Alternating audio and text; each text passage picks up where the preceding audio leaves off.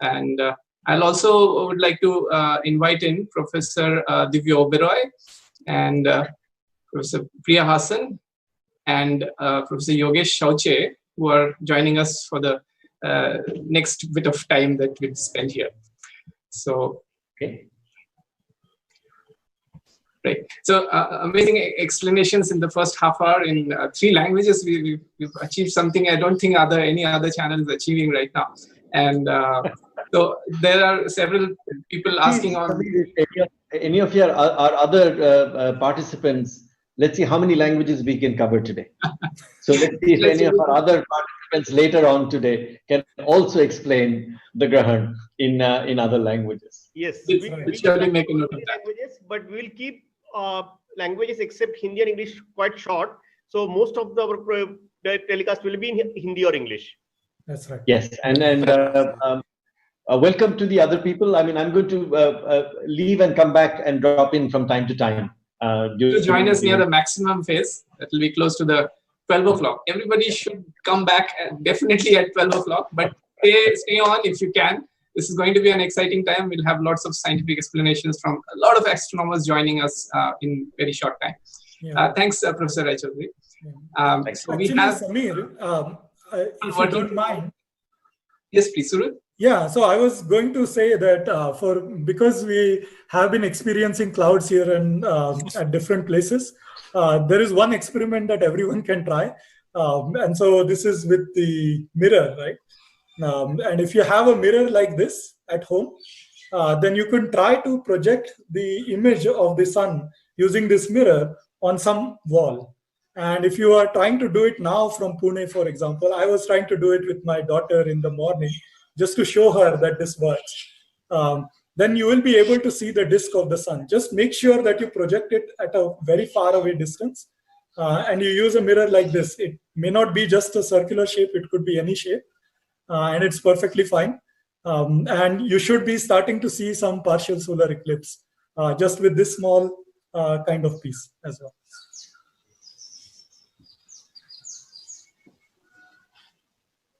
That's a good use of a household instrument right now.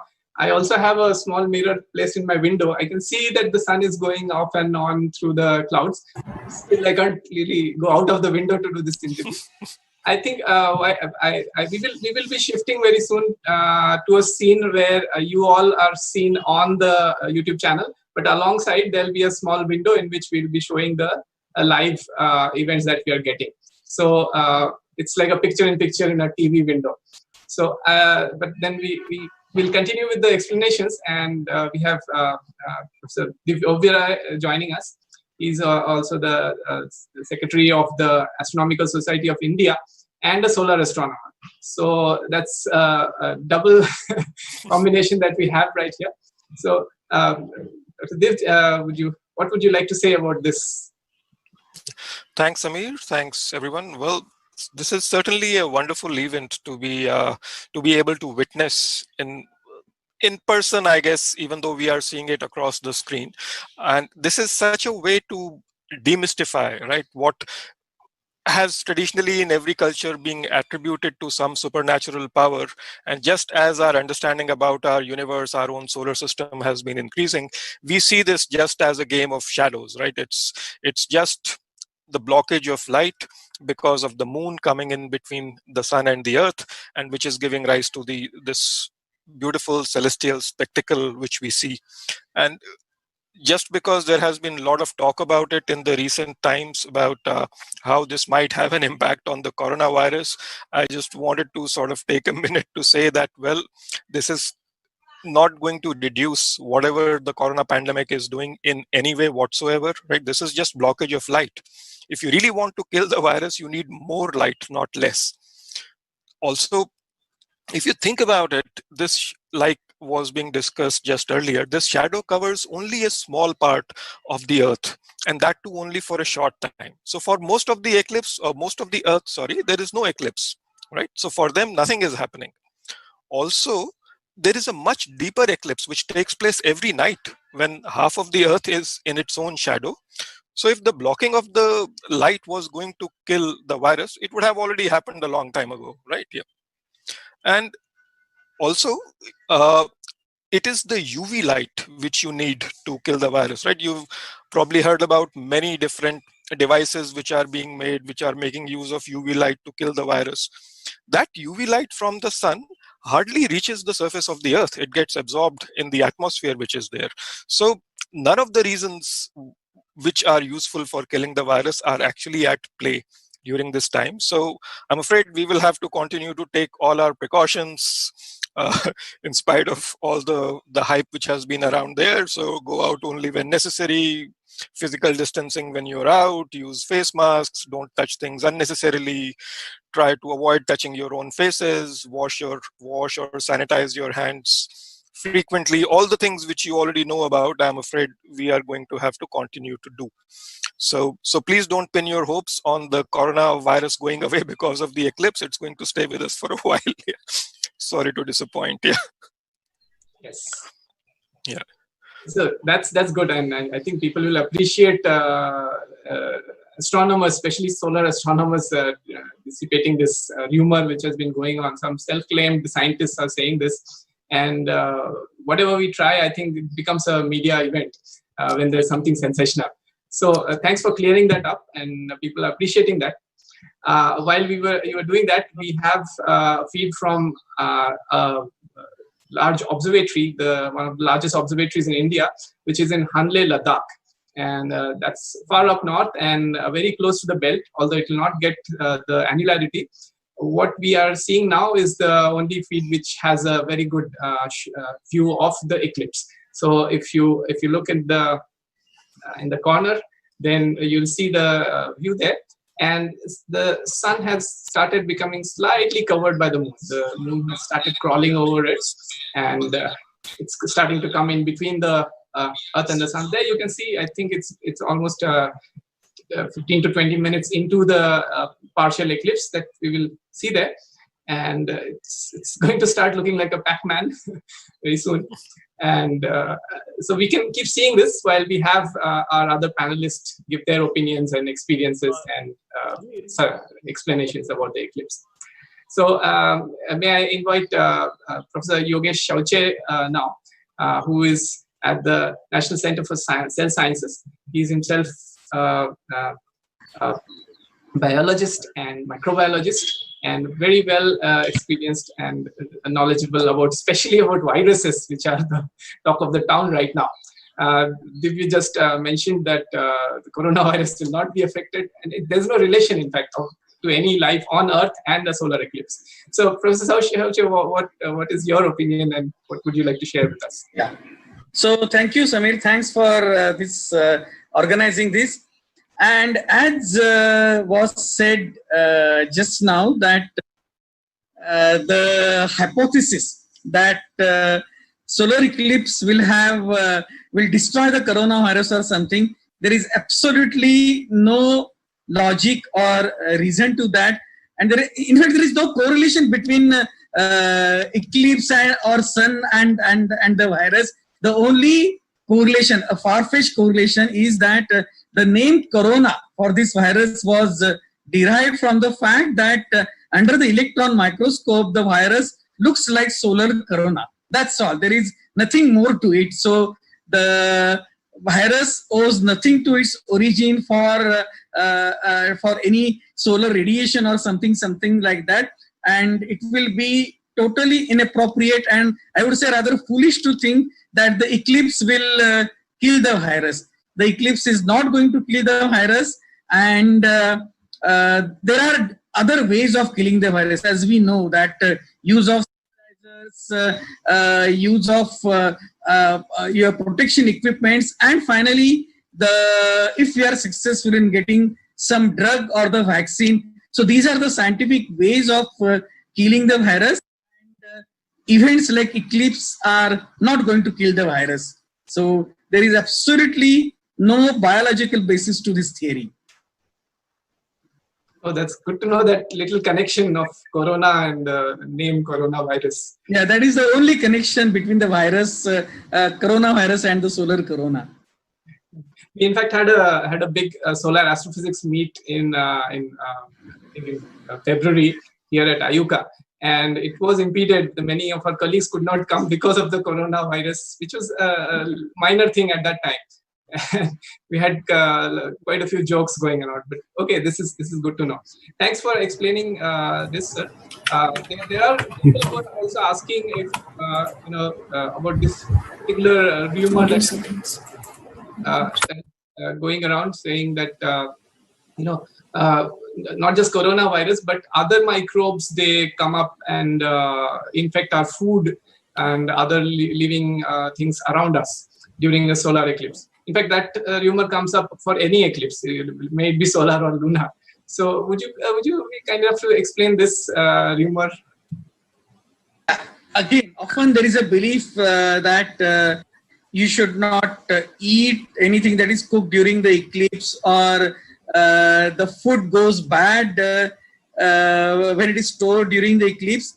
And again, I would emphatically say that there is no scientific basis to that. There were some experiments conducted earlier by Citizen Science Center in Pune, and those studies show that whether it is food or whether it is air, at least microbiologically, the microbial load in the air or in the food remains unaffected during the eclipse or even after the eclipse. So I can very confidently say that at least microbiologically, the food does not go bad, whether it is prepared during the eclipse or whether it is stored during the eclipse. And also the quality of the air microbiologically does not change during the eclipse. The number of bacteria present in the given volume of the air, it remains the same, and it is also not that any harmful bacteria number increases in the air during the eclipse. That is again not true. So at least from the microbiological point of view, I can definitely say that air is no more toxic than what it is normally during the eclipse. And food, of course, food remains microbiologically, food remains unaffected, whether it is made during the eclipse or stored during the eclipse. Thank you, Professor Shauche.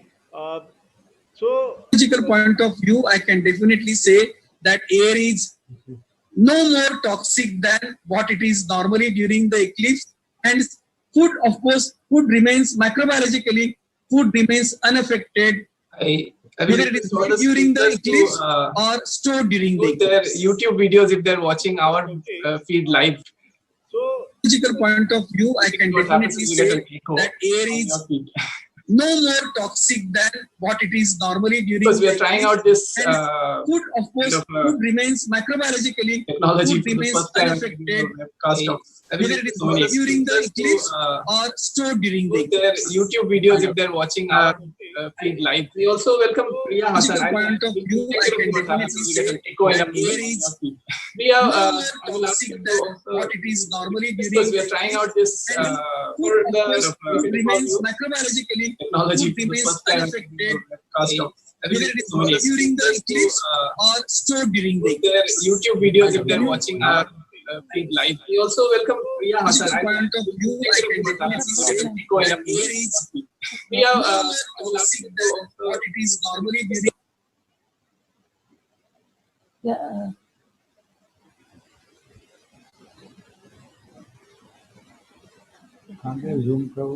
Yeah, so I think there was a technical glitch. We are sorry about that. We are trying to correct it. I had a question for Professor Shauche, actually, if he can hear us. Professor Shauche, so many people also observe that animals or birds, they have there seems to be some problems. A distinct change in behavior during particular total solar eclipse. So that is more about the light becoming very, very low, and which confuses these animals. So can you tell something more about this?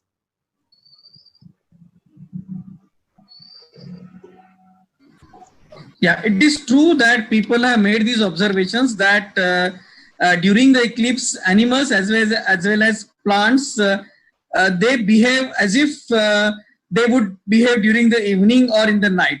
But that has to do with the light intensity getting reduced, and it's a kind of feeling that it's a night time, and that is the reason both animal and plants, they behave as if it's a night. And I do not know if there are detailed studies available on this, but I would rather attribute that to level of certain chemicals in the plant or animals getting changed, which respond to the intensity of light. The level of those key chemicals getting altered because of the sunlight getting reduced, and then thus affecting their behavior. So it's because of that, rather than again attributing to any harmful effect or something like that.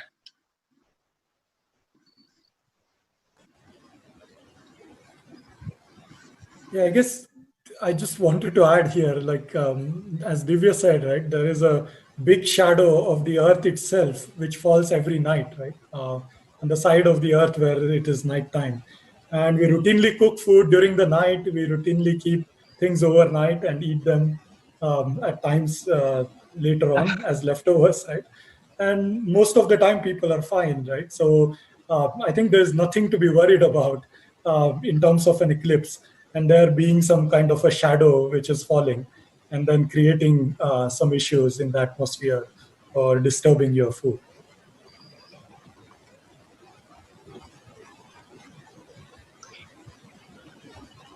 Aniket, for some reason your voice is not coming through. We do have, I mean, we appreciate these comments, and we have around 4,000 people watching right now, 2,000 on our channel and 2,000 on another channel which is streaming our content out. So I really want these viewers to watch it safely and not fall prey to any superstitions and misconceptions, especially those which make use of something called pseudoscience, which basically starts to put in some scientific terms, etc., into a unreasonable explanation. And therefore, people might sometimes mistake it for a real scientific explanation. We have scientists here saying that there is no harm in an eclipse. It does not cause any kind of increase in microbes, etc. It's actually a very tiny night, which suddenly happens in the daytime. Maybe we can understand why the birds might be confused if there is a total solar eclipse happening at your place, but for a little while. But then they really get back to life very soon after that. So that's amazing to see and experience, though. And I hope that you will experience this happening right now. If you're in the north of India, if you want to watch it, there are very simple ways of doing it. Of course, if you have saved any solar eclipse goggles for yourself, go use them, clean them up properly and use them. Make sure there are no holes in them. And otherwise, as we've been pointing out, you can make use of some small mirrors. If you have the smaller the better. If you have like mirrors which are used on tiny dresses, tiny mirrors used on dresses for decoration, those are the best. But of course, if you have a hand mirror like Surud has here, you could use it to point the light of the sun, not onto yourself, but onto a wall which is far off. You can also, maybe if you have a big mirror, you can just make a aperture like Surud has made here. He has made a cut in a small cut in a piece of black paper.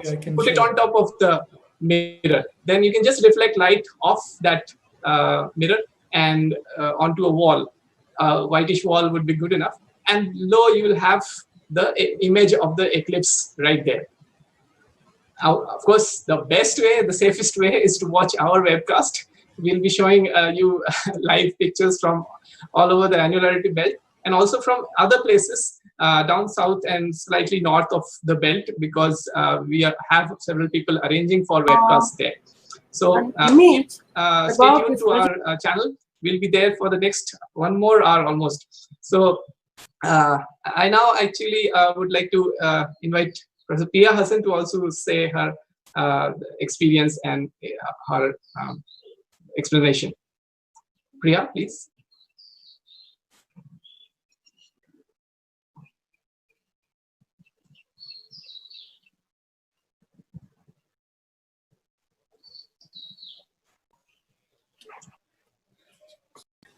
So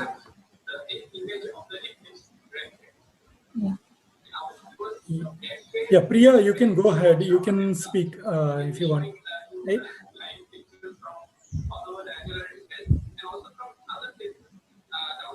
Yeah, so Samir, maybe she's having trouble in getting us, and she's not getting the feed through Zoom, but instead through YouTube. So there is a delay in between. Right. No, we'll just then in that time. Meanwhile, I'll admit Professor Dibendu Nandi, another solar physicist. He's from Kolkata, so he's from the east of India. Let us. And I will drop off. Audio problem. Samir. Can you hear me now? Join later. Can you hear me? Yes, Priya. Hello. And, welcome. Can you hear me now?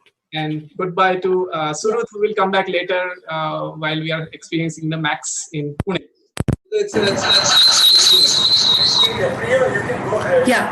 Yeah.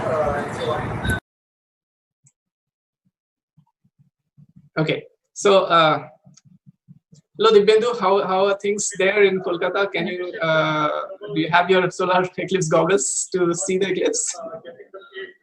Yeah.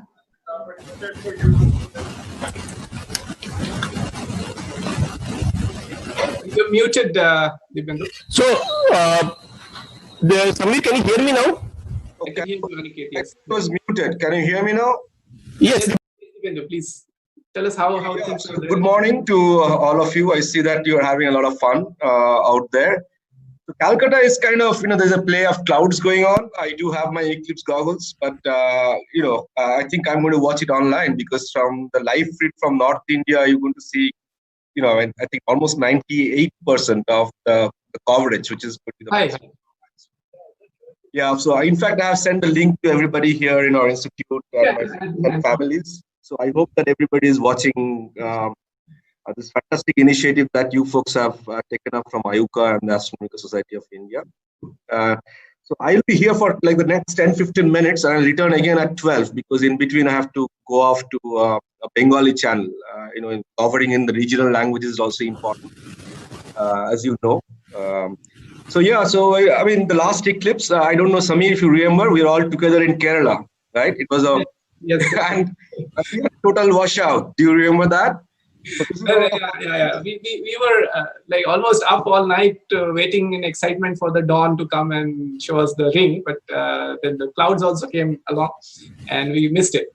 And we are missing it this time as well. Yeah, so I think in Calcutta it's also kind of I don't know what's going to happen because there's a mix of clouds and sunlight. Also, there's a play of clouds. So it's a matter of luck whether whether I think we'll catch some amount of it, but it's certainly not going to be as spectacular as as what's happening in North India, right? So yes. So on YouTube you can see the eclipse has already started and we are seeing the feeds. Yeah, Samir, we would like to point out one thing. Initially, the moon was ingressing from the left side of the feed. Now it is ingressing from the right side. It is just a flip due to technical setting in the feed. It is not that moon has not jumped to the other side. So viewers should note that. Thanks for pointing that out. Yes, that did happen because we had to change the orientation of the feed for some reason. Thanks. So I'll just admit another panelist joining us from Punjab, Professor Harvinder Jassal from ISER Mohali. She is also trying to do a webcast, but I'll just keep her in and I'll relay on to Priya, who has been waiting to speak. Thanks. Welcome, Harvinder. And Priya, please continue. You're muted and we are eager to listen to you. Yeah. Priya. Okay. So hi, everyone. So yeah, it's an exciting moment, especially, something exciting for outreach activities. And I think the eclipse gives us a very unique, a time to do this thing, as well as a very important role in debunking myths, right? Because there are so many myths associated to eclipse. And by the time the eclipse is over, it all gets proved to be wrong, right? So you don't have to wait too long to prove it to be, prove the myths to be wrong. So we'd all be seeing that. And also in terms of an outreach event, it's a very important outreach event. It gets people to look up at the sky and observe these things. But with the present situation, it has all become so very different because, you know, we can't be collecting people. So we are stuck onto our digital screens watching these things. But I think it is a very unique, good moment for us to actually see the event. And in Hyderabad, the scene is not too good because the monsoons have come in and the sky is overcast. So I've not even gone to check it in detail, but I think it's definitely bad. So because of the monsoons, but I'm sure Harvinder will have something more interesting to share. Yeah, so that's thanks Priya. Professor Divya Oberoi, हम आपके पास वापस आते हैं. हमने पिछले कुछ मिनटों में ग्रहण के बारे में अंधश्रद्धा, अलग अलग अंधश्रद्धाएं जो है, इसके बारे में कुछ बातें की अंग्रेजी में. आप हमारे हिंदी दर्शकों के लिए इसका थोड़ा हिंदी में समरी दे सकते हैं? जरूर. धन्यवाद अनिकेत. तो जैसा आजकल हम सबने सोशल मीडिया में बहुत बार देखा है कि बहुत लोगों के मन में बहुत उम्मीद है कि इस एक्लिप्स की वजह से जो ये कोरोना वायरस का पैंडेमिक है इस पर प्रभाव पड़ेगा और ये खत्म हो जाएगा उससे.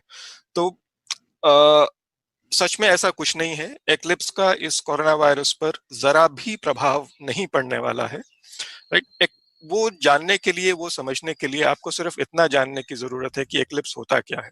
एक्लिप्स सिर्फ लाइट की ब्लॉकेज है. राइट. सूर्य से रोशनी आ रही है, पृथ्वी और सूर्य के बीच में चंद्रमा है जो सूर्य से आने वाली रोशनी को रोक लेता है, कम कर देता है. राइट. पूरी तरह रोक लेता है तो टोटल सोलर एक्लिप्स हो जाता है. पूरी नहीं रोक पाता तो पार्शियल सोलर एक्लिप्स या एनुलर सोलर एक्लिप्स है.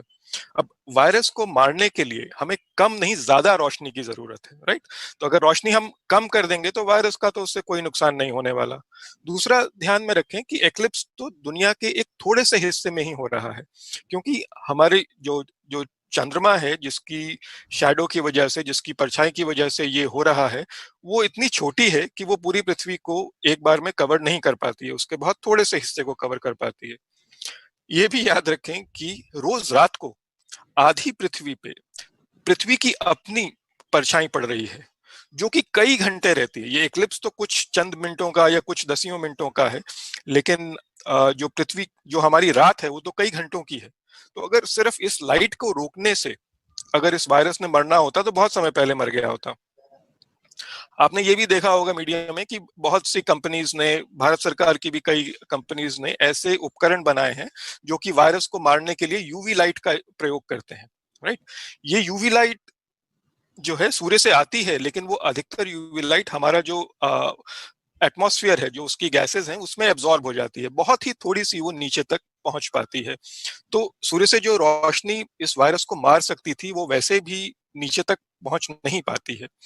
तो दुर्भाग्यवश कह लीजिए चाहे, लेकिन इस ग्रहण का कोरोना वायरस पैंडेमिक पर, इस पूरे जो महामारी फैली हुई है, इस पर कोई प्रभाव नहीं पड़ेगा. जैसी सावधानियां हम पहले बरत रहे हैं वैसी ही सावधानियां हमें आगे भी बरतनी पड़ेंगी. जितना कम हो सके उतना कम बाहर जाएं तो लोगों से थोड़े दूरी बनाकर रखें, मास्क का उपयोग करें, बिना किसी कारण के इधर उधर चीजों को हाथ ना लगाएं, चीजों को हाथ लगाकर अपने चेहरे को हाथ ना लगाएं, हाथों को बार बार धोएं. वो सब चीजें जो आपको पहले भी कई बार याद दिलाई जा चुकी हैं, उन सब चीजों का ध्यान रखें. और इस ग्रहण का कोरोना महामारी पर कोई प्रभाव नहीं पड़ने वाला है.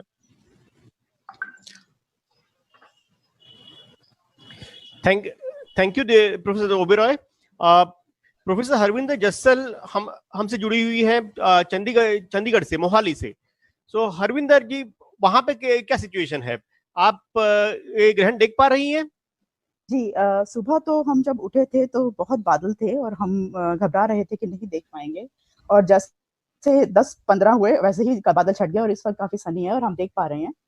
हमारे एक कॉलीग मानवेंद्र बेरा बॉल मिरर से प्रोजेक्ट कर रहे हैं और सोशली डिस्टेंस वे में एक एक करके बच्चे वहां देख भी रहे हैं. उन्होंने सन फिल्टर्स भी बांटे थे और हमारे अपने ग्रुप में तो लोग शेयर कर रहे हैं. तो मैं कुछ धीरे धीरे फोटोज शेयर करती रहूंगी यहाँ पे.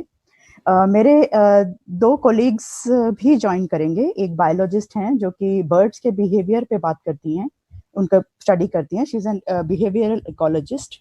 एंड एक हैं हिस्टोरियन रितु ज्योति बंदोपाध्याय जो कि अर्बन हिस्ट्री और इंफ्रास्ट्रक्चर स्टडीज पे काम करते हैं. वो जैसे ही आएंगे हम उनसे बात करेंगे. बट इस वक्त बिल्कुल सनी है, बाहर एकदम रोशनी है और हम लोग देख पा रहे हैं. So since Harvinder mentioned about projecting using ball mirror, we also got image from one of our viewers from Mumbai, who has sent us image of using of projection using kitchen equipment. People can see. I will just share screen for a minute. You can see this image. Everybody can recognize this. हाँ कोलैंडर छलनी है Yes, yeah, और इससे ये अभी हमें मुंबई से एक दर्शक ने भेजी है इमेज. सो आप भी आपके घर पे ऐसे कर सकते हैं.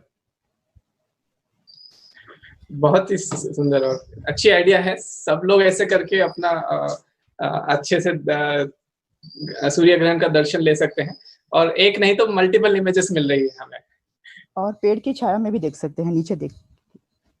हाँ, ये और एक अच्छी आइडिया है. अगर आप घर के बाहर हैं और आसपास पेड़ हैं तो आप कोशिश कीजिए कि उसके नीचे जो छाया गिर रही है वो देखिए. उसमें भी आपको काफी छोटी छोटी एक्लिप्सेस दिखाई देंगी और आपको ऊपर देखने की जरूरत नहीं पड़ेगी.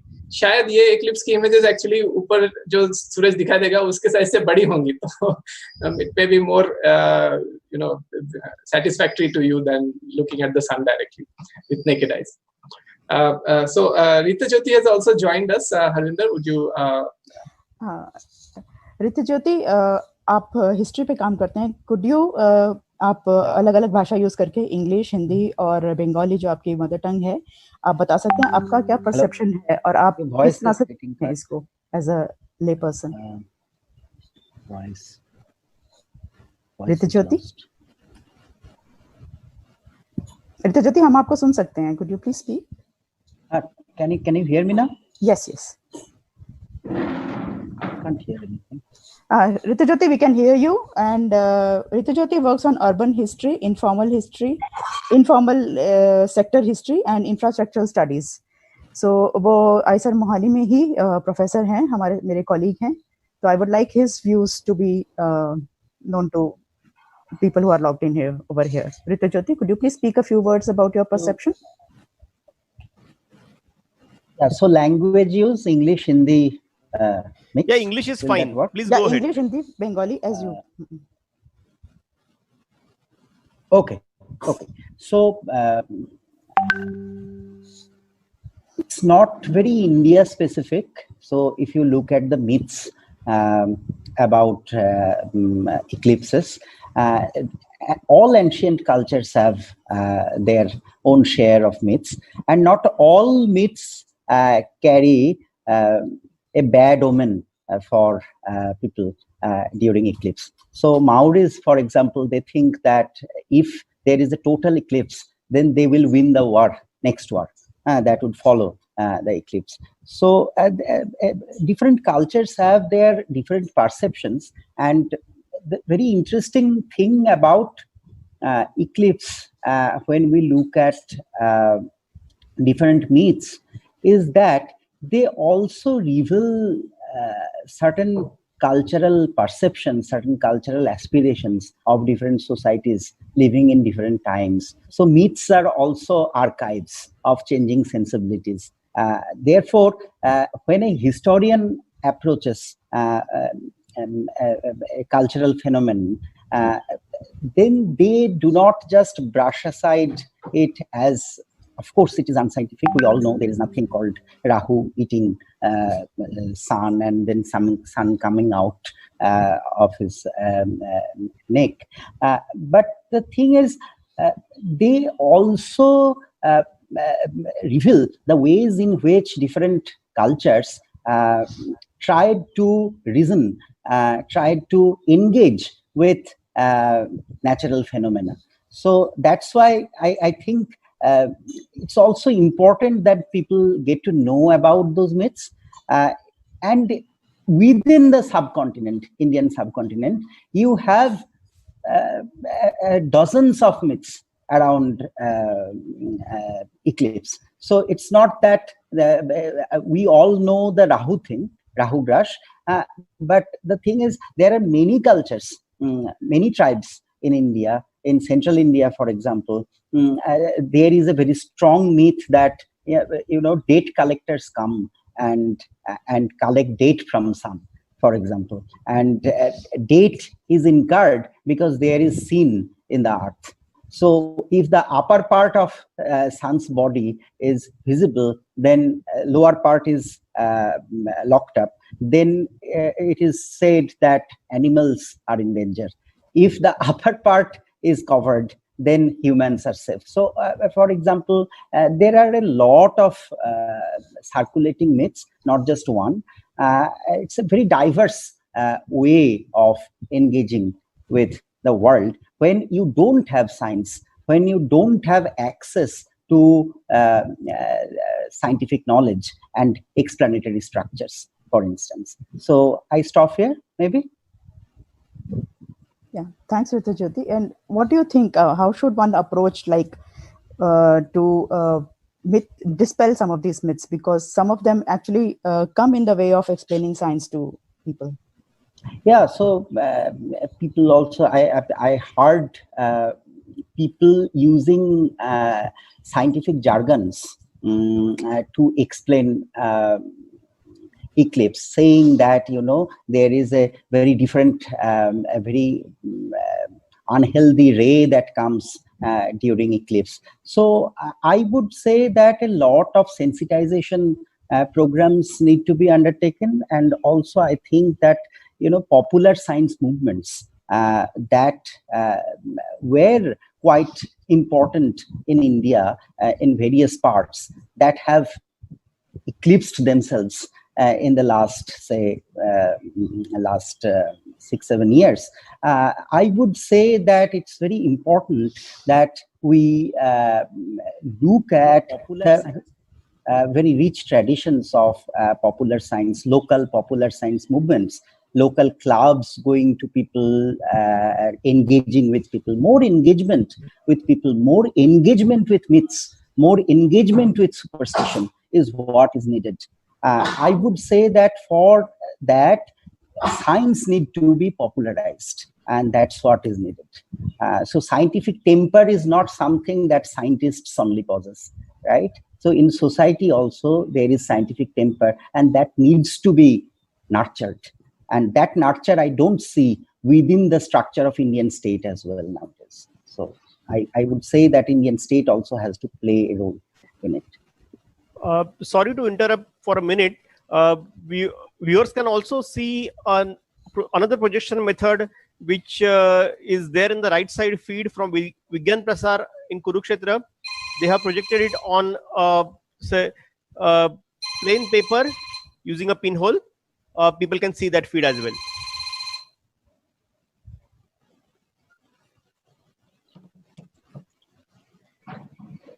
Thank you, Ritajyoti. This was a little eye-opener for how the scientific temperament needs to be enhanced in the current scenario. And we have had superstitions all the time. And in fact, people are asking on YouTube, why are there so many superstitions around the eclipses? Well, it's, I think, inertia for people to let go of things that were old knowledge and accept new knowledge, because it may be put forward in a very complex way to them. So yes, we are trying our best, and I hope our event also leads to some myths being dispelled, some of the younger generation at least getting convinced that what science is telling them is not just an alternative theory to what old people or people of ancient times told. These both go along, and they are probably just better explanations coming from modern science. So we do that, and of course, while doing that, we enjoy the eclipse. I can see a lot of feeds on the YouTube channel, and you can also see some projection methods being used, because technical defects cause our equipments to fail sometimes. So that's a characteristic of science. Experiments fail, equipment fail, but then we add that up, and the experience leads to something better. So we are watching the feeds. There are also people sending us images taken through their mobile phones. So I would remind you, mobile phones are just like your eyes.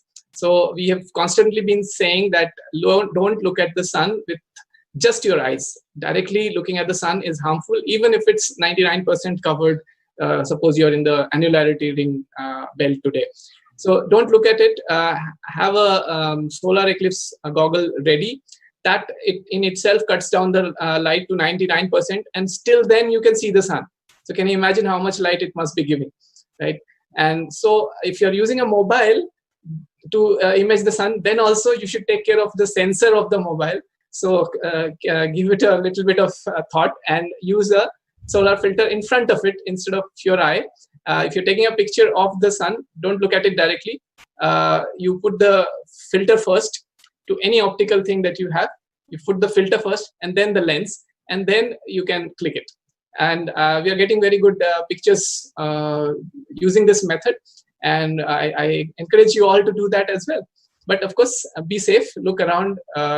Look around whether it's safe, unsafe, whether there's a big group, not following social distancing, etc. Don't be part of that. But do watch the eclipse. We also have Manjari Jain, who's been invited here, and Harvinder, could you introduce and conduct the further discussion? You're on mute, Harvinder. Sorry, thanks a lot. Manjari Jain is a colleague here with me in IISER Mohali, and she is a biologist. She works on behavior ecology and evolutionary biology. Her specialization is bird behavior, and she works on bird calls, their acoustics. And it will be nice if you can speak a few words, Manjari, about how bird behaviors change when eclipse is on. And it will be nice to hear a biologist perspective for that. Yeah, hi. It's really wonderful to be on this panel, and I'm also learning so much. So thank you, Harvinder, so much for including. Of course, we know because of the eclipse, there is attenuation in the light, and which is one of the major environmental factors that animals use to modulate their behavior. And many animals actually have been studied during these wonderful opportunities that eclipses provide us to see how this modulates their behavior. And in 2017, there was this study by Cornell University, bunch of colleagues from Cornell University, where they show that during the total solar eclipse, which was seen in some parts in US, they found that the birds were reducing their activity, and some species behave in a certain way in which they start to behave like they would behave during a storm or during sunset. So they reduced their flight, and they used due to the reduced light availability, it is hard to observe wildlife. So instead, what they did was to use data from the radars to see how migration patterns and flying activity of birds, etc., is reduced during the total solar eclipse. And they also find that there are some birds that show some sort of a behavior in which it's almost as if they are confused. So they actually increase their flight just before the total solar eclipse, and then they come back to their perch. So all kinds of interesting things birds sort of show. We are on campus, on IISER Mohali campus. We are doing some observations right now. We are measuring activity levels of this group of birds. We call them jungle babbler or Sat Bhai. And they are cooperative breeders. So we are seeing how their parental care or nesting behavior, these things, how they change due to the eclipse. So do they come back to their roost? Do they start behaving as if it is nighttime? Is it nighttime activity or is it something different? So that is what currently right now students are out in the field. They are doing all of this. But there was one thing that I wanted to talk about animal behavior very quickly about these animals which we cannot see with just naked eyes, and we need to observe them using microscope. These are called planktons. So these are zooplanktons, which are animals that are found in water bodies, and there are of course phytoplanktons, which are sort of plants, if you like. So a lot of study has gone in to show how the plankton behave differently during the eclipse, and with respect to phytoplankton, to see how the light and the change in this light levels affects their primary productivity, or how much food, if you like, is being produced by these plant-like things. And for the zooplankton, which are like animals, if you like, to see their migration patterns. So if you think of the surface of water, there are different kinds of communities at different levels, depth of the water. And during the night time, what happens is many zooplankton, especially copepods and rotifers, it is seen that they actually do a surface migration. So they come up to the surface during night time, and in the daytime they go down. So people have seen, and this is one group from India itself, led by Professor Shubhro Kumar Mukhopadhyay, and they published their findings in the journal called Limnology, where they show this change in the migration pattern during the brief period of this total eclipse. So within a few minutes, you can see that this migration pattern is completely altered. So where they see surface crowding for some species, some others go down, and it's absolutely incredible. So those few minutes of the eclipse allow us a peephole, if you like, into this amazing world of how animals respond to light. And that, I think, is very interesting. It is Once interesting. we know something about the babblers, I will let Harvinder know, and she will probably Professor share Professor Jain, I have a question. Yeah. So you said your students are right now outside in the field observing sadbhais. I think means maintaining this is social distance. Yeah, this is my guess. Where today eclipse is happening in the morning hours, and so birds also have their daily rhythms. So Yeah. Eclipse in the morning hours and change of light during morning hours may have a different effect as compared to some eclipse which is going to happen closer to sunset. Sure. What you feel about that? Yeah, so one would expect that also the period of darkness or near darkness, one would expect that would matter. So given that this is at noon time where their activity is fairly high, we do expect to see some interesting patterns there. We do. So my hypothesis, and my student does not agree with me, which is fine, that I expect them to start behaving as if it is sunset, and they return back to the roost, and the parents to return back to the nest. So these are cooperative breeders, which means that all group members participate in parental care of the chicks.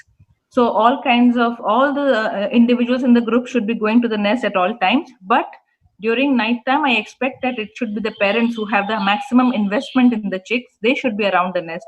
So I expect to see that certain individuals, they come back to the nest at this time.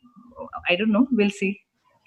The more important thing is they are out and they don't come back just to hide from superstitions.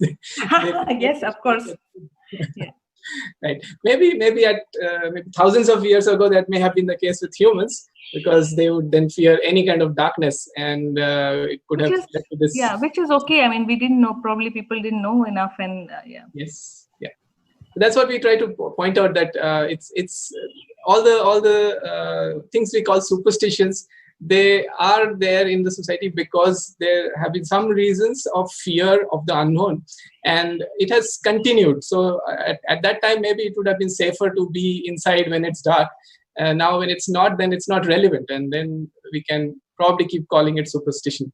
Samir, I would like to take up a couple of questions from the audience. Yes. So, and I would like to bring Professor Priya Hassan here. So there people are asking which household items can be used to view eclipse safely. So you can talk about that. And then there is somebody who also mentioned that he or she is using X-ray film to view eclipse. So you can talk about that as well. Priya, you are on mute. Yeah. So thanks, Aniket. Yeah. So I think one of the recent picture which was shared of the sieve, right? The sieve showing the eclipse. I think that really looks very beautiful, because each individual hole acts like a pinhole, and you get the image, which looks really very nice. So actually, it's anything which has a small aperture, the ideal one being a sieve. And I think the sieve image really comes out very nice. But like we mentioned earlier, also X-ray films and all obviously are not the right thing to be used, because it's a misconception. People think that if they use X-ray films, that'll be safe enough. It's definitely not safe enough, and you should not be using X-ray films. It's best to have from a good place if you have eclipse filters or solar filters or glasses. But this time, because of the COVID issue, we could not distribute them, or people did not feel comfortable buying it from places because of the contact problem. But yeah, I would say the most ideal kitchen appliance would be the sieve. The sieve really gives you a good image. Yeah. Okay, this is also a time for a short summary in regional languages. So Priya, can you do a summary of what we can expect in next 1 hour or something like that? In Punjabi Gujarat? maybe. Pardon? Because there are several people from the north watching, and Yeah, I'm coming to Harvinder next for Punjabi. Yeah, sure. Okay, so you want me to speak in Hindi? In Gujarati.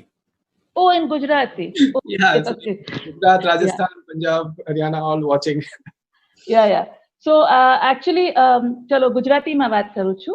તો હમણાં આપણે Eclipse જોઈએ છે, ગ્રહણ જોઈએ છે, જે શરૂ થઈ ગયું ઓલમોસ્ટ 10 વાગે સવારથી. અને તમે લોકો સોશિયલ ડિસ્ટન્સિંગ મેન્ટેન કરીને પ્રોજેક્શન્સથી તમે એક્લિપ્સને સરસ રીતેથી જોઈ શકો છો. સિમ્પલેસ્ટ પ્રોજેક્શન છે કે છન્ની વાપરીને તમે એનું પ્રોજેક્શન કોઈ વોલથી જોઈએ, એન્ડ એ બહુ સરસ લાગે છે જો તમે પ્રોજેક્શન જો.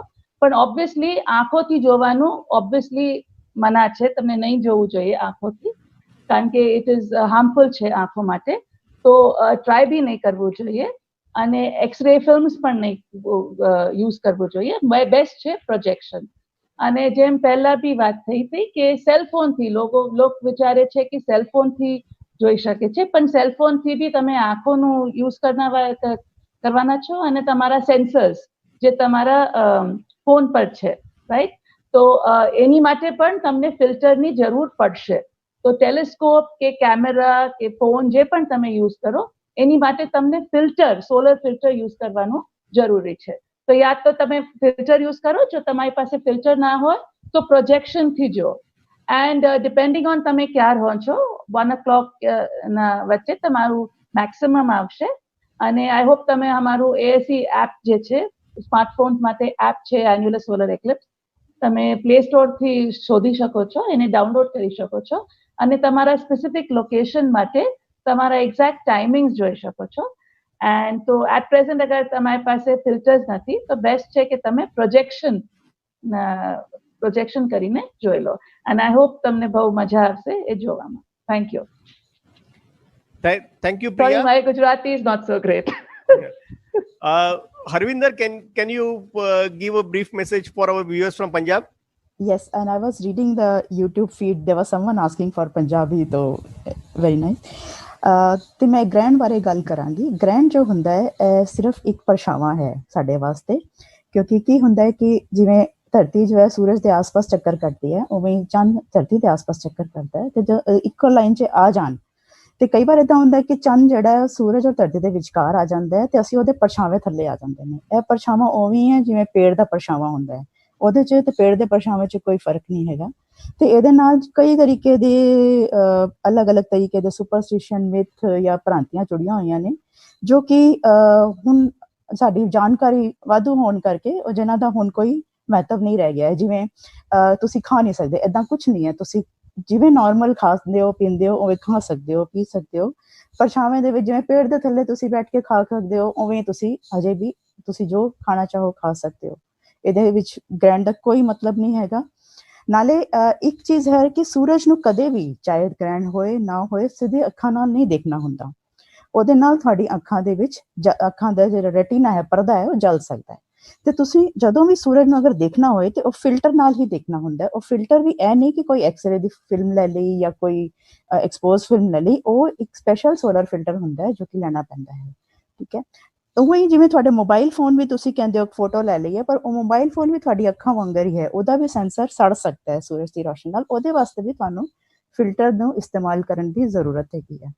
ਤੇ ਤੁਸੀਂ ਤਰੀਕਾ ਸਭ ਤੋਂ ਅੱਛਾ ਇਹ ਹੈ ਕਿ ਤੁਸੀਂ ਉਹਦੀ ਸੂਰਜ ਨੂੰ ਪ੍ਰੋਜੈਕਟ ਕਰੋ. ਜਿਵੇਂ ਤੁਸੀਂ ਇੱਕ ਸ਼ੀਸ਼ਾ ਲੈ ਕੇ ਉਹਨੂੰ ਦੂਰ ਦੀਵਾਰ ਤੇ ਉਹਦਾ ਪਰਛਾਵਾਂ ਲੈ ਲਓ, ਛਾਵਾਂ ਲੈ ਲਓ, ਔਰ ਤੁਸੀਂ ਸੂਰਜ ਦੀ ਇਮੇਜ ਨੂੰ ਉੱਥੇ ਦੀਵਾਰ ਤੇ ਦੇਖ ਸਕਦੇ ਹੋ. ਨਾਲੇ ਜਿਵੇਂ ਪਹਿਲਾਂ ਇਸ ਫੀਡ 'ਚ ਦੇਖਿਆ ਗਿਆ ਕਿ ਕੋਈ ਛਾਨਣੀ ਲੈ ਕੇ ਚਾਨਣੀ ਦੇ ਥਰੂ ਜਿਹੜੀ ਰੋਸ਼ਨੀ ਥੱਲੇ ਫਰਸ਼ 'ਤੇ ਆ ਰਹੀ ਹੈ ਉਹਨੂੰ ਤੁਸੀਂ ਦੇਖ ਸਕਦੇ ਹੋ, ਤਾਂ ਤੁਹਾਨੂੰ ਪੂਰਾ ਸੂਰਜ ਦਾ ਗ੍ਰਹਿਣ ਆਰਾਮ ਨਾਲ ਦਿਖੇਗਾ. ਤੇ ਤੁਸੀਂ ਜ਼ਰੂਰ ਦੇਖੋ, ਇਹ ਇੱਕ ਕੁਦਰਤ ਦਾ ਬਹੁਤ ਸੋਹਣਾ ਨਜ਼ਾਰਾ ਹੈ. ਇਹ ਦੇਖਣ 'ਚ ਤੁਹਾਨੂੰ ਪ੍ਰੋਜੈਕਸ਼ਨ 'ਚ ਸੇਫਲੀ ਦੇਖਣ 'ਚ ਕੋਈ ਦਿੱਕਤ ਨਹੀਂ ਹੈ. ਇਹ ਬਹੁਤ ਸੋਹਣਾ ਨਜ਼ਾਰਾ ਜੋ ਕਿ ਬਹੁਤ ਘੱਟ ਹੁੰਦਾ ਹੈ, ਤੇ ਇੰਨਾ ਘੱਟ ਹੁੰਦਾ ਹੈ ਤੇ ਉਹਨੂੰ ਦੇਖਣਾ ਵੀ ਪੈਂਦਾ ਹੈ. ਥੈਂਕ ਯੂ, ਧੰਨਵਾਦ.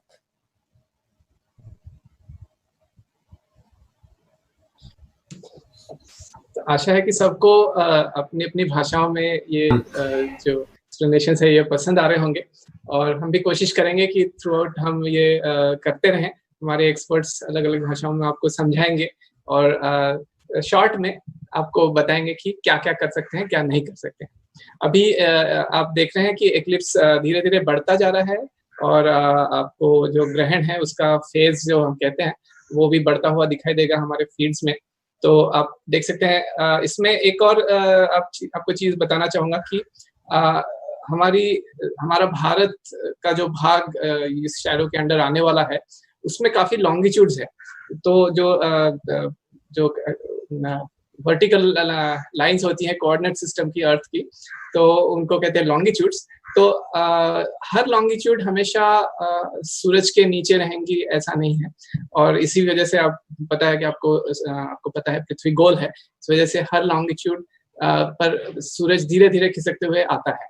और ये जो परछाई जो हमें आज देखने को मिल रही है चांद की, वो धीरे धीरे अलग अलग लॉन्गिट्यूड्स को टच कर रही है, और जो पूर्व की ओर पश्चिम की ओर के जो जगह हैं उस पे ये परछाई पहले टच कर रही है, और इस वजह से आपको अगर आप फीड में ध्यान दें तो ऊपर की तरफ जो पीले रंग का या ऑरेंज रंग का आपको इमेज दिख रहा है उसमें आपको सूरज ज्यादा आपको ग्रहण में दिख रहा होगा। क्यों? इसका कारण यह है कि वो राजस्थान से फीड है, गुजरात और राजस्थान के आसपास की फीड है, उसमें से आपको पता चलेगा कि वहाँ ज्यादा ग्रहण ऑलरेडी हो चुका है, परछाई ज्यादा मात्रा में वहां पहुंच चुकी है। जबकि हानले जो कि बहुत ज्यादा पूर्व की ओर है उसमें अभी आपको सूरज थोड़ा कम ढका दिखाई देगा। इसके अलावा हमारे फीड में लैटिट्यूड कवरेज भी है लॉन्गिट्यूड के साथ। तो आप देखेंगे हानले ये बिल्कुल उत्तर की तरफ है, उत्तर लद्दाख में, और नीचे कोडाईकनाल ऑब्जर्वेटरी से आप फीड देख रहे हैं जहां आपको सूरज की इमेज दिख रही है। ये फ्लिप्ड इमेज है, ये टेलीस्कोप से ली हुई इमेज है, ये फ्लिप्ड है, और हम वहां से डायरेक्ट फीड आपको दिखा रहे हैं। Indian institute of astrophysics Indian so जो है उसकी ये ऑब्जर्वेटरी वहां पर है, एक काफी फेमस सोलर फिजिक्स ऑब्जर्वेटरी वहां है जो कि 100 से भी ज्यादा सालों से वहां पर है, और हमें सोलर फिजिक्स के काफी अच्छे डेटा उन्होंने दिए हैं। तो आज वहां से भी लाइव हम देख पा रहे हैं ये इसकी इमेज, और देखिए उसमें आप देख सकते हैं कि हानले और कोडाईकनाल करीब करीब एक ही लॉन्गिट्यूड पे है, और इस वजह से उनकी इमेज करीब करीब समान है। इसके और पूर्व की तरफ अगर हमें कोई फीड मिलती जैसे कलकत्ता या फिर आगे अरुणाचल प्रदेश, असम जहाँ पे अभी बारिश हो रही है, वहां से कोई फीड नहीं है, अदरवाइज हम देख पाते कि वहां और कम ढका हुआ सूरज आपको दिखाई देता। तो ये हुआ लॉन्गिट्यूड कवरेज के बारे में, और ऐसी ही इमेजेस हम जैसे जैसे मिलते जाएंगे हम आपको दिखाते जाएंगे। समीर, हरविंदर जी ने थोड़ी देर पहले ये बताया कि many people have this superstition that we should not watch at sun only during eclipse. It is not so, but it is nothing to do with only during eclipse. Sun is always bright, and you should never directly watch at sun. Other days we don't have to tell this to people. The other days it is obvious to people. During eclipse, people feel interested in watching this solar disk, and that is why we have to explicitly tell them don't watch directly. So this distinction is very important. There's nothing special happening in terms of radiation from sun, but just that your curiosity is piqued, and that is why you think that you should try watching solar disk. So please avoid watching to sun directly on any day. Definitely. Of course, solar physicists have to watch it, so they use filters, and their telescopes are equipped with ways to, I mean, they can show the sun really big, but then they have to cut out the light really a lot, and therefore there are special filters for that. Yeah, and they have to also cool their telescope because it gets really hot. So just imagine our eyes being affected by the same kind of light would be really in a bad shape. So we don't want to do that.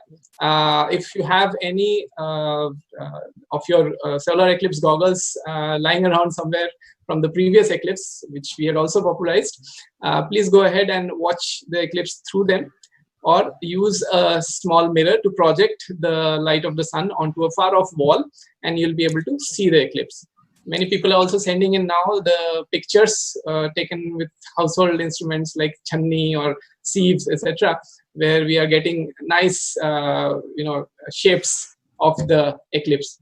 Now in Pune, I'm sitting here near the window, and the sun has just peeked out of the clouds, which were giving us rain till now. So I'm hoping I'll be able to quickly go and peek at the sun and come back here at this time. Using goggles, yeah. Using solar eclipse goggles. Yeah. Yeah, I just wanted to remind people of an experiment I'm sure all of us have done. We have all burnt paper using a lens, right? I mean, Yeah. that's just a small lens, and imagine the intensity of that light which is burning that paper. Right? Right. That is what we are subjecting our eyes to when we look at the sun directly. So absolutely never look at the sun directly with our own eyes. So just Divya, I want to stay with you. Samir just mentioned that solar physicists use different filters and to watch.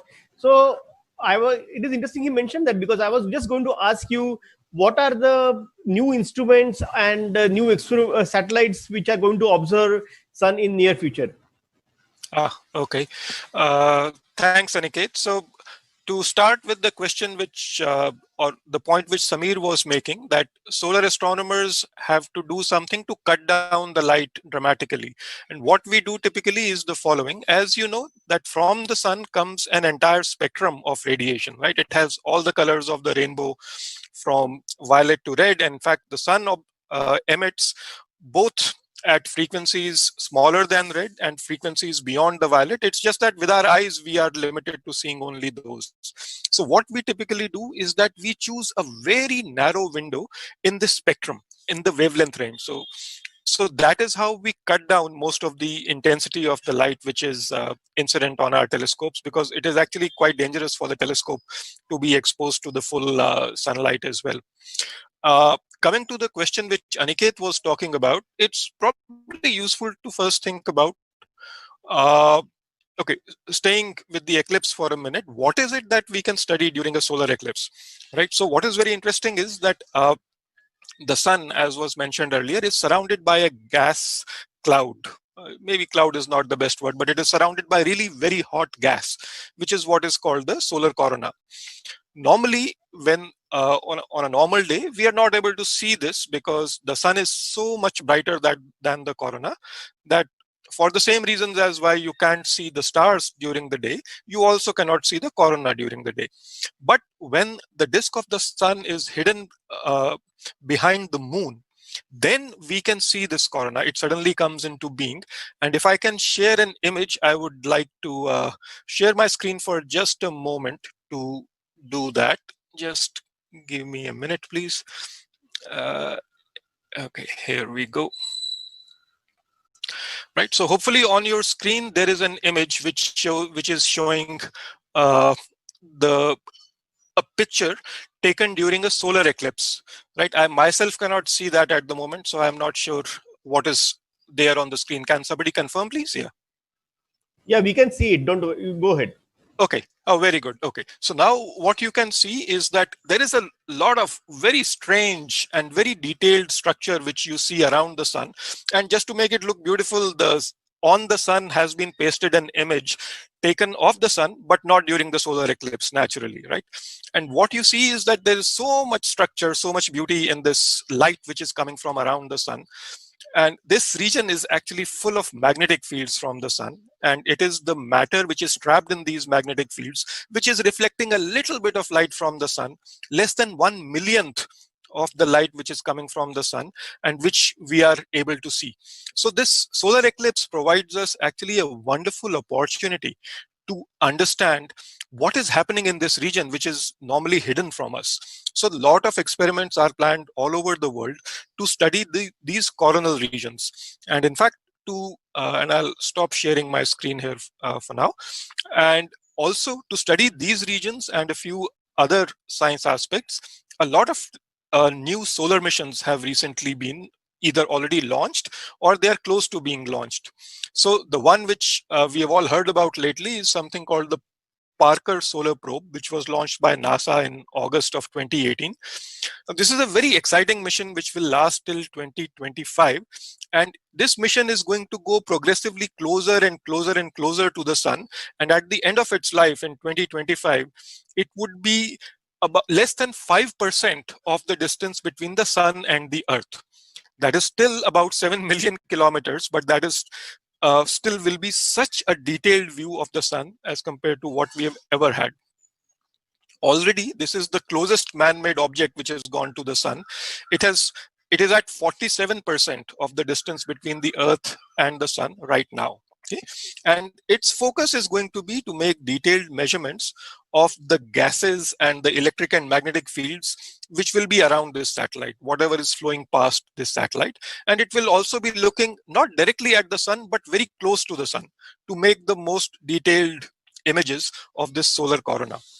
Another instrument which was launched just earlier this year in February is the Solar Orbiter, which is a mission of the European Science Agency.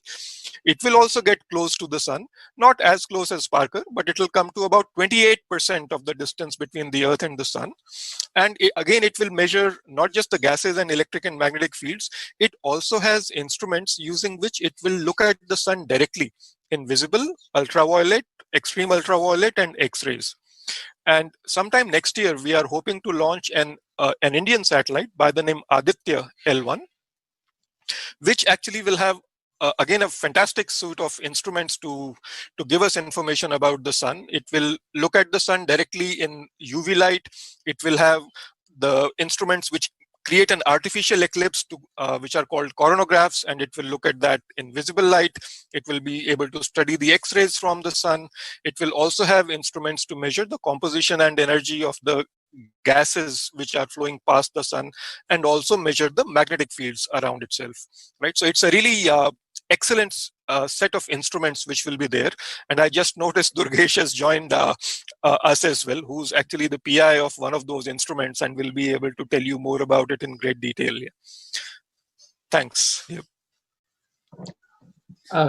Lovely, and yes, it's a very opportune time for Professor Durgesh Tripathi to join us, who's the leader of the team which will send Aditya L1 up, and they've been working hard on it for a long time, and we are looking at success very soon.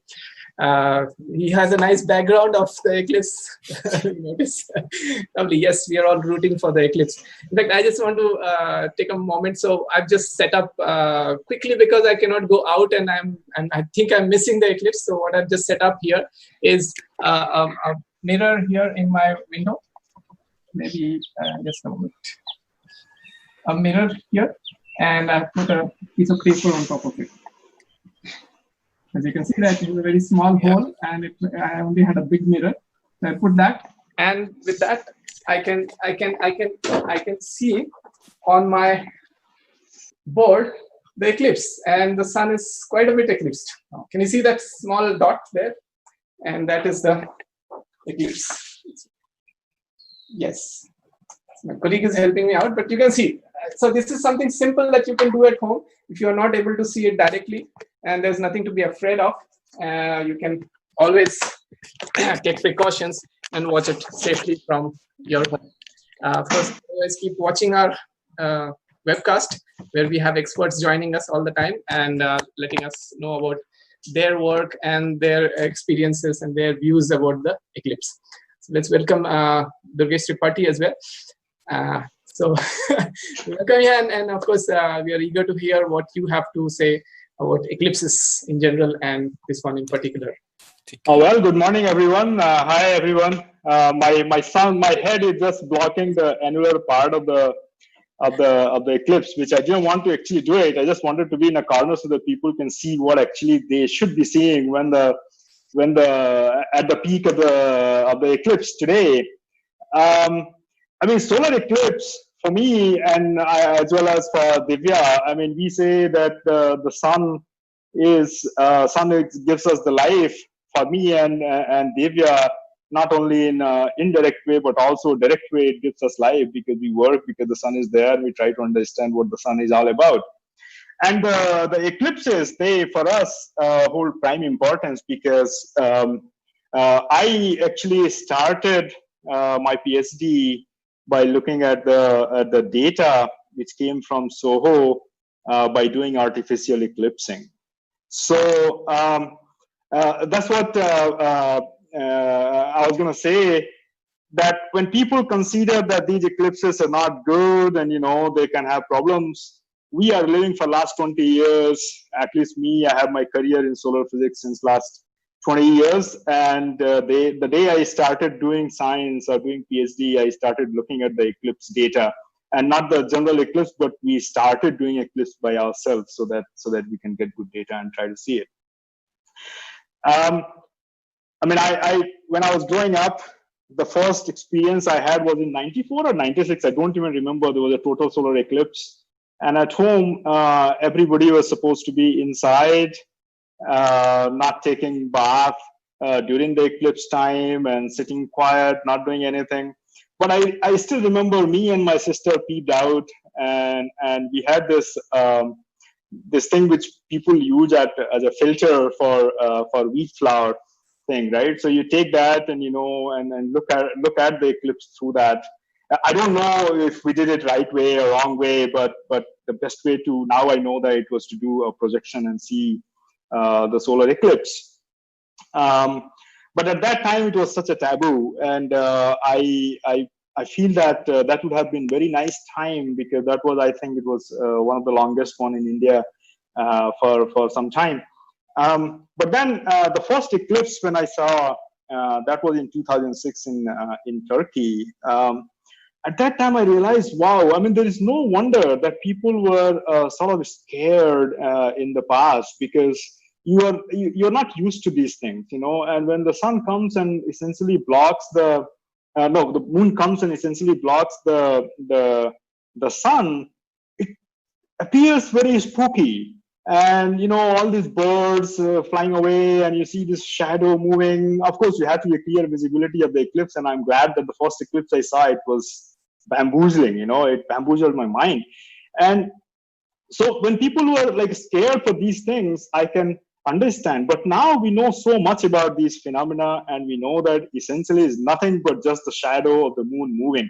Essentially, if the sun is shining and a bigger person, or like anybody which comes in between you and the sun, it will create a shadow on your own body. It's just that, and nothing more like that. And it just the moon moves around, and it comes at some point just right, gives a right size, and it gives you total solar eclipse. And if the size is a bit smaller depending on the orbit, then it gives you annular solar eclipse. So it's just a matter of fact that just the moon's orbit is like that.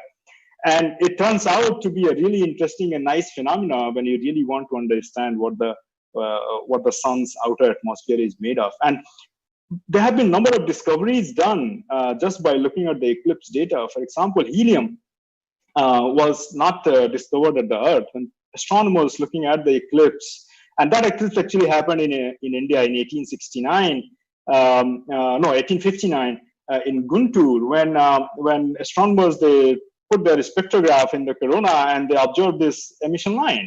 My God, a new element, and it all fit properly in the periodic table. And now we know that helium exists, but it came from the eclipse data.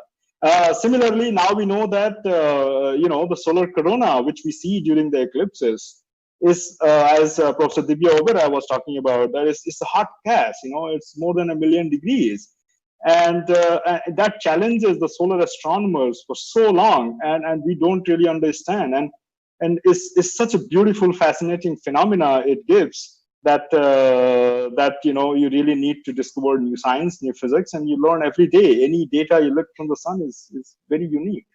So that's what I do. I actually get really bamboozled when I look at solar eclipse. And last year, me and Professor Divyendra Nandi, Dipankar Banerjee, we all went to IAU meeting, which was in Argentina, and this was arranged during the total solar eclipse. And the weather, I mean, it was cloudy just 10 minutes before the totality happened, and then it got so clear, and you saw this ring of fire. Wow, that was fascinating again.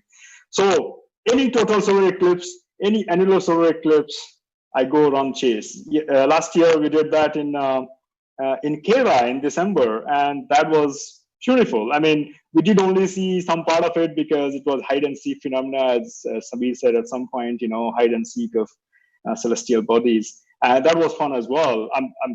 We couldn't see it at the time when it was complete annular, but just being with the crowd, and enjoying the celestial phenomena, it's just a unique opportunity and an experience.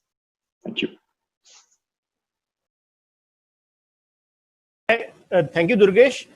So just to update our viewers, we are now seeing we have passed the maximum eclipse time for the westernmost longitudes in India, like Mumbai and I think also Pune. And we soon will be reaching the annular phase in the Rajasthan feed, which we are going to see at the top. We are also getting a lot of interesting images from our readers, our viewers. I will share some of the images in some time. In the meantime, we can go back to Professor Priya Hassan. Priya, several people mentioned eclipses. The last is eclipse, and before that also there was a couple of annular eclipses, total eclipses, which were viewed from India. Can you tell what your experiences about watching previous eclipses?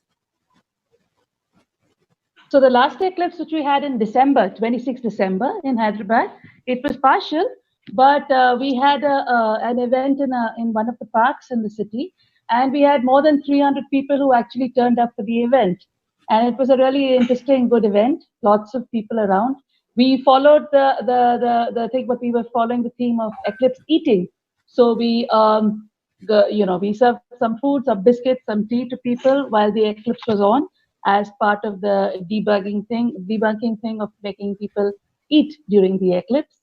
We also had some talks about the sun and what actually causes the eclipse, basically explaining people how there's nothing very exotic happening at that time, that people need to fear the event. And we spoke a little bit about the solar missions, etc., and the projections. So the children, we actually had solar filters. We have a 6-inch Dobsonian telescope, so people could actually see the eclipse through the telescope. And we also did some projection events.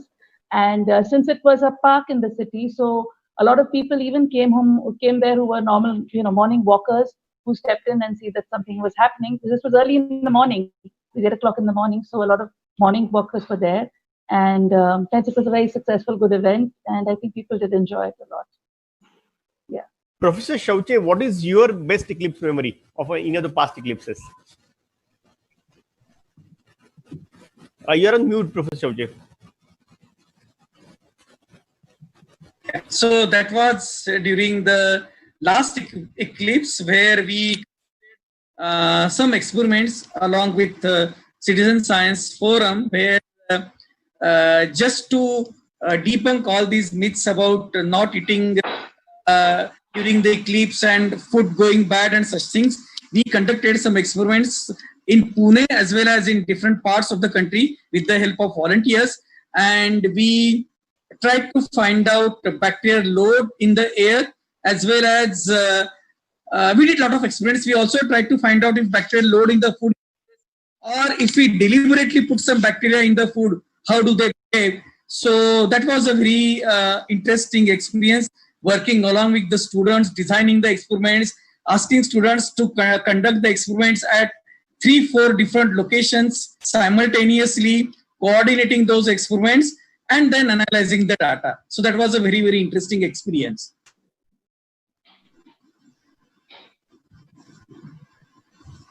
So Aniket, can I show a picture which was just taken in our dome area? So I'll just share my screen.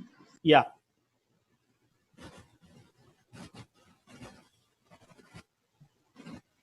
So can you see this picture? This was just taken within our Ayuka dome. Samir, you will recognize it.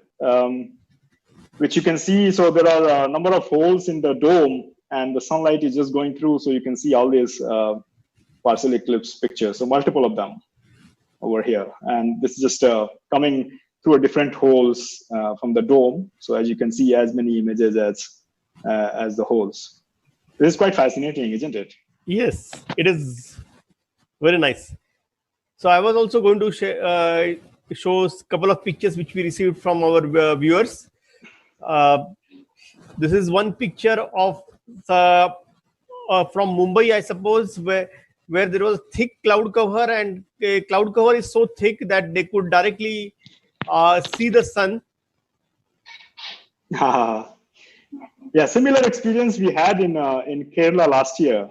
I mean, the cloud was playing the role of the filter. Essentially, it's just blocking the light. You can see very, very dim picture. So very, very nice. So we are now approaching the annular phase, where I think more than 90% cover is there, and in just few minutes we should be reaching the annular phase in Rajasthan feed.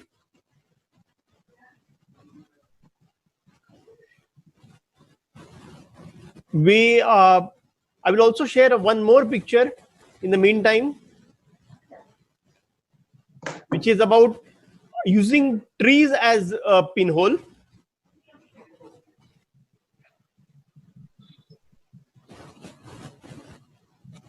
Just a minute.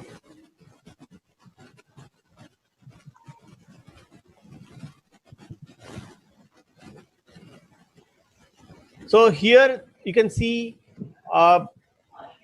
light filtering through the tree canopy, and in those small areas through which sunlight can pass through the tree canopy act as pinholes, and then you see lots of crescents on the ground.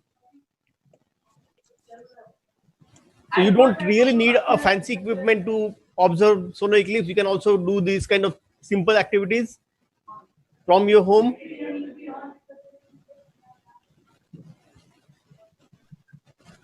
So Durgesh, you mentioned about the space mission which India is planning. It said its name is Aditya L1. So what is L1? Can you talk about that? Yeah. Right. So essentially, Murphy's laws say that whenever you're not looking at something, things happen. And earlier, when people used to launch satellites put into Earth's orbit, what they realized that all the large-scale activities, which has strong space weather effects and all, that would happen in the nighttime, and therefore you would not see any data. So people are looking at a location where they could have 24/7 observation from the sun, and it turns out that the Lagrange point, the first Lagrange point, is the location which is in between the sun and Earth. So essentially, if you look at the two-body problem, classical mechanics, you find that there are 5 such positions where, in some way, the gravity, to put it in a very layman term, the gravity between sun and Earth neutralizes. So there are 5 such points. One is between sun and Earth, which is 15 million kilometers away from the sun, from the Earth towards the sun. L2 is just on the opposite side of the Earth. So you have Sun, Earth, and L2. L1 is in between.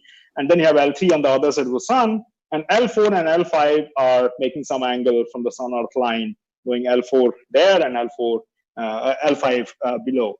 So if you put anything at L1, so when the Earth is moving, L1 is also moving along with, because it just falls on the Sun-Earth line. So if you put a satellite there, then there is no nighttime for that particular satellite. And therefore, you can have a 24/7 continuous monitoring of the sun, because studying the solar activity is not only understanding the science of the sun itself, but also whatever happens on the sun has direct impact on our space weather, geosatellite communication, and so on and so forth, electric power grids and stuff like that. So what essentially you want to do is to look at the sun, study the dynamic phenomena happening with the final aim of being able to predict. And therefore, you need to continuously Durgesh, just I have to stop you because we have annularity at Rajasthan. So Wow. Wow. Let's look at so that. the top feed on the right, you can see the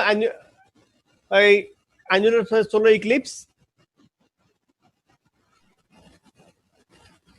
and it is going to last for about a couple of minutes. So you can clearly see moon, the dark disk of moon inside the solar disk, and we see a nice ring of fire.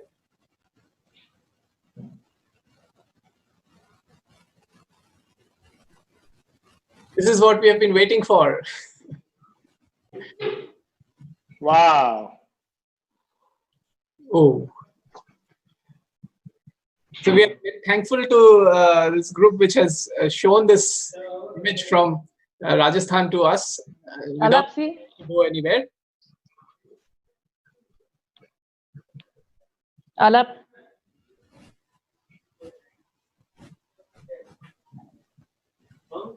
See, in Rajasthan. I like the name of this group, Cosmo Sapiens. Yes, that's what we are.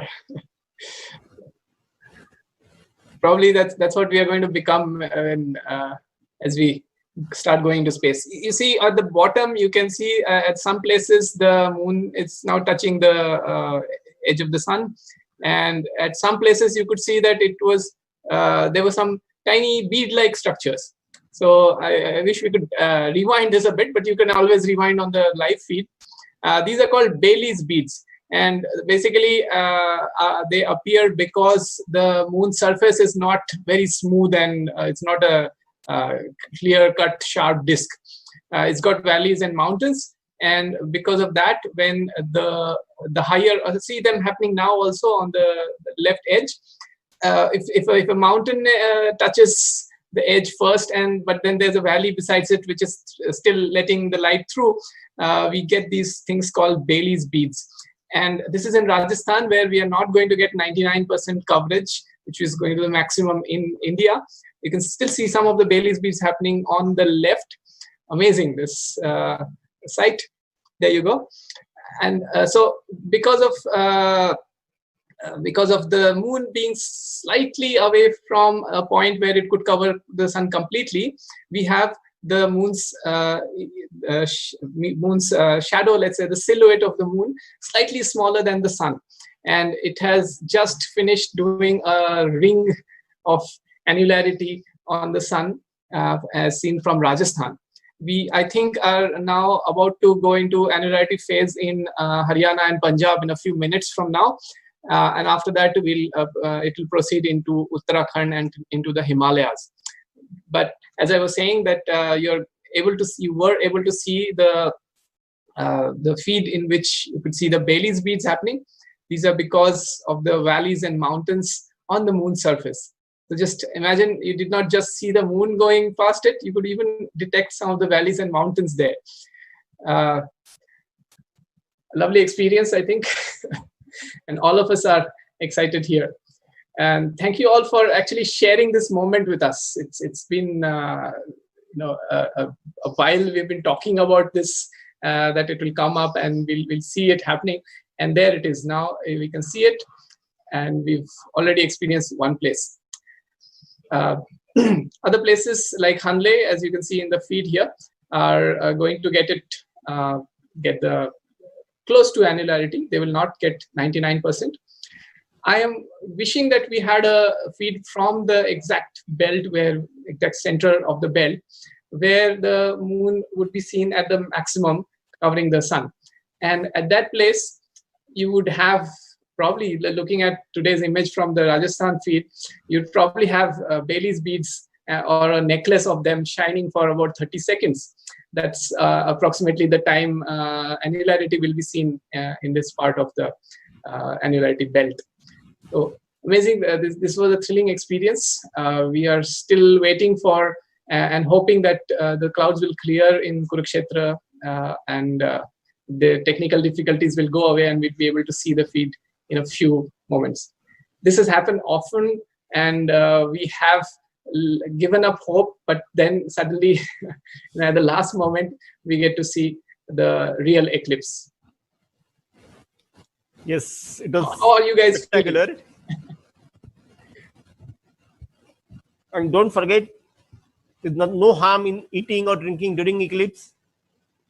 We should celebrate this with nice, probably a cup of coffee or something like that. Oh yes, Aniket, you are making me hungry. Yes, actually, so we have been joined by Professor Mokrai Chaudhary again.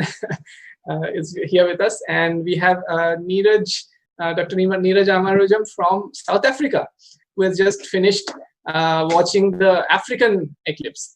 And they're joining us to have some, I hope you brought your chai, but I definitely have my kappa here. And we're going to have a quick sip. I've actually kept it getting cold. I don't mind it being cold. And over the whole period of the eclipse, because I forgot to have it when I made it. So, so there's no effect. I'm having a very stale tea, cold tea, but it's quite tasty. We are hoping to get more feeds to the dignitaries who just came in. We just finished looking at the annularity from Rajasthan together. I hope you also saw it on your phone or mobile devices. Kurukshetra is going to be full now. Bailey's beads are here. Oh, lovely. So we will shift again our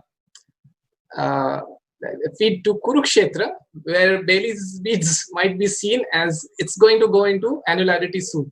Just hold on. Our team is working on showing the feed right away. Hanle, as you can see, has become really thin and crescent. And there you go. Vigyan Prasad is broadcasting this from Kurukshetra. You can see it's the color is slightly pinkish reddish because of their filter. It's not because the sun has turned into something weird. These things need to be filtered, and we'll show it full screen to you.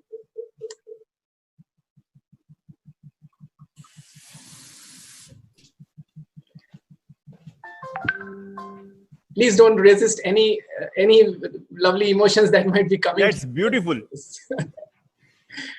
Wow, this is great. You can clearly see a string of pearls.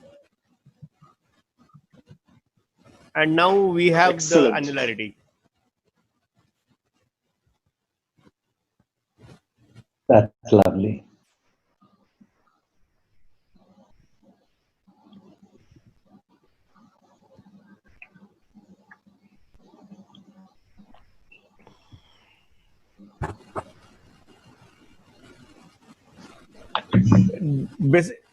You have seen, all of us may have seen it multiple times over last few eclipses, but still every time it still amazes you. We are at a unique location in our solar system where we have a satellite which can produce not just total eclipse but also annular eclipse, which is a very rare thing to happen in our solar system as far as our solar system is concerned. So it's really amazing that we can witness all this.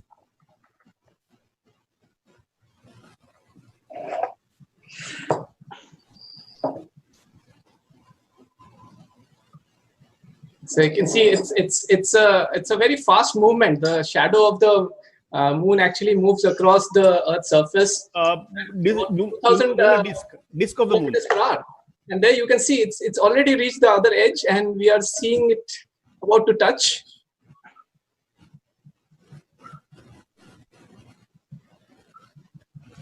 And that's the third contact. And you can already see those high points on the moon touching the edge already, and the valleys are letting some light through. Wonderful.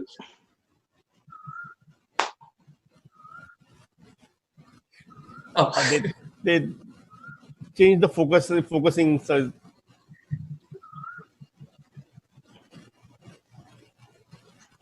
I think people get excited at this time, and they just shake their equipment or something. But it's an experience which really shakes you up, and you can get goosebumps from this even by looking at it online.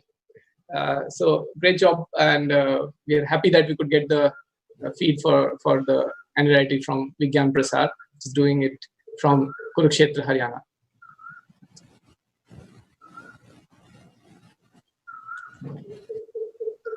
For this solar eclipse, the greatest eclipse is going to be near Joshimath in Uttarakhand, but unfortunately we don't have a feed from that area, right?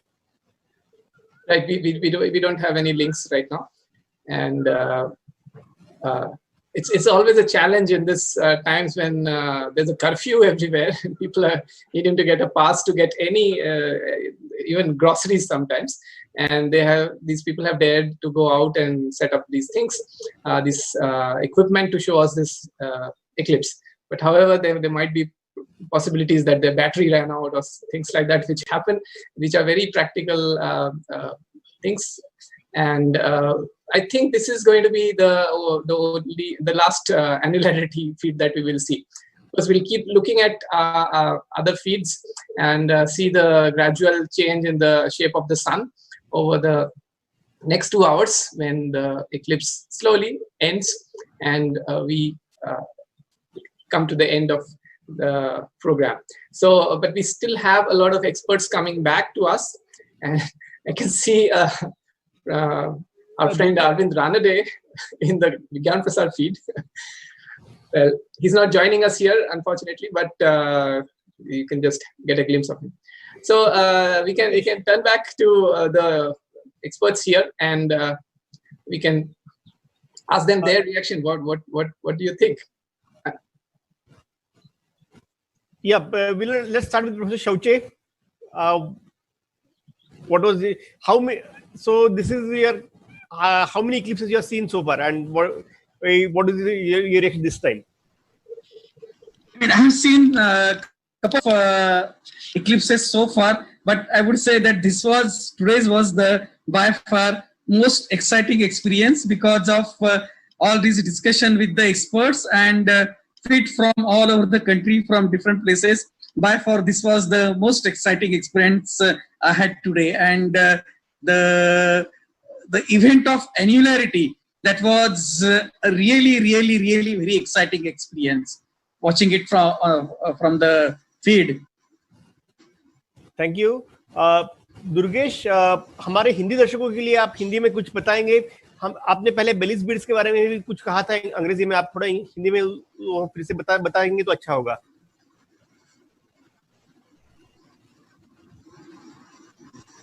हाँ, सूर्य ग्रहण,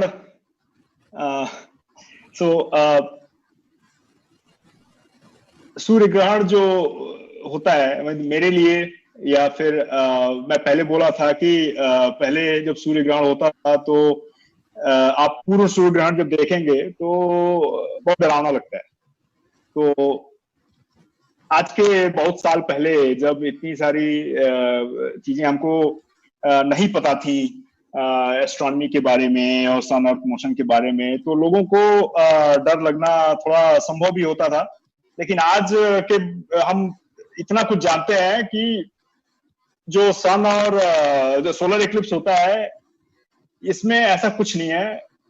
it's all about कि moon move करता है और हमारे और सन के बीच में आ जाता है, और जहां पे उसकी शैडो पड़ती है वहां दिखती है. ऐसे इट्स नथिंग मोर लाइक कि हमारे और सन के बीच में कोई आ गया, उसकी शैडो हमारे ऊपर से गुजर गई, वो बहुत थोड़े समय के लिए रहती है. तो इसेंशियली वो मून का शैडो पड़ता है, हमको इक्लिप्स दिखता है.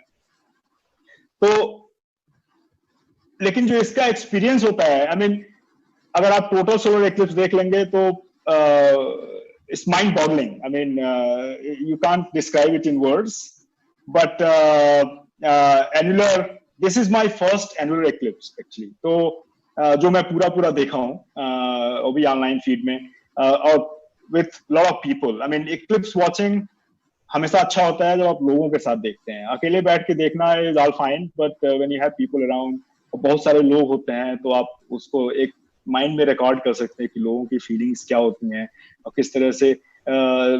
आप अगर ऐसी जगह पे जाएं जहाँ पे बर्ड्स होती हैं, तो the birds start flying away, you know, they start tweeting. तो वो एक्सपीरियंस बहुत अलग सा होता है। आप कुछ और बोल रहे थे, मैं पूरा सुन नहीं पाया आपका सवाल की था क्या? नहीं, आपने पहले बेलीज बीड्स के बारे में जो बताया, तो वो हिंदी में आप बता सकते हैं तो? If you can say it by yourself in Hindi. Sorry. नहीं, आप बेलीज beads, can you hear me? Yeah. Hello. Yes, yes, I can hear you, Aniket. Only thing I'm saying that I request you or Sameer to say that in Hindi. It will be sort of difficult for me to express myself completely. धन्यवाद दुर्गेश, आपने काफी चीजें बताई, और एक अभी जो हमें देखने को मिला और अनुभव करने को मिला, ये था बेलीज बीड्स का नजारा। तो अभी आपने देखा कि सूरज की जो प्रतिमा हमें गोल अच्छी सी दिखाई देती है, उसके सामने चांद आ गया था अपने पथ पर घूमते हुए, और इसकी वजह से हमें आज ग्रहण दिख रहा है। लेकिन इसमें आज हमें ये भी पता है कि चांद अपनी धुरी पर जो घूमता है वो थोड़ी सी लंब गोलाकार है, मतलब एक एलिप्टिकल शेप में है, इसलिए कभी कभी वो पृथ्वी से थोड़ा दूर होता है और कभी पृथ्वी के जरा पास होता है। आज वो इस ऐसी स्थिति पे है कि थोड़ा सा दूर है, जिसकी वजह से वो सूरज को पूरा ढक नहीं पा रहा है, और इस कारण से हमें एक स्पेशल एक्लिप्स दिखाई दे रही है। मतलब हम कभी कभी हम तो डरते हैं कि जो पूर्ण सूर्य ग्रहण है उसे नहीं देखना चाहिए वगैरह, लेकिन आप देखिए दुनिया में ऐसे भी लोग हैं हमारी तरह, और काफी ऐसे लोग हैं जिन्हें ये देखना पसंद है और हम उसको चेस करते हैं। जैसे अभी दुर्गेश जी ने कहा कि उन्होंने भी एक्लिप्सेस देखी हैं, सबने यहाँ पे एक्लिप्सेस देखी हैं अलग अलग समय पर, लेकिन आप देख सकते हैं पार्शियल एक्लिप्स, जो कि इसमें सूरज थोड़ा सा ढका दिखता है। आप देख सकते हैं पूरी एक्लिप्स, संपूर्ण एक्लिप्स जिसमें सूरज पूरा ढक जाता है। लेकिन ये स्पेशल एक्लिप्स है उसमें भी, जिसमें सूरज करीब करीब 90% से 99% तक ढका जा रहा है आज। और इस वजह से जो चांद की सतह पर जो कुछ गहरे खाइयां हैं या फिर कुछ ऊंचे पहाड़ हैं, उसकी हमें यहाँ पे एक झलक देखने को मिल रही है। ये कैसे? तो आप देख सकते हैं कि अभी अगर आप इधर रिवाइंड करके देख लें बाद में, तो आप देख पाएंगे कि उसमें आपको चांद की जो एज है उसकी और सूरज की एज के बीच में कभी कभी कुछ छोटे छोटे ऐसे मणि जैसे दिखेंगे। तो आप सोचेंगे कि चांद अगर गोल है, एकदम समान है, तो ये कैसे हो रहा है? तो आपको बता दूं कि इसको कहते हैं बेलीज बीड्स, और ये काफी समझा हुआ एक फिनोमिनन है, जिसमें चांद की सतह के ऊपर जो पहाड़ है उसके और वैलीज के बीच में से प्रकाश हम तक पहुंच पाता है जब ये एज दोनों टच होती है, और इस वजह से हमें वहां पर एक सुंदर माला जैसी दिख सकती है, या फिर माला के मणि जैसा कुछ दिख सकता है। तो आपको पता है कि सोलर एक्लिप्स में डायमंड रिंग हमें दिखाई देती है, और लेकिन ये एक स्पेशल एक्लिप्स है जहाँ पे कंप्लीट नेकलेस हमको मिल सकता है। Sameer, we have IIA feed from Hanle in Ladakh, and there is a maximum eclipse there at the moment. Hanle जो लद्दाख में है, यहाँ पर भारत की कह जा सकती है कि दूसरी सबसे बड़ी दूरबीन स्थित है। सारे खगोल शास्त्री उसकी तरफ उसका इस्तेमाल करते हैं, और आज लेकिन वहां से एक स्पेशल फीड हमें मिल रही है इंडियन इंस्टीट्यूट ऑफ एस्ट्रोफिजिक्स की तरफ से, और आप देख सकते हैं कि जिसमें हनले की फीड हमें मिल रही है, और करीब करीब 90% से ज्यादा सूरज वहां पे ढका हुआ दिखाई दे रहा है। एक ऑलमोस्ट ऐसे लग रहा है कि एक वो चांद ही है, लेकिन उल्टा है। इसमें जो डार्क आप चीज देख रहे हैं वो चांद है, और जो प्रकाशित भाग जो देख रहे हैं वो सूरज का एक छोटा सा हिस्सा है, जो कि चांद के पीछे से हमें दिखाई दे रहा है। कि यहाँ पे मैक्सिमम फेज है हनले में। हम इसे कोशिश करें फुल स्क्रीन दिखाने की, तो और उसके साथ साथ राजस्थान में आप देख सकते हैं ऊपर ही अभी सूरज धीरे धीरे बाहर निकलने लगा है चांद के पीछे से, और उसकी झलक हमें ज्यादा दिखाई दे रही है। लेकिन दोनों अभी बहुत सुंदर क्रेसेंट शेप जिसको कहते हैं, चंद्राकार शेप में दिखाई दे रहे हैं दोनों फील्ड्स में। So let's bring in Neeraj from South Africa.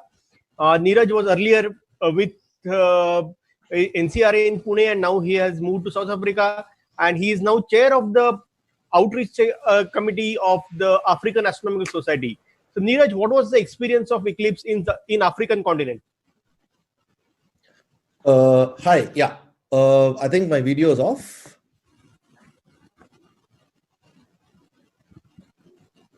So Neeraj, you can go ahead. Samir will switch on the video. Okay.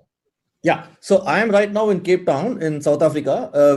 Cape Town does not have an eclipse, unfortunately. The shadow does not fall on Cape Town.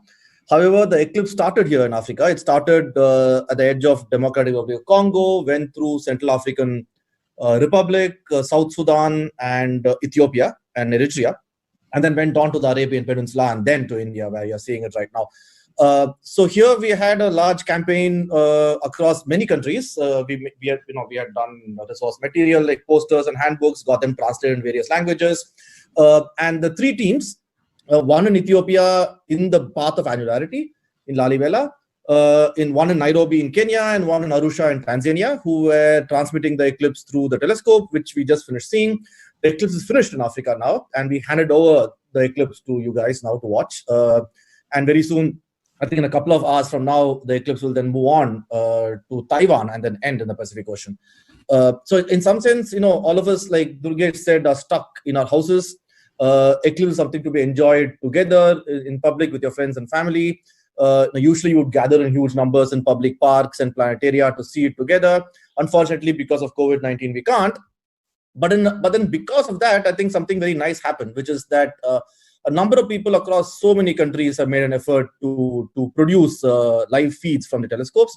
And the fact that I can sit here in Cape Town and watch the eclipse progress like a Mexican wave, from Central Africa to East Africa to Dubai to Pakistan to India and then to Tibet and then China and then the rest of Southeast China and then Taiwan. And there are feeds from outside the path of annularity, from all the way from Russia, the north, to Indonesia and South Korea and Vietnam. And the fact that I can see all these different feeds from across the world and see the eclipse progress bit by bit, where it leaves one place, it starts another place, etc., kind of brings us all together in another sense. And I think it's really nice, and that's been happening as well. So we are asking everybody how many eclipses you have seen in the past. So what is your count? Mm-hmm. Sorry, I want to make it a point to eat during the eclipse in front of everybody. Yes, we invite everybody to eat. It's almost lunchtime, and there's no reason to not eat at this time. So let's do. Please do eat and drink. So here is just morning for us here. I think there was an eclipse, the 1980 eclipse, when I was in Chennai, of course, was a disaster in terms of public relations. I know the government had told people not to go out of the houses, unfortunately, and everybody was indoors. I wasn't allowed to go see it by my family either, unfortunately. And then there was a partial eclipse later when I was in high school, which I saw and showed all my neighbors, in Chennai. But the total eclipse I saw, which I'll never forget, was in Kalpi in Uttar Pradesh in 1995. When I was doing my master's, we all took buses and went down and saw it, and that was just amazing. That happened during Diwali, and there were some 500 of us in this huge Maidan in Kalpi. People are shouting and screaming, and we all college students.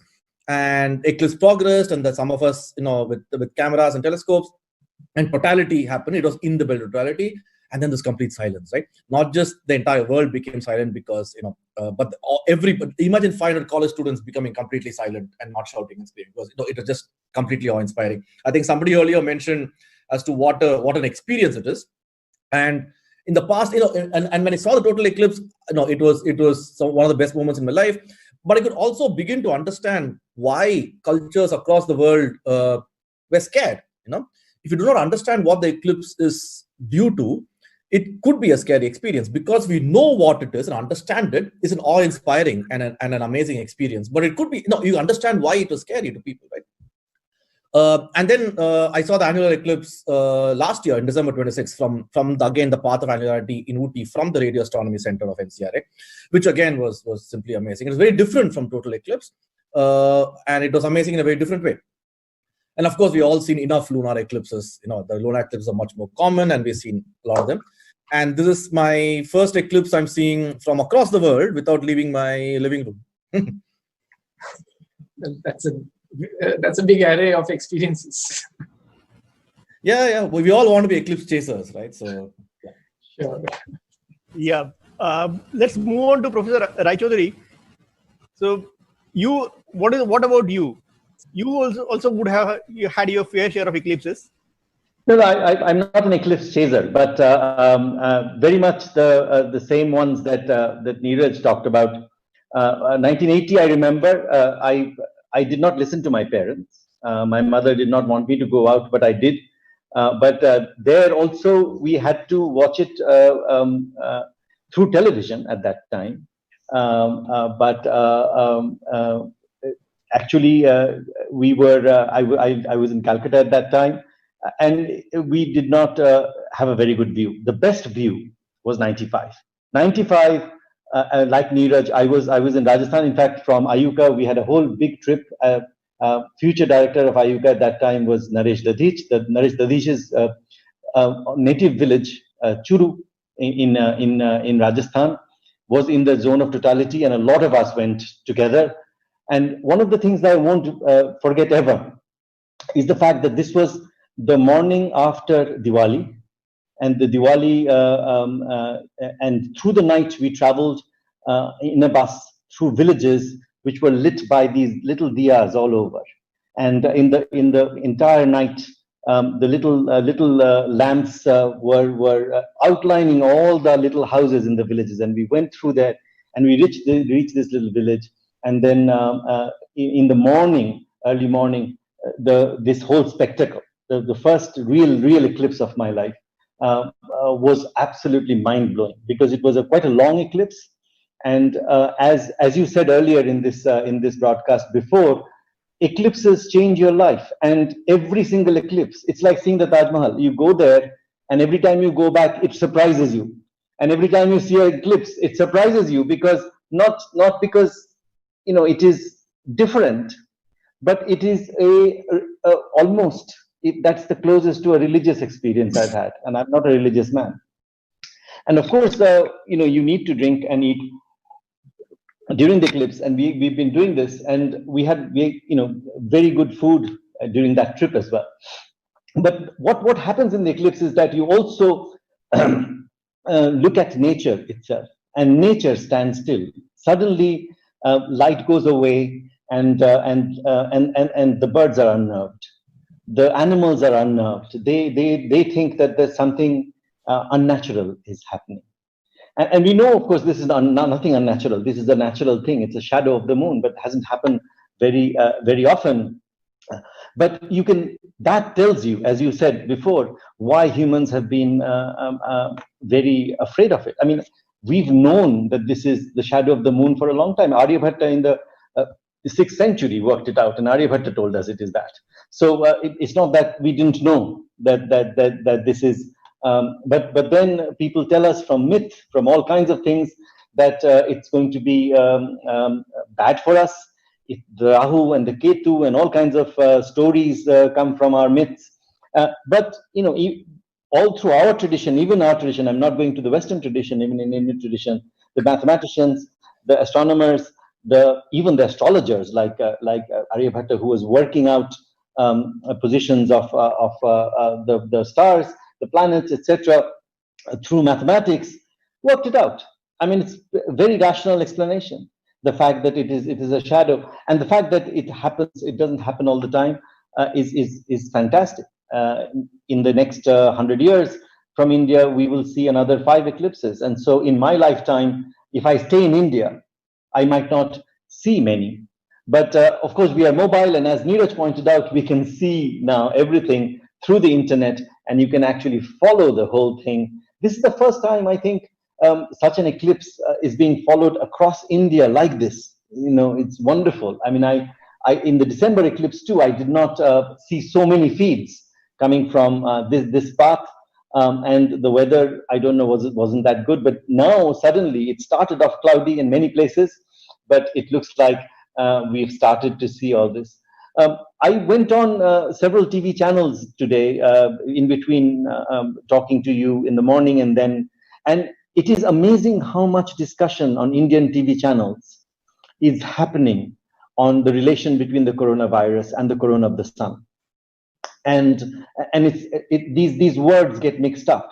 Virus, somebody said from Madras, from Chennai, that the coronavirus will go away tomorrow and it's gone viral. And the corona of the sun can be seen during eclipses, and the coronavirus.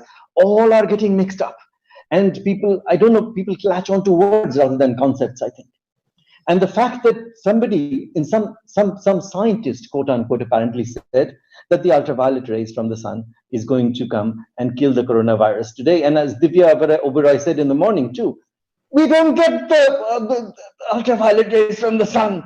If we did, we would have skin cancer. The ozone layer's job is to stop the ultraviolet rays from the sun. In order to do ultraviolet astronomy, we have to send satellites up into space. Why would we send Astrosat up into space if we could get ultraviolet rays up on the Earth? So people are mind-bogglingly confused. People are confused. People think that 2 tulsi leaves put in my food is going to make it all right, and we can fight the evil demon with tulsi leaves. This is just amazingly mind-boggling dumb. And so the fact that we are just looking at a shadow, and under this shadow we've seen something that lasts a few hours, and the actual event lasts minutes, seconds, but it's beautiful.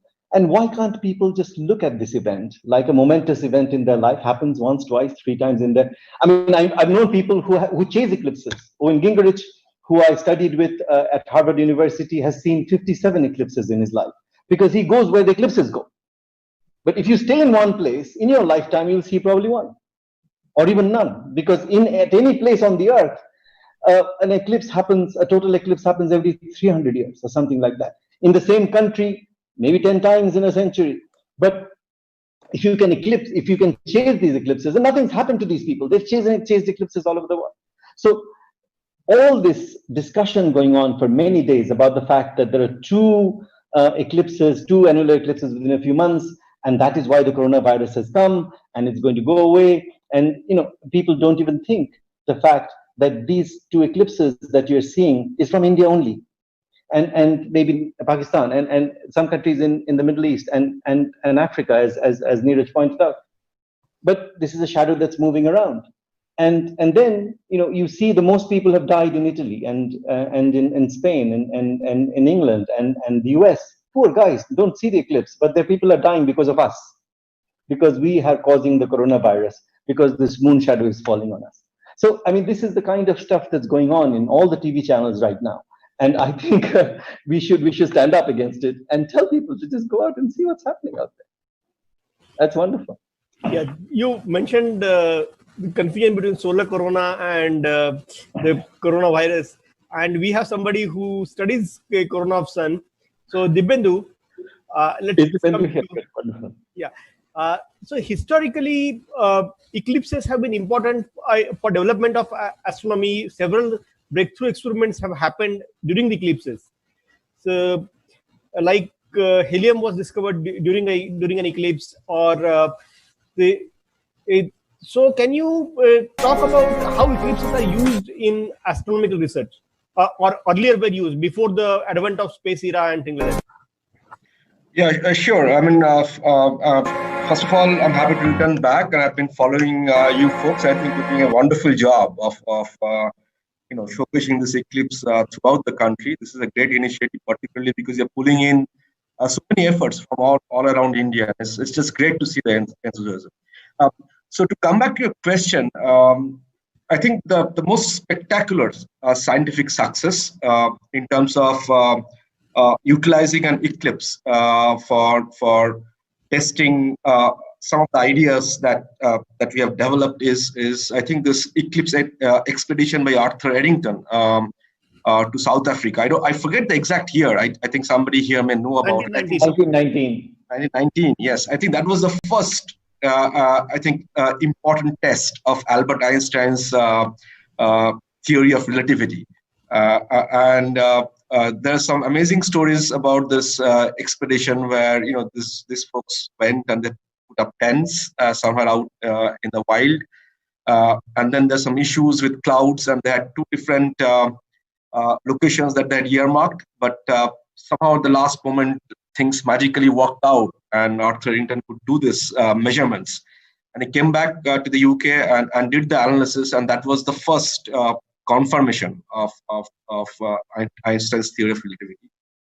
And this is a huge success, early success for Einstein. And this is, I mean, if you think of it, it's kind of funny because another important prediction of Einstein's general theory of relativity, which is the gravitational waves, was just tested just some time back, based on much more sophisticated instrumentation with a huge, big, interferometric detector, which is the LIGO network, which of course also IUTA is involved in, and many Indians are involved in. So that was one of the biggest scientific successes of experiments done during eclipses.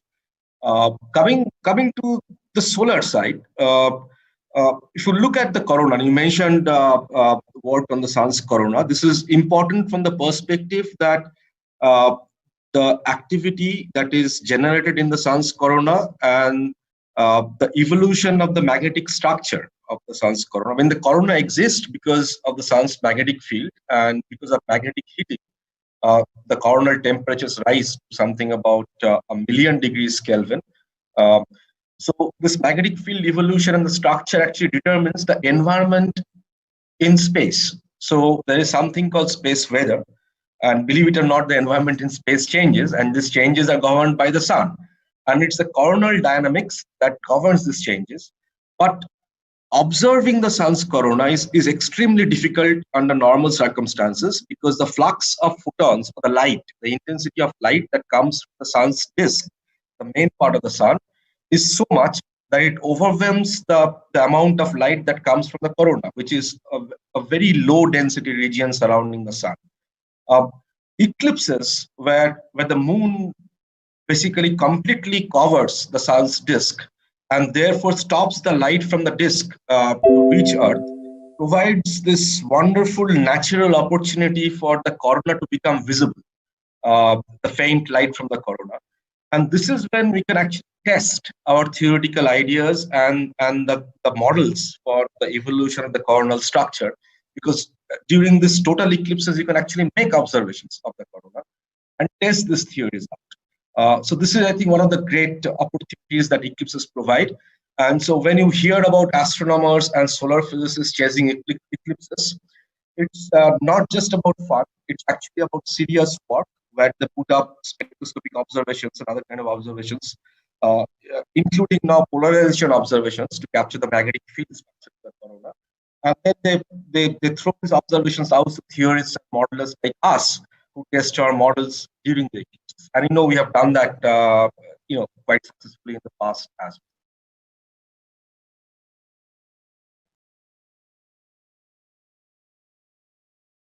We also have now Professor Deepankar Banerjee. So Deepankar, yes, yeah. So how was the eclipse from Nainital? Yeah, it's just right now it is clearing out. It was all cloudy, and just last few minutes it has opened up now, and people are all outside. I just have to come in. So I just took some pictures. So the feed, of course, we were all taking it from Hanle primarily.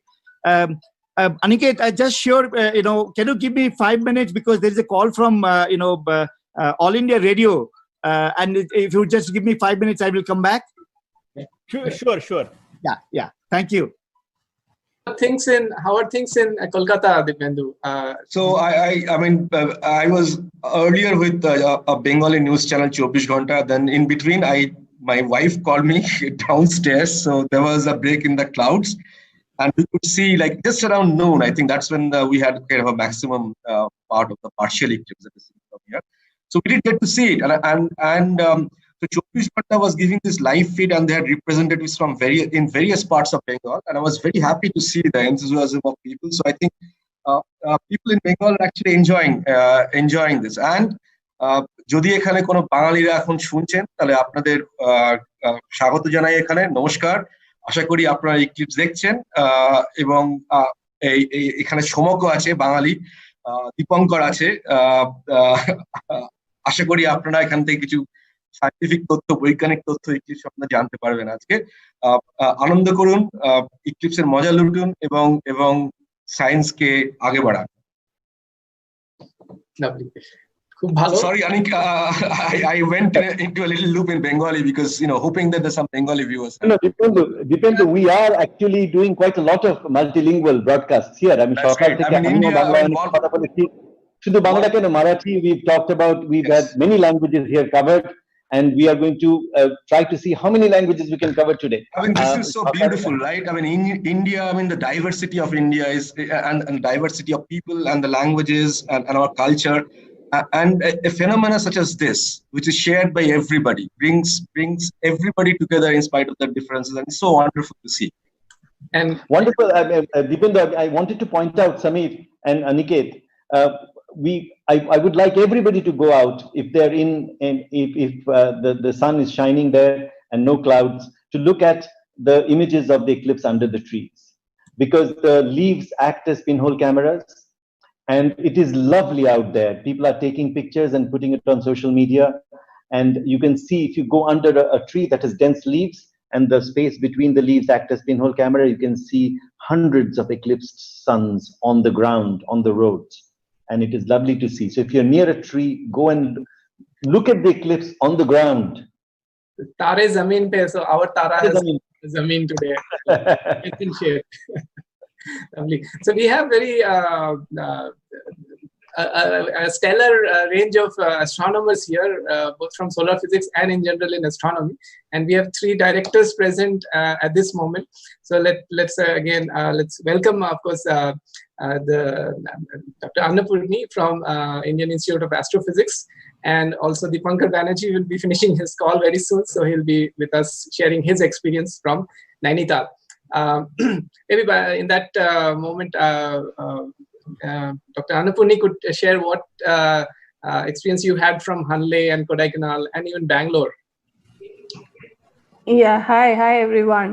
So just completed the crossed over the maximum in Hanle. So we were watching from all sides. So in the beginning we had cloudy skies in Bangalore and Kodaikanal, but Hanle was very clear. So Hanle feed was going on pretty and full stream. And in actually what happens during total solar eclipse is all our campuses are very famous for pretty pictures of sun and the eclipse, etc. So we normally have a lot of people visiting Kodaikanal, Hanle, and Bangalore campus also. The lawns will be full of activity and everything. So with the situation, we hardly had anyone, just our own team setting up the instruments, etc. And our auditorium was converted into our war room, where we have all the feeds coming in and etc. So we're monitoring Kodaikanal and Bangalore from here, and Hanle was also coming in. Kodaikanal's cleared a little after some time, and Bangalore kept becoming cloudy. But Hanle, we had a very good stream, and then completely it was clear. And except near the maximum, we had a little bit of passing clouds were there, but then everything is okay. And we don't have too many people in the campus because of this pandemic. Otherwise, excitement is virtual. And every site we have about between 500 to 3,000 people watching the whole web stream. So coverage-wise, it's been very good.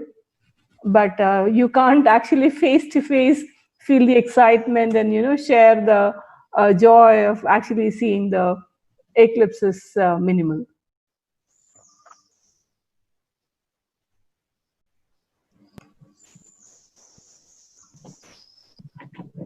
Sorry, so that all the outreach groups are taking so much efforts from all institutes and trying to put out feeds for everybody to see, particularly in these times when we are banned to go out from our houses even. Yeah. It's been amazing. We've just experienced annularity view from 2 feeds, and all of us had goosebumps and were going wow and enjoying the moment.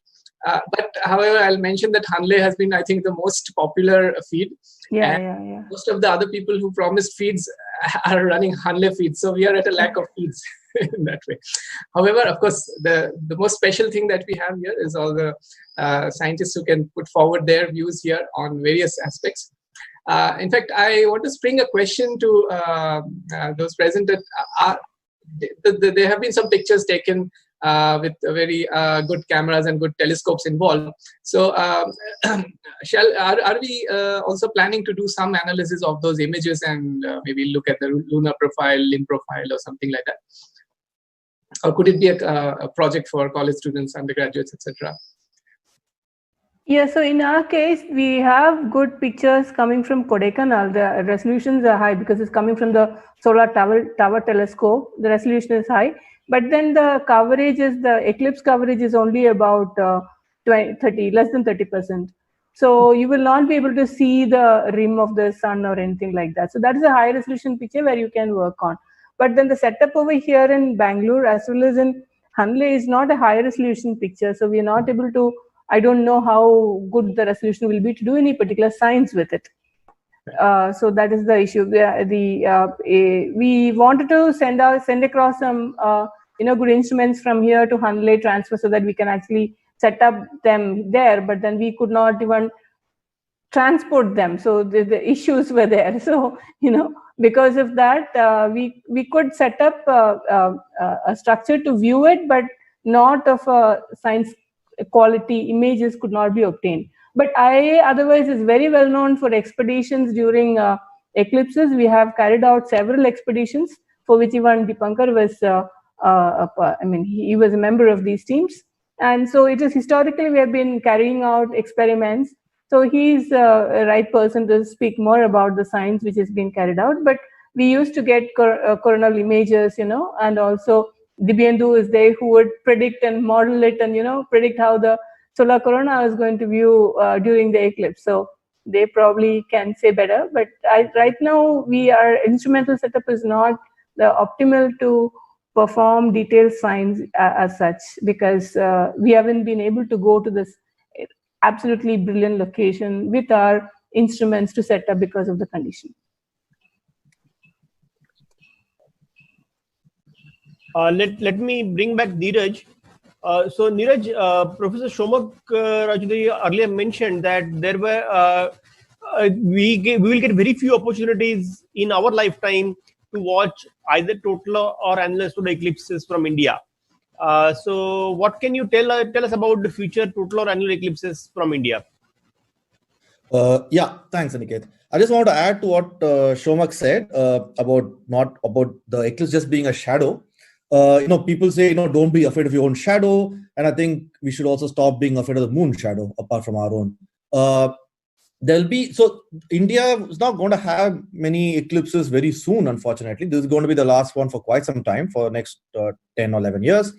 The next solar eclipse, which will be seen in India, is going to be on May 21st, 2031, 11 years from now.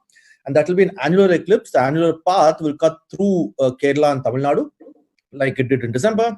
And the rest of the country will see a partial eclipse. And then that is in 2031. 3 years after that, in 2034, on March 20th, there'll be a solar eclipse. The totality will pass through like the northernmost parts of India. The rest will see a annular eclipse. The next proper total eclipse going through India is going to be in 2064. And so that's quite far away, actually. And therefore, for the next few years, we will be reduced to seeing eclipses through live feeds of other countries. And I think that's the next best thing. I just want to add to something Dibyendu had said about scientific advances made in eclipses, and he talked about advances made for science in terms of theory of gravity or helium discovery. I wanted to quickly add, if I may, an important eclipse for outreach and for making modern astronomy consistent with older astronomy, right? So there was this famous astronomer called Raghunath Achari working in the Madras Observatory in the late 1800s when it was under the British. And he came from a family of Panjang makers, or almanac makers, traditional Indian almanacs, right? And he also knew modern astronomy well. He was a trained astronomer. He then found that the tables used by traditional astronomers in India were no longer accurate because the numbers they used were from observations long back. And so he had held huge debates with the almanac makers, Panjang makers, saying, look, update your tables. We'll provide you with modern values for the tables. A lot of them refused. And the huge debate, which of course ultimately was settled, and they did update the tables of the Panjangs following him. But one of the ways he did it was very nice. Was he said, look, there's going to be a solar eclipse in 1868 and 1871, which will be seen in southern India. And he said, look, your predictions say that this is how the eclipse will look and it'll appear at this time. We say, based on these predictions using modern values of planetary positions, that it will occur at this time. And then he told the people, look, I'm telling the public at large, not just astronomers, the public at large, just go out and verify for yourself with your own eyes which one is correct, right?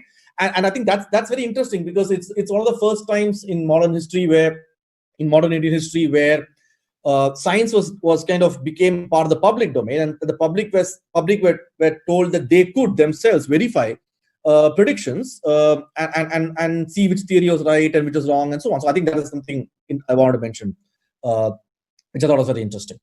But coming back to your question, yes, so this is going to be the last solar eclipse for the next 11 years, unfortunately.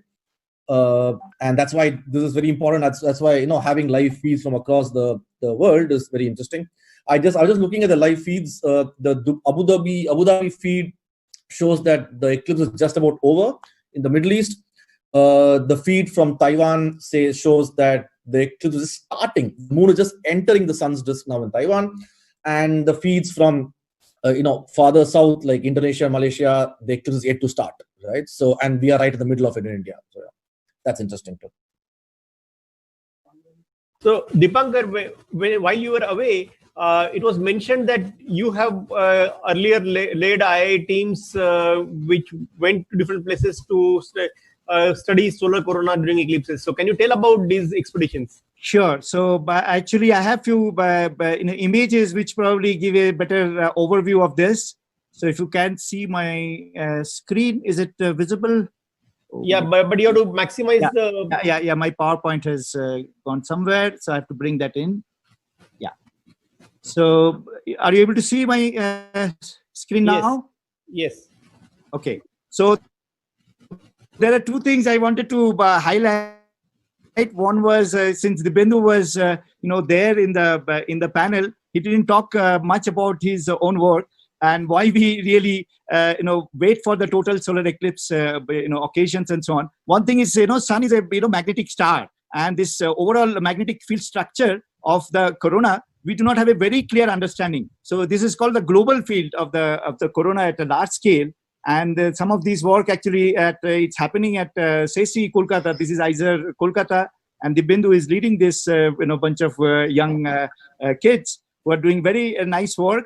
Which what they do is they predict the solar eclipses image, how it will look before the eclipse happens. So this is nice because based on our theoretical understanding and observations in the previous day of eclipse, they predict what would be the picture of the global field.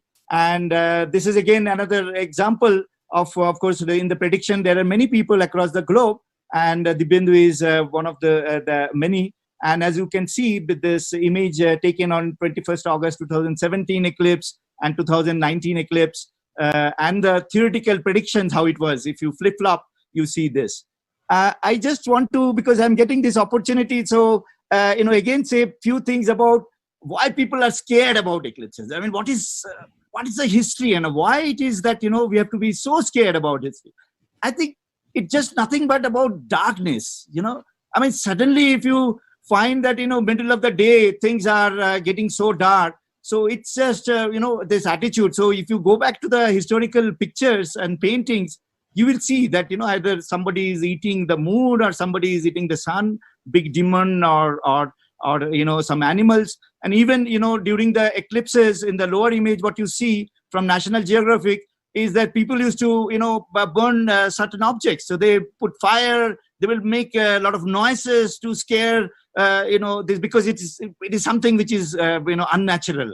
So but the point is, today in the modern day we know why eclipses happen. in those times, people didn't know what is the real cause of the eclipses. So this is, I think, a big message which we need to do.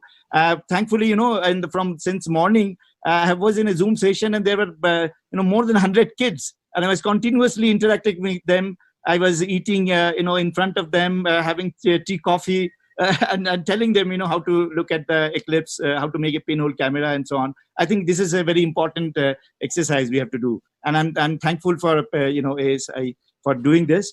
So this is my experience. Again, we are fortunate to be privileged to be able to travel to distant locations with big expeditions. But of course, we do some science out of these total eclipses as well. So this is one example where we were a team from India led by Professor Jagdeep Singh and our former director, Professor Siraj Hassan. And I was somewhat younger at that time. You can see that group picture. And we had two 40-centimeter telescope. We had a spectroscopic arrangement. So this is what we observed in that. So there is something called a red and green emission from the solar corona. This you can only see during a total solar eclipse. In fact, incidentally, these experiments which we ran more than 10 years back actually gave us the confidence to build a coronagraph for space. In fact, the Aditya L1 coronagraph is going to have these two spectral lines as a main source of observation. So of course, we could only observe less than a minute of total solar eclipse while we were in China. But then in Aditya L1, when we are there at L1 location, we will have these artificial total eclipse conditions continuously for as long as we want, at least for 5 years. That's the thing. So that was way back in 2009. I didn't talk about even earlier. Actually, I was fortunate, one of the few who was flying with the Indian Air Force aircraft in 1995. From Agra, we flew out, and we were a team of 5. We were with the Air Force team and looking at the total solar eclipse. So that was way back in 1995. And then 2010, just after the China eclipse, I was again very fortunate to travel all across to the other part of the globe. This is called Easter Island, almost middle of nowhere. No land, the nearest land, it takes about 4 hours to fly. And this is a mystic island, and we were fortunate to go. I think Shomogda was just mentioning that we are some of our crazy guys. We are also called eclipse chasers. We chase the eclipse because if you are in one location, you won't get to see many eclipses. So really, you have to travel across and see these eclipses. This is the island which I was talking about, quite a mysterious and historical island. Still, people do not understand, this is more than 5,000 years old. These statues which are there in those islands, how it came. So the point is, we scientists are really, really privileged, in the name of science, which of course excites us, but it also gives us the opportunity to travel across the globe. This was the team, again, for this eclipse expedition. Even the Indian ambassador from Chile, he flew into this island to watch the eclipse together with us. So this was a very, very exciting moment. Last year, along with the 2 other panelists today, Durgesh and Dibendu, we were fortunate to travel to Argentina in July. So this movie is actually taken from, at the other side from Chile, because there is an observatory and so on. So but it was a spectacular sight. So this is my real experience. There is again a total solar eclipse in the end of this year in December in Argentina. Some of us were planning to go. I think I'm sure Shomok there was also planning to go, but I think under current circumstances it may not happen. So again, it's just our excitement, when we really enjoy what we do, and that also allows us to, travel across and share this, excitements with others. Thanks, Dipankar. I think now it's time for our regional plugs. So we have several Bengali speakers. We can start with Bengali, a short plug about what we have witnessed so far in Bengali. Anyone can take. Anyone.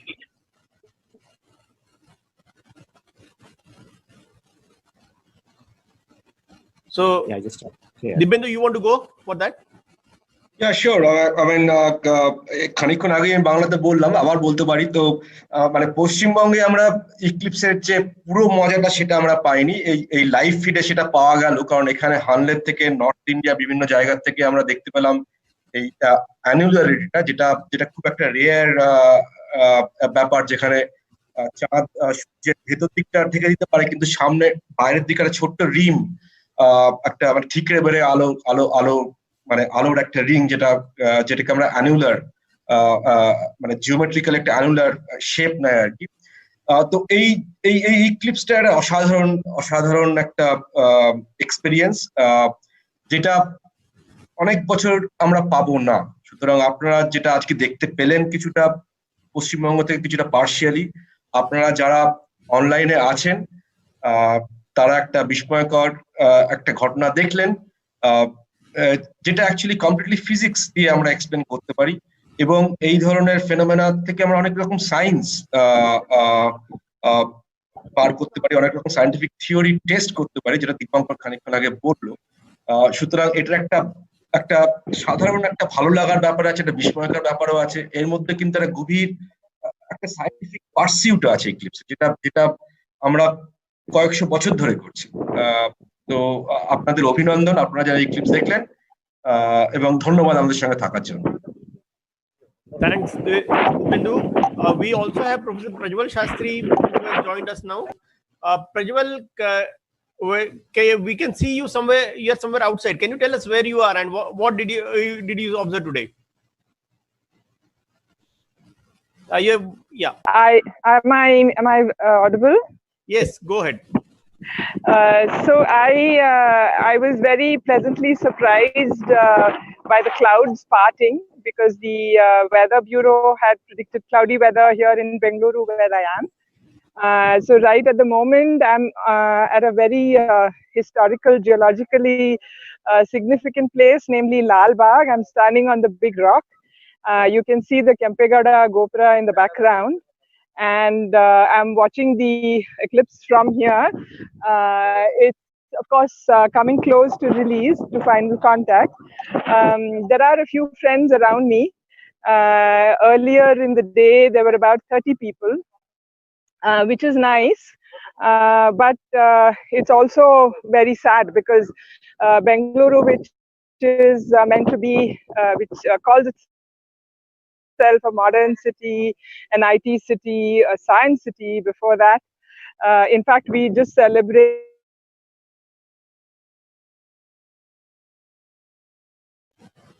the centenary of Echond. Last week we celebrated his centenary, and he was a person who played a major role in crafting Bengaluru. Almost nobody out, everybody's in, shops are closed, restaurants are closed, and everyone is huddled in. The media has been the dominant theme over the last couple of days. So that it's insight, but at the same time, there's a lot of sadness and disappointment at what is happening. Actually, the disappointment was in one way expected, because we were expecting the weather to be bad, but the weather has been extremely cooperative. So it's a beautiful sunny day, and I can still see the eclipse with my glasses. But yeah, we also did our best to try and persuade people to use safety glasses and goggles, otherwise to just stand next to a tree, because the sun is high in the sky. So just stand next to a tree and watch the effects of the pinhole camera images on the ground before the eclipse and during the eclipse, where we see the beautiful crescent sun images. Did you have any questions?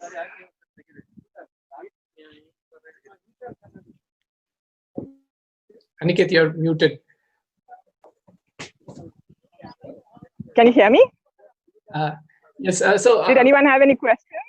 it's revealing to see such a state of misinformation amongst the people, where they're missing out on such a great site. And in fact, Bangalore is in between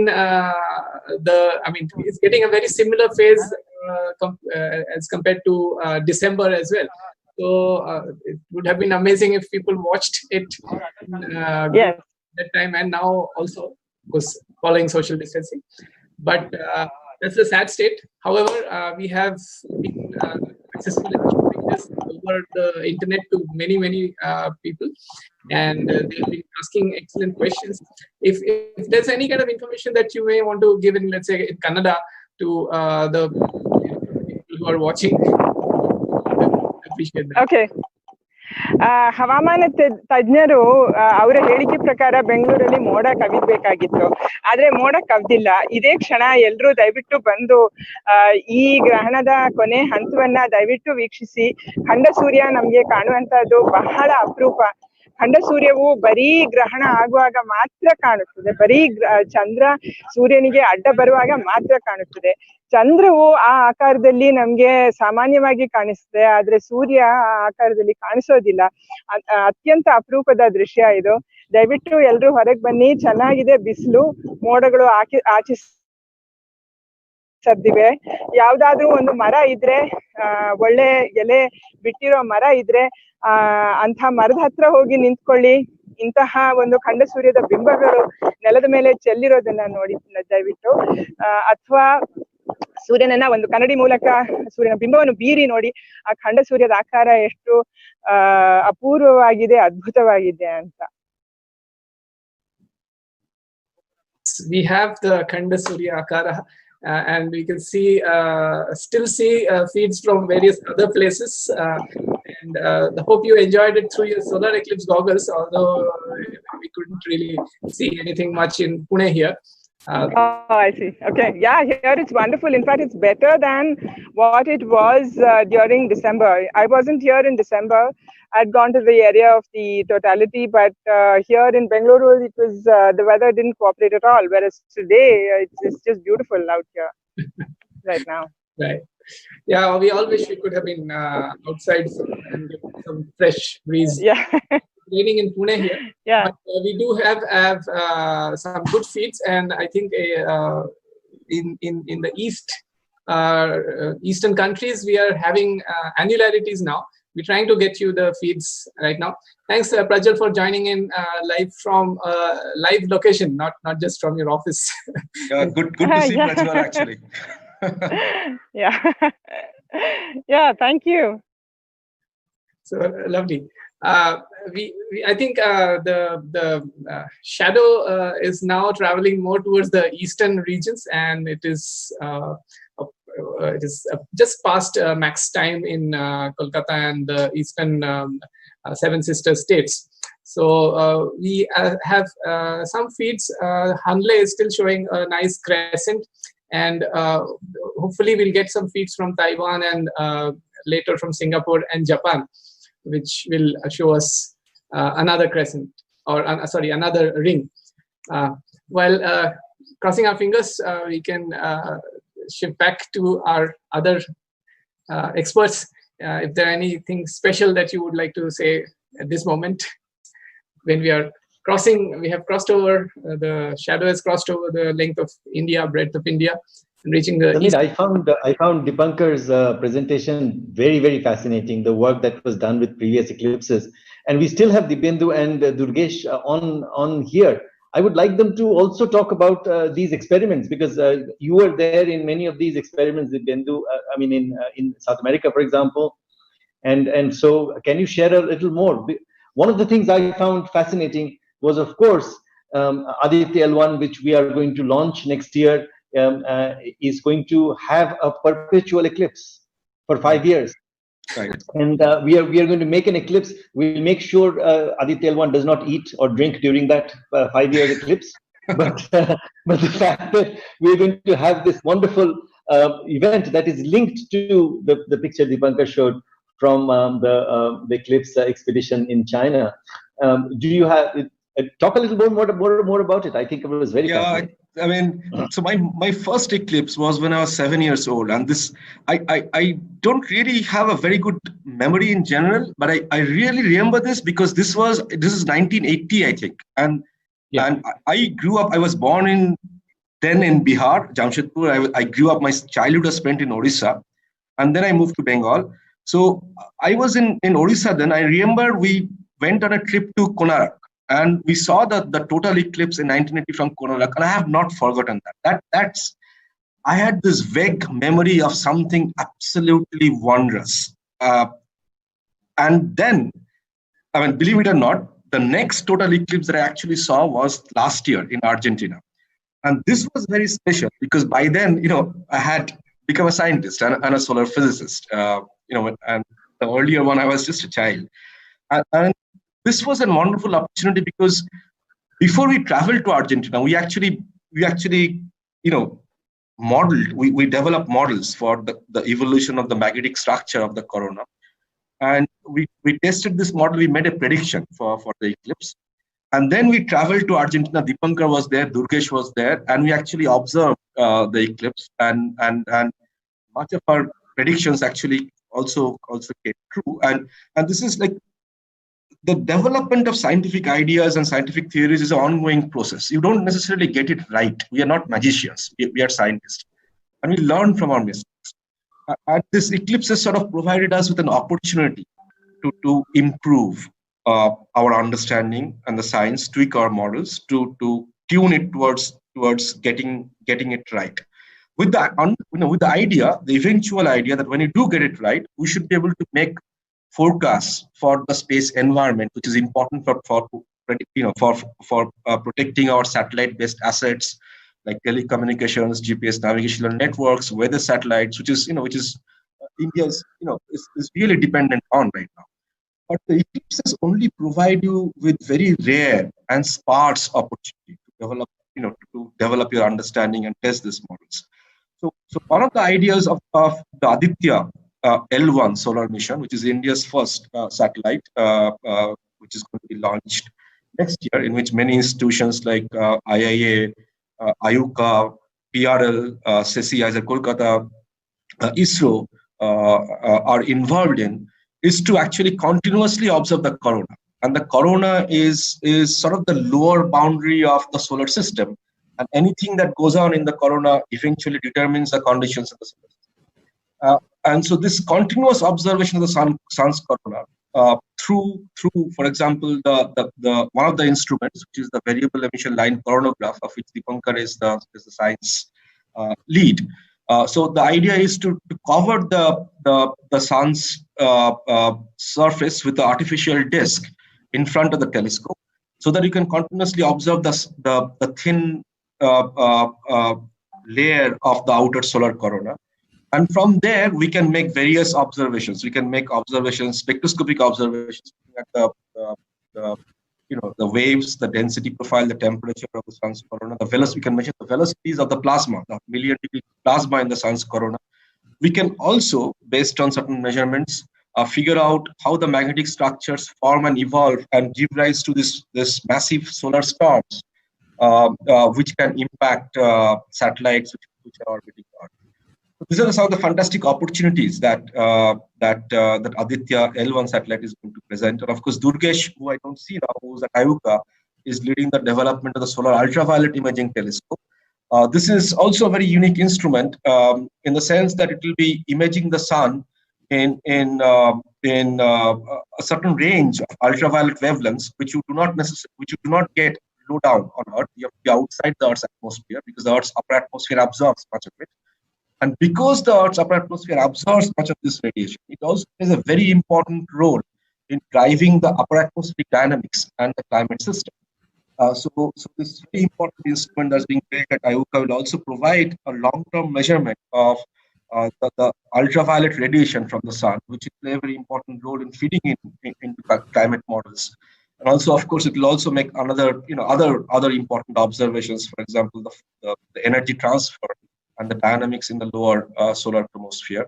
There are also instruments which are in situ instruments, which will measure the properties of space at the place where the satellite is located, which is at Lagrange point L1, somewhere close to the Earth, but in the Sun Earth line. And so from these measurements, we can figure out what space environmental conditions exist near Earth. And therefore, based on this, we can make forecasts for space weather. So this is a very important investment that India has made in this Aditya L1 solar satellite, and it's amazing in the sense that in the foothills of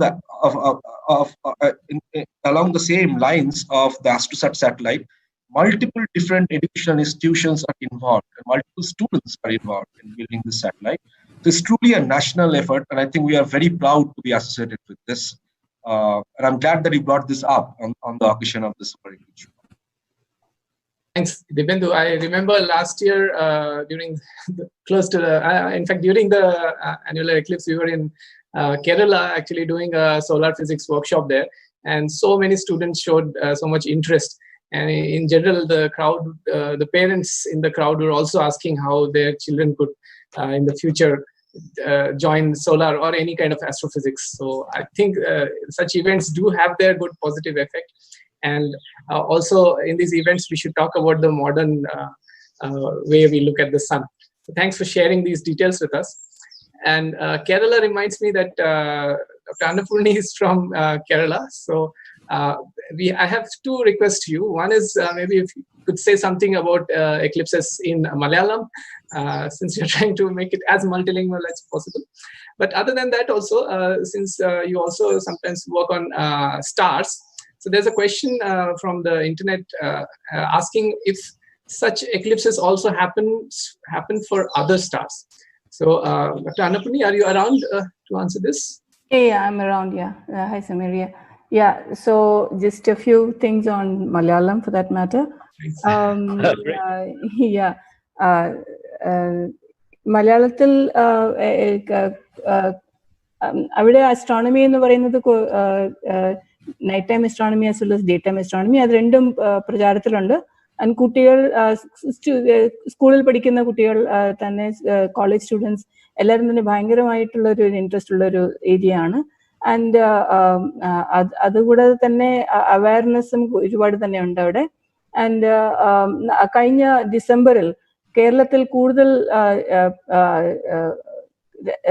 districts ഈ annular കാണാമായിരുന്നു. അപ്പൊ അതിന്റെ തന്നെ ഒരുപാട് awareness ഉണ്ടായിരുന്നു, ഒരുപാട് വർക്ക്ഷോപ്സുകൾ ഉണ്ടായിരുന്നു.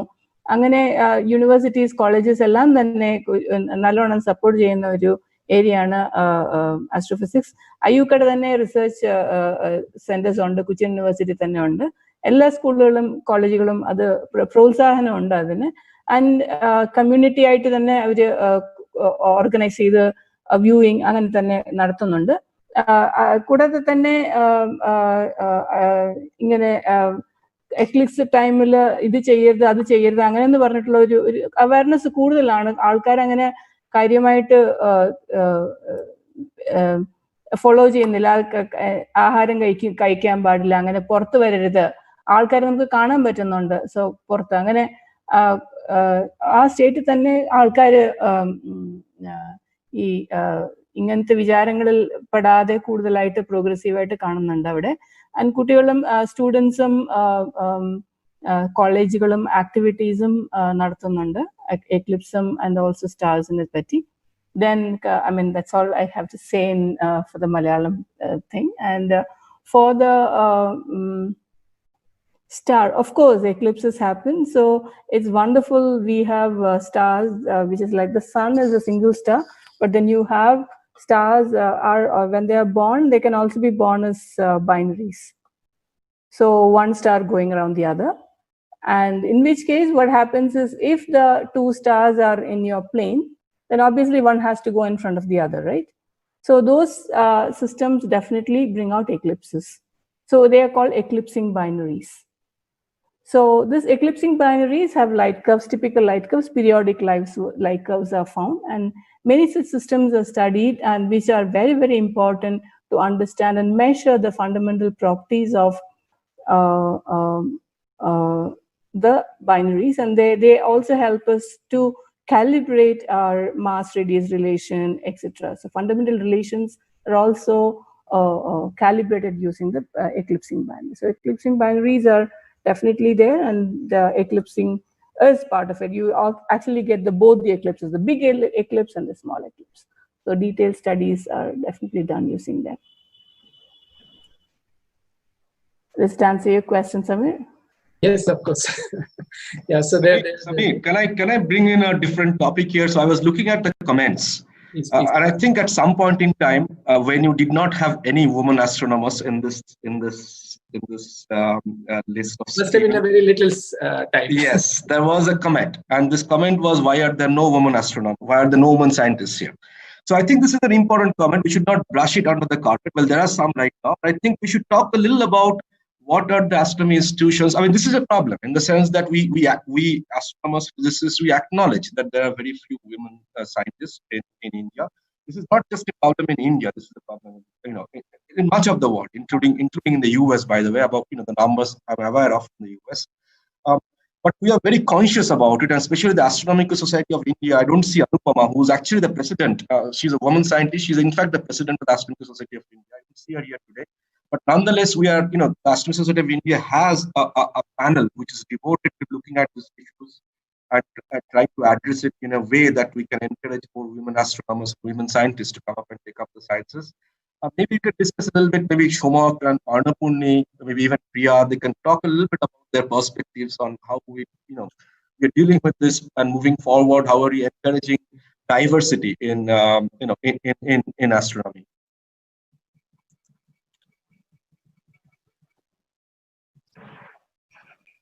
Well, I mean, this is, I think you highlighted a very important point. I mean, just the participation of some of the major Indian astronomers, women astronomers today in this webcast shows that that there are leading women in Indian astronomy. But I think in general, what has happened is that, I mean, we are in India, the number of women who go into science in general follows the trend in the world of in physics. We see worldwide 20 to 30% of students in universities in physics and mathematics departments, much higher in biology. We see a progression in which there are fewer women in the faculty positions and in top directorial positions, even fewer. Happens all over the world. And this certainly is something that we have to reverse. We have to bring in more opportunities for women. And just today, you saw some of the best participants in every way in this discussion. Just brought in the fact that I think gender should not be an issue in science, but it is, and it's not just in science, in many other fields. And we have to make sure to find out, and this is what this group in ASI has done very well, is to find out what the typical problems are in the life of a girl, a woman, in coming into sciences and staying in sciences till the very end, and making it to the top, and then to figure out whether we are doing enough to encourage people to come in. I think an event like this is very good. If I see 4,000 or 5,000 people watched today this webcast, I'm sure half of them are women, and they should feel that the opportunities in science in general and education are there us to encourage people to come into science. Thank you. Maybe Arnapurni, if you want to add your own perspectives to that'd be nice actually for whoever is listening. Yeah, so thank you for this is definitely an important point. And as a woman, it is not so easy to rise up in any career for that matter, and particularly in STEM. And there is definitely a kind of a feel or some complex at some point developing, saying that, am I good enough? So that should not be there at all. So when you are even writing an entrance exam to any kind of courses, you feel that, oh, maybe boys would do better than me. So No, definitely not. The girls are definitely good. So the complex should not be there. The girls have to also feel that I can definitely do it, kind of a thing. And second, recent years, you can definitely see more and more number of girls coming into even engineering education, IITs. The fraction of girls are still much less in any courses like that. And even if you look at mathematics, still we'll have to push. People have to more, fraction has to increase definitely over there. And that is to even into the getting into the stream. And then second, sustaining your presence in that field requires a lot of support from the family also, because many things come in your way. So as when you pass out of your post-graduation, the parents start thinking about marriage more than the fact that how will I make my kid or a daughter get into a PhD or a science career. More than that, the thinking is coming from how do you get married. And of course, social pressure is there. That question keeps coming. Oh my God, your daughter is not married? So marriage becomes the priority when compared to continuation of the education. In many cases, you have to literally fight with the family saying that, no, I want to continue my studies. I don't want to get married. So that is definitely a social awareness has to be there. Marriage comes only when a person is ready for it, not because society decides that a person should get married. So that is a difficult thing. And of course, that's not something bad for a person to happen. You can definitely get married. But the problem is that additional responsibilities, additional division of time against people starts.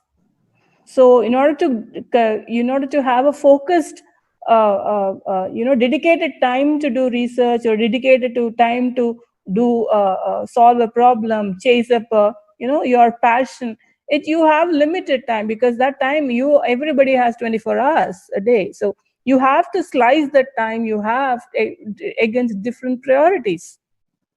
And you cannot deprive someone of your attention who is literally asking for your attention.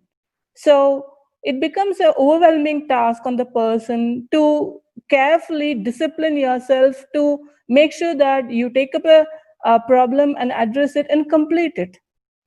But all that I can tell you is that people who somehow wade through that and become, get married, you have family, or to look after your parents-in-law, your own parents, your kids, everybody together. So you get more and more disciplined at it. You are focused, you are fighting, and your 24 hours is split into too many slices, which partition according to whatever is the need. So you have only one small partition for yourself to do research, and unless and until you're disciplined and focused, that never gets done. So if you look at people who have been able to do all this way through this thing, the strength, or the people, the women who go through this and come out, it's actually quite a bit of a struggle. But then without focus and without discipline, this doesn't get done. It's a huge amount of discipline yourself to get it done. And second thing is, you might have to stop many things which you wanted to do otherwise. You can't. You just don't have time. So focus on whatever, the most important thing and get it done. So for a person, for a woman to attend to so many things and still do it is because at home priority will be that, oh my God, my favorite dish is not made. Mm-hmm. Or someone will come and say that, oh my God, how is your house looking like this? For that person, the priority is that. For a woman who's handling multiple things, nobody looks at that. So that's very strange. Society doesn't understand that. So somebody to wade through this is not very easy. And at many points, you will think that, oh my God, why am I struggling with so many things? So no is not the answer. Don't stop it. Don't stop it, and let other people who are asking for share, let them know what is your passion, and tell them that, look, I will give you a little less time than what you actually are demanding, because I want to take that bit of small part to do what I want to do. And when you, please be happy, because I also need to be happy. I also want to do it. So share the excitement, make them also feel that I want to do this because I'm passionate about it. And Okay. I'm also letting you do whatever you're passionate about it. So why don't you let me also do what I'm passionate about? So you have to share the excitement. Let them think that, yes, that person also needs time and dedication. And so it's like a game, but then you have to take everybody along. It's not, you cannot stop your personal life because you're doing research. Everything has to go together. It's a package deal. Okay. Thank you. Thank you, Annapurni, for you sharing have to this. push. Yeah. So, I mean, Yes, I think Annapurni says the challenges that a women scientist faces are probably somewhat more than a man faces and a man faces. And this is something that is not nice, and we should be all aware of this in terms of providing an equal opportunity to everybody. I don't know that Priya has anything to add. Yeah, sure. Okay, This sure. is something we all like to talk about. And okay. So even when the sessions, thanks Dipendra for bringing out this topic. This is an important one. And when the thing started in the beginning itself, I noticed that yes, the number of females on this was very, very little. And probably we should have, on behalf of POAC, we should have been careful to see to it that there was a balance. But it was slightly this thing. But yeah, I would say that the problem is a threefold problem. The first problem is the initiation problem, in the sense the social problem that people think that girls can't do physics and maths, and hence they don't initiate girls into physics and maths or astronomy for that matter. And so that's the initiation problem. The other problem is after the girl goes through it, right? She still says she likes it, she does it. Then what happens is that then they comes up with the challenges, right? So if you have a student, a boy with the same kind of challenges, he's not going to face these kind of challenges. He's not going to prove how well he does time management and home management and all these managements. The girl has to all the time prove that she's going to be doing all that, right? And often I always try to do this, that, a lot of girls are given the idea that if you want to be a true professional, then you cannot get married, you cannot have children, you have to sacrifice. And it's really good that today the women we had on the panel, whether it's Annapurni or Prajwal or Harvinder or even me, all of us are mothers, right?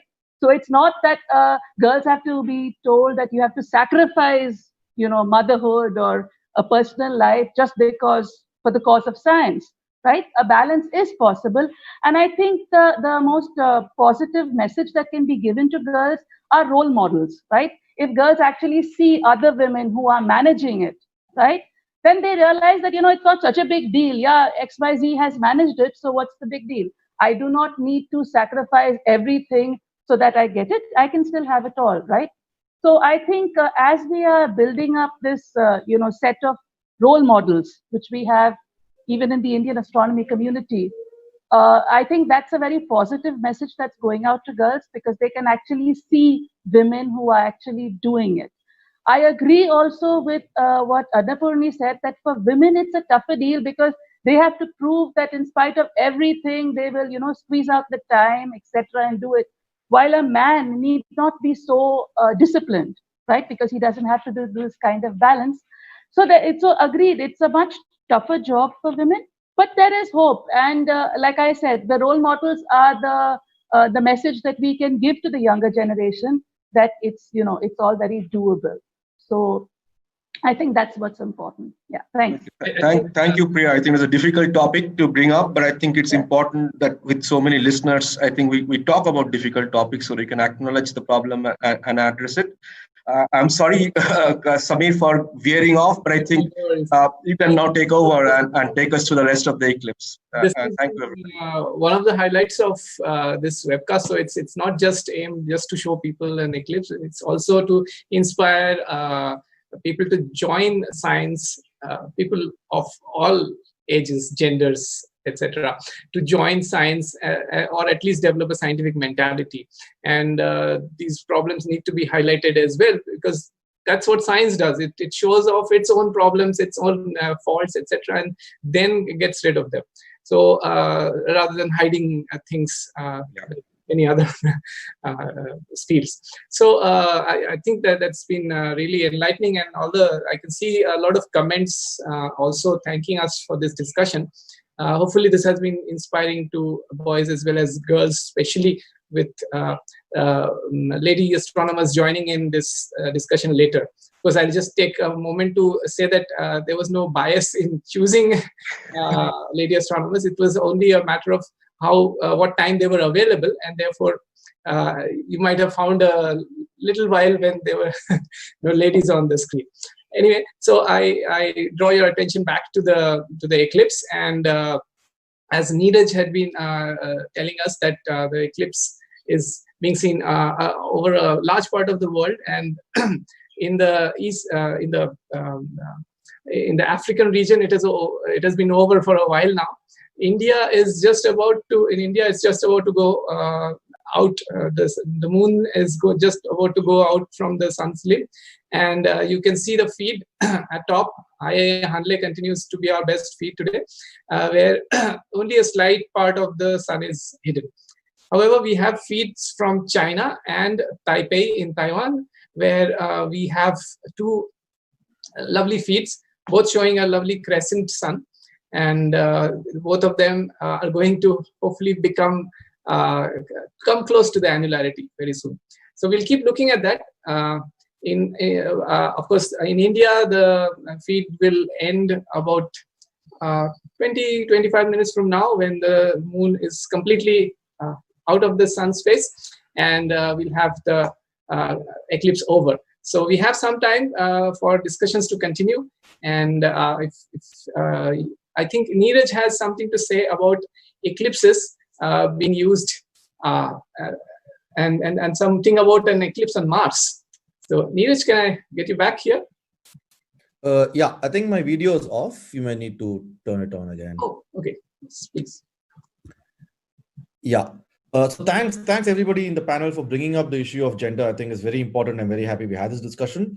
And it's not just gender. We want astronomy and all of sciences to be accessible to everybody, which is also why we have multilingual talks today. We want diversity and equity, not just in gender, but also in caste and class and in language and so on. I think I think we heard some really awesome stuff today about it. To go back to what Annapurni Subramaniam had said earlier about eclipses and other stars, I also want to kind of tell people about eclipses within the solar system itself. There are some beautiful videos taken by satellites, our own satellites in space, of the solar eclipse in both directions. What I mean is there's some amazing videos of satellites which are imaging the Earth, and you can see this fuzzy shadow of the moon going across the Earth's surface taken from space, and it's just amazing. So please do go search for it online. There are quite a few of them.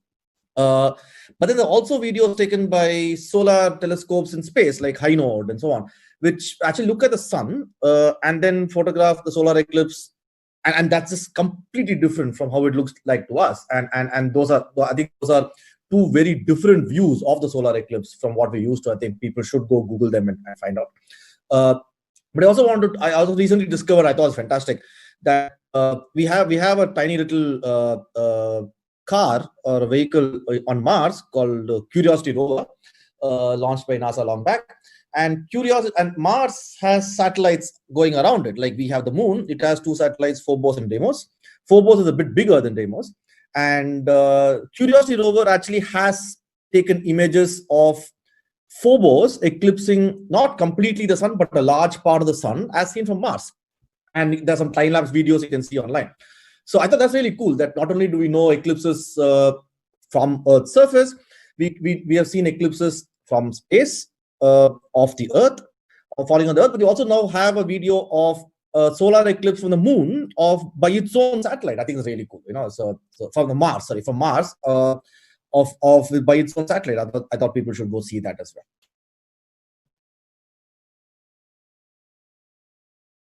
Thanks, Neeraj. I mentioned earlier, I think people who missed, you will mention again that eclipses happen with many planet and satellite systems. So sometimes the satellite is quite big as compared to the size of apparent size of sun from the planet. So you see total eclipses. Sometimes satellites are quite small as compared to the apparent size, so you can see partial eclipses and annular eclipses, but not total eclipses in those cases. Earth Moon is a unique system where we are able to see both total eclipses as well as annular eclipses.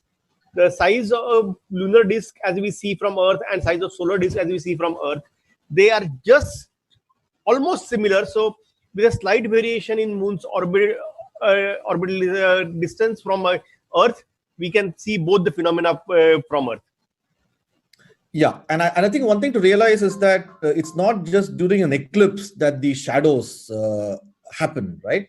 All objects in the solar system shine by sunlight reflected off them, and therefore all bodies in the solar system have their shadows traveling behind them all the time, right? It's not as if the shadow of the moon exists only during a solar eclipse. The shadow of the moon goes behind the moon all the time. The shadow of the earth goes behind the earth all the time as they go around the sun, right?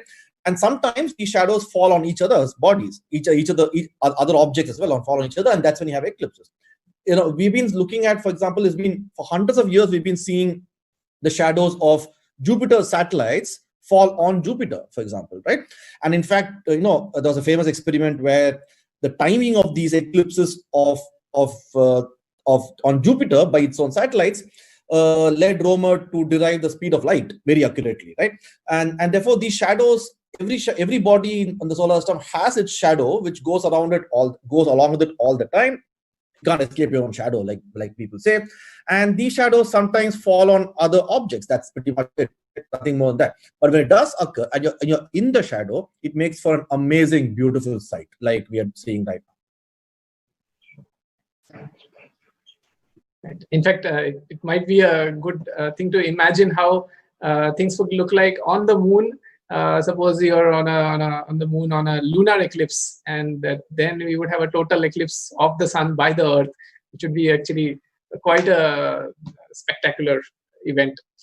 But we are lucky that we have the moon, which can cover the sun 100%, and for quite a bit most of the time. Today, of course, we had only the annular eclipse in which a slight ring was seen. Now in China, we see that the moon is almost about to cover the sun, and we may want to keep looking at that field. While waiting for it, of course, we have so many scientists here who also guide a lot of students here. So while he's here, may I ask Dipankar to maybe say something about careers in astrophysics or solar physics, since it is your specialty. There are lots of teachers listening in. So yeah, sure. Thank you very much. So I think this is very important subject area. How to attract the most bright students for generally for research, and then that too for astrophysics, because astrophysics is not taught in in undergraduate or postgraduate studies that much. But that's not actually too much required as well, because astrophysics is not a very different branch of physics. It is an application of physics only. So only thing, the awareness about the possibilities of different institutions and different kind of research programs. In that, of course, solar physics is the branch which I work, and the Bindu is also online. We have been, attracted to quite early. But having said that, when I joined the PhD program, I had no knowledge about the sky or for the sun at all. Somehow, after doing the first year coursework and so on and so forth, we felt, some of us felt that, solar physics is a good branch to, verify some of your knowledge of physics. So there are now opportunities within India. Of course, IUCAA leads this information to the different university sector, being a university nodal center. And some of us who are there in somewhat isolated research center, we take this as a big responsibility to let others know that such opportunities exist. In a way, what you have organized today, thanks to Astronomical Society of India, and I must thank actually Niraj, who was the first driver of this program. And now you are, Samir and Aniket, you are taking the baton forward. These are very important avenue as well. So through your platform, the public outreach and education. So this is an integrated program actually. We could now reach to youngsters, and there are many research institutes within the country who offers PhD program. There are certain institutes who offer also integrated PhD programs, and they're all available. So that way, I think it's a Second, good opportunity. having Yeah. annularity in China, in the China feed. So this, all right, okay. Just wanted to point that out to people. It's being made full screen now, of course, and please enjoy that. Yeah. I will just go out and see the last phase of the eclipse from outside. So we are still having a last phase now from next. Yes, of course. Samir, I have to unfortunately leave now because I have another engagement. So I wanted to say bye to you and to all of you, you and Aniket, who particularly put in, and Neeraj, put in this effort to do this. It's been a pleasure talking to all of you, and I hope that we've been able to reach out in a way that we provide some excitement of what we are involved in about sciences to the general public. And I hope that some of these people who have been listening to us today, at some point in time, will come visit our institutions. Ayuka does a fantastic job of outreach. We are going into the annularity ring right now in China. Right. So bye. Right. And we can actually see the moon slowly moving across the sun. It's an amazing sight. Let's all enjoy, and then you leave. We won't let you go before that. Yeah, because it's not often that I think we can actually see something in the sky moving, which we can perceive directly, right? And now for the next 2-3 minutes, you can visualize the moon actually moving in the sky, and I think that's amazing. That's very special. Right. We only know it moves 13 degrees in a day, but this is the real thing. So if you look at the sky now, and maybe after an hour or 2 hours, you can see things that moved. Sun has moved, stars have moved, but to actually perceive directly the motion, every few seconds is very rare, and this is probably the only way we can actually do that. And I think that's brilliant. Now it's a perfect ring. The edge is coming. Edge of the moon is coming close to the edge of the sun. Lovely capture and a very good capture. And we may happen to see the Bailey's beads. So we've seen the annular eclipse now 3 times so far, 4 actually, and maybe we'll do one more in Taiwan after a little bit.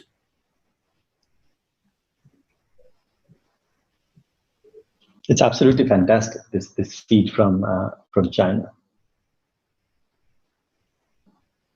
Breathtaking. Just waiting for the Bailey's beads.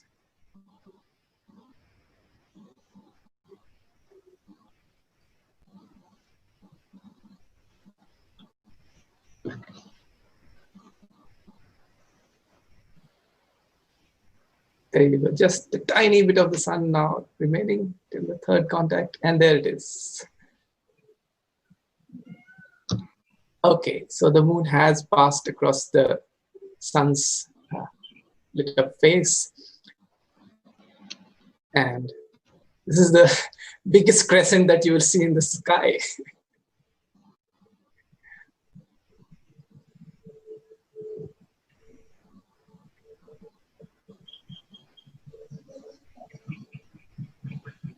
This gives us the correct reason why we call it annular. Annular means a ring of, let's say, fire, or we could, as solar physicists say, a ring of fusion that we are seeing out there on the of the sun's face, hidden by our own satellite, the moon, which is by coincidence about 400 times smaller than the sun, while it is also 400 times closer than the sun to us. So this ratio puts it at the perfect place to let us see this amazing sight in the sky. And the eclipses do happen often, and you know that there was a annular eclipse seen from India in December, and you are seeing one right now. But other than that, this month itself has had 3 eclipses, 2 lunar and 1 solar. And this is more because the sun and the moon and the earth need to be aligned in a proper line, and that happens only during certain periods when the orbital plane of the moon coincides with the orbital plane of the earth around the sun. So this is what we are seeing happening right now. This is moon at the node where the plane of the moon's orbit cuts the Earth's orbit around the sun. And we've just seen the result of that lovely coincidence happening here. an annular solar eclipse has just been witnessed, and we've through this feed witnessed it so many times. So I can't feel far more exhilarated by any other thing on the internet now, I think. There's one more annular eclipse coming from Taiwan soon. So I remember seeing a lovely picture. I forget which year. There was a picture, I think, from the US a few years ago, where a partial eclipse like this was, the sun was rising as a partial eclipse, and this photograph was taken from a highway in the middle of nowhere, right? And then you could get these horns, like partial eclipse rising up, and it was just beautiful. Yes, so astrophotography is a something you can revel in, especially during eclipses, because it's an unearthly sight, and if it's particularly happening close to the horizon, you can get amazing, zoomed in shots of the sun, moon. Very earthly sight. Well, yes, it's actually an only earthly sight. Bodies, right? Right. Any reactions, Professor Rai Chaudhary? No, great. I mean, I was looking through social media right now for people posting pictures of their experiences. It's absolutely amazing and overwhelming. And I love the way, I mean, as Neeraj also said before, that he's sitting in South Africa, I'm sitting here in Pune, and we are watching the same eclipse progress all through the world, which is not where we are. And through the social media, we can see all this. This is absolutely fantastic. I'm waiting for the Taiwan view. But people doing things in very creative ways, looking at taking pictures, both through the internet as well as going out. If you look at astrophotography, you talked about people, as I said, doing various innovative things with pinhole cameras. I told earlier about how you can use the gaps between the leaves on the ground, and people producing wonderful pictures of them. Here in Ayuka, we have a dome in which we have these holes that represent stars, and those pinholes in the dome have produced lovely crescent sun images on the ground. And we just looking at the pictures from Dorje Angchuk from Hanle, not just producing this lovely feed, but he's produced these lovely pictures of creatively crafted masks of pinholes, and then have projecting pictures of those on the ground. Lovely, lovely, wonderful. So this is, social media is just full. Instagram, you'll just see how many pictures are coming of people's own experiences. And this is where, I mean, we're talking of 1980. Somebody said here that they were not allowed. I mean, Neeraj said, and other people said, we're not allowed to go out to watch this. This is not just in India, all over the world. People were afraid of watching eclipses. Now, if your mother doesn't want to let you go out of the house, switch on the internet, you can watch the eclipse. I just was on a TV channel fighting with an astrologer and a tantric who were saying that pregnant women should not watch the eclipse. I said, what do they do at night when you have a shadow of the earth, right?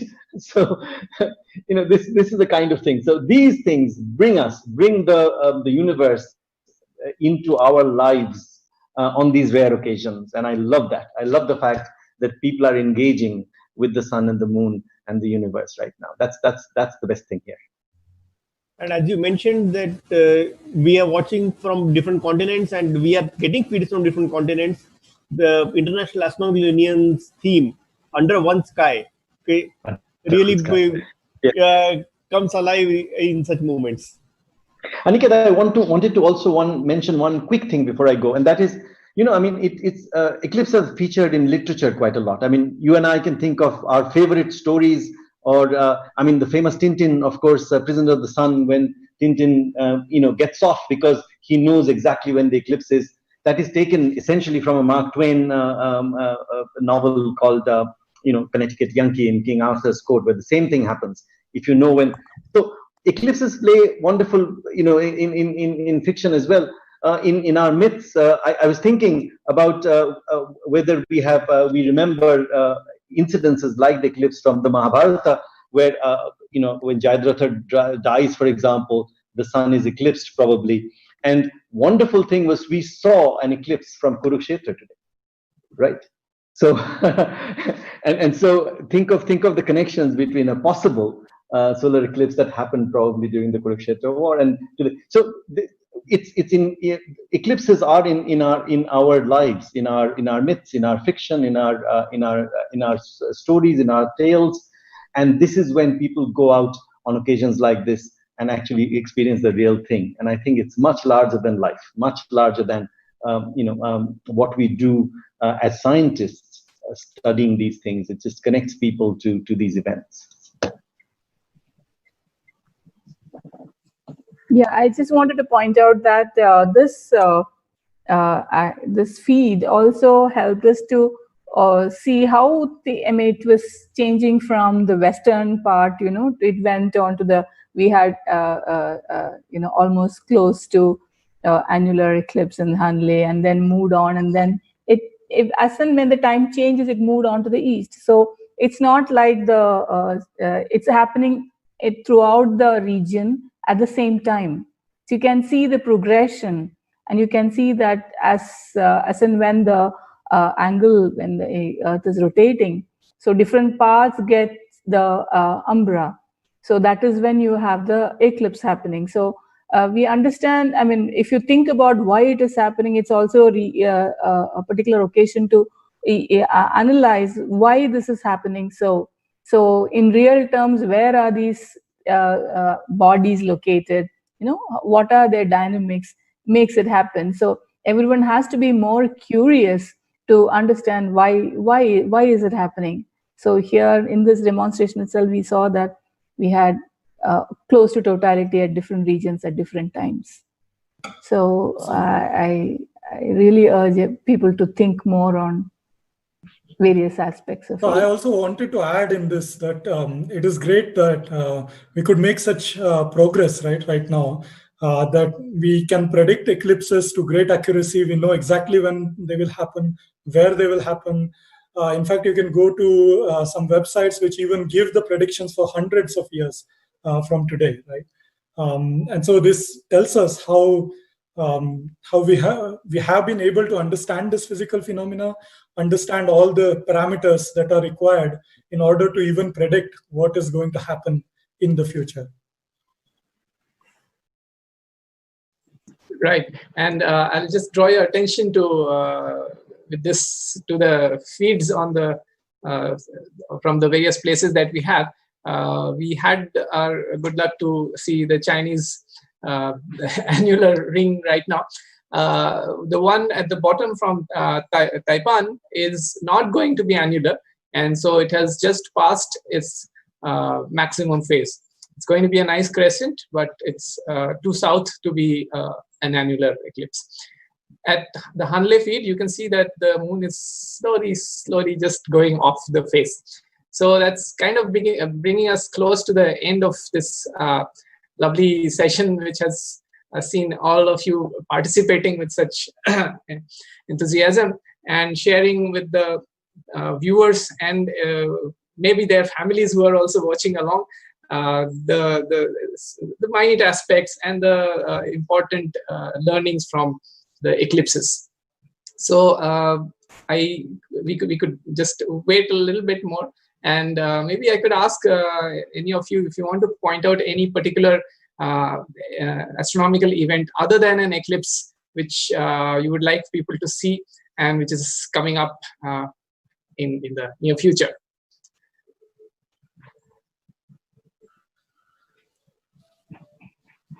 So, Venus and Mercury transits are beautiful as well, right? I need to check when it's going to come next. Not Venus transit, but Venus is not going to come near future, but our lifetime. Right. Yeah, but no, these are beautiful. That's what I'm saying. These are one of the amazing phenomena that you can see when the disk of these planets it moves on top of the sun. But eclipses of the moons of Jupiter, right? Those are really beautiful. Like if you have even a 6-inch telescope, Ayuka has all these programs where you can actually grind your own telescopes. And so if you have a 6-inch telescope, I have done it myself as well. You can look at Jupiter, and if you're looking at it at the right time, then you can see the shadow of a moon sliding around the disk of Jupiter as well. So right now you cannot get a view of how it would be looking for someone from outside, so someone in space and looking on the Earth, how the shadow of the moon is moving around the Earth. But you can see something like this if you are going to look at the eclipse phenomena happening for the Jupiter and its moon system. That's a full curve here. That's where we slowly. So we have the last contact at Hanley. The moon has exited the solar disk. Yeah, I just wanted to add that you can see a clear sun, no spots. The sun is not at all active now, so it's very quiet sun. And its full disk is so clean. No blemishes. Amazing that our viewers watched the entire Hanley feed from the beginning to the end. And it's been wonderful there. I think there were no clouds at all. There were a couple of minutes close to the maximum, like a few minutes there were some passing clouds. Beyond that, I mean, besides that, it was quite clear. And also the feed didn't break, so that's also very good. So we thank you for getting us this feed from one of the best places in India to do astronomy research from, in fact. Yeah, and we also have a very strong team. They're very motivated team, so that really makes a difference. So we really appreciate all the efforts that everybody has put into making these feeds possible for everybody to see and enjoy from their homes, not just because of superstitions, but because of this particular ailment that has been going around these days. People have been at home and getting frustrated because there's hardly anything new happening and they want to go out. But yes, we could bring this to their houses, to their homes.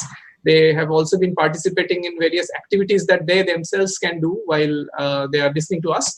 So they've projected things, projected images of the sun onto their walls, onto their corners of their houses, through their windows, onto other people's houses maybe. And they've used sieves and other things to see these beautiful shapes made out of small crescents. So it's been a great experience and everybody had fun. We've had around 5,000 viewers at the peak of this, and that's probably just if we add all the other people who are watching with them, that would be a much higher number.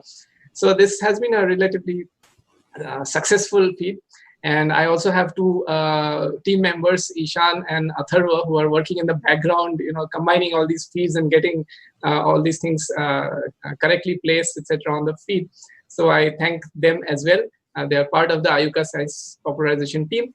We also have a group of other team members who are working online, who are constantly answering questions. They are from the IUCAA SciPop team as well as from the Astronomical Society of India's POEC team. So it's been a great effort, and I know it's slightly sad that we all wish to go to the annularity belt and see it for ourselves. But then we did experience it 3-4 times on this feed. So that's, I think, good enough for now. And I would, of course, like to thank everyone for taking out their time, enjoying this with us, being here for so long, and also for sharing some tea and snacks with us while you were here. That's perfectly okay to do. And now we are all probably looking to go for lunch. So with that, and if there are any other final comments, I would like to slowly bring this session to an end. Aniket, you have final words, and others also are welcome to say something. Thanks to everybody, all the panelists who took out time on a Sunday morning to spend this time with us and also answer various questions from the audience. So it is not just one institute or two institutes, it's a multi-institutional effort. You can see participation from many different institutes and across the country, different parts of the country. So our Indian astronomy community always works together on such projects, and we would continue to doing so in the future as well.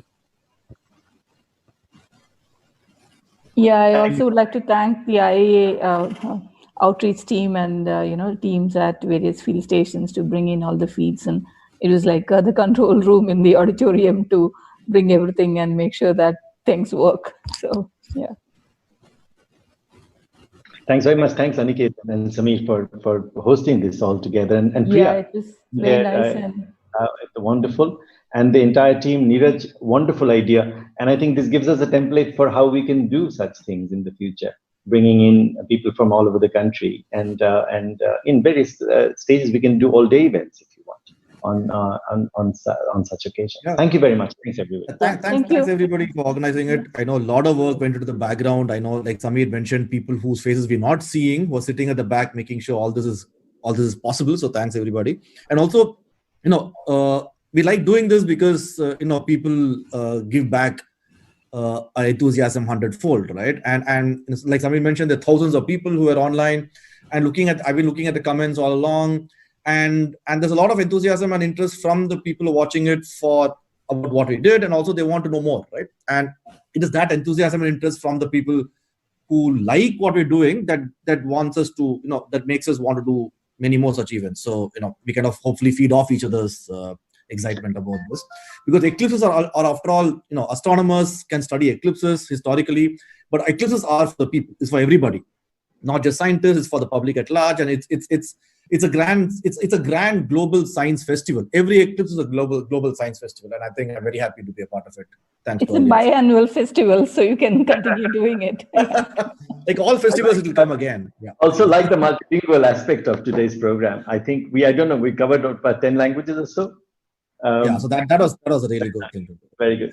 And thanks to Ruth, that was fantastic. Well, I also hope that this actually helps to inspire many of these students who may be listening in, and also their parents, to get their kids into astronomy. And we will be very, very happy to welcome both male, female, all sorts of castes and creeds, everyone into astronomy. This is a unifying field.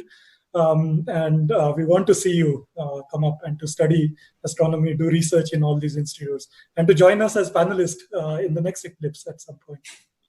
Thanks. So yes, Priya had to leave, and she's been also coordinating part of this activity. So she says goodbye to everyone.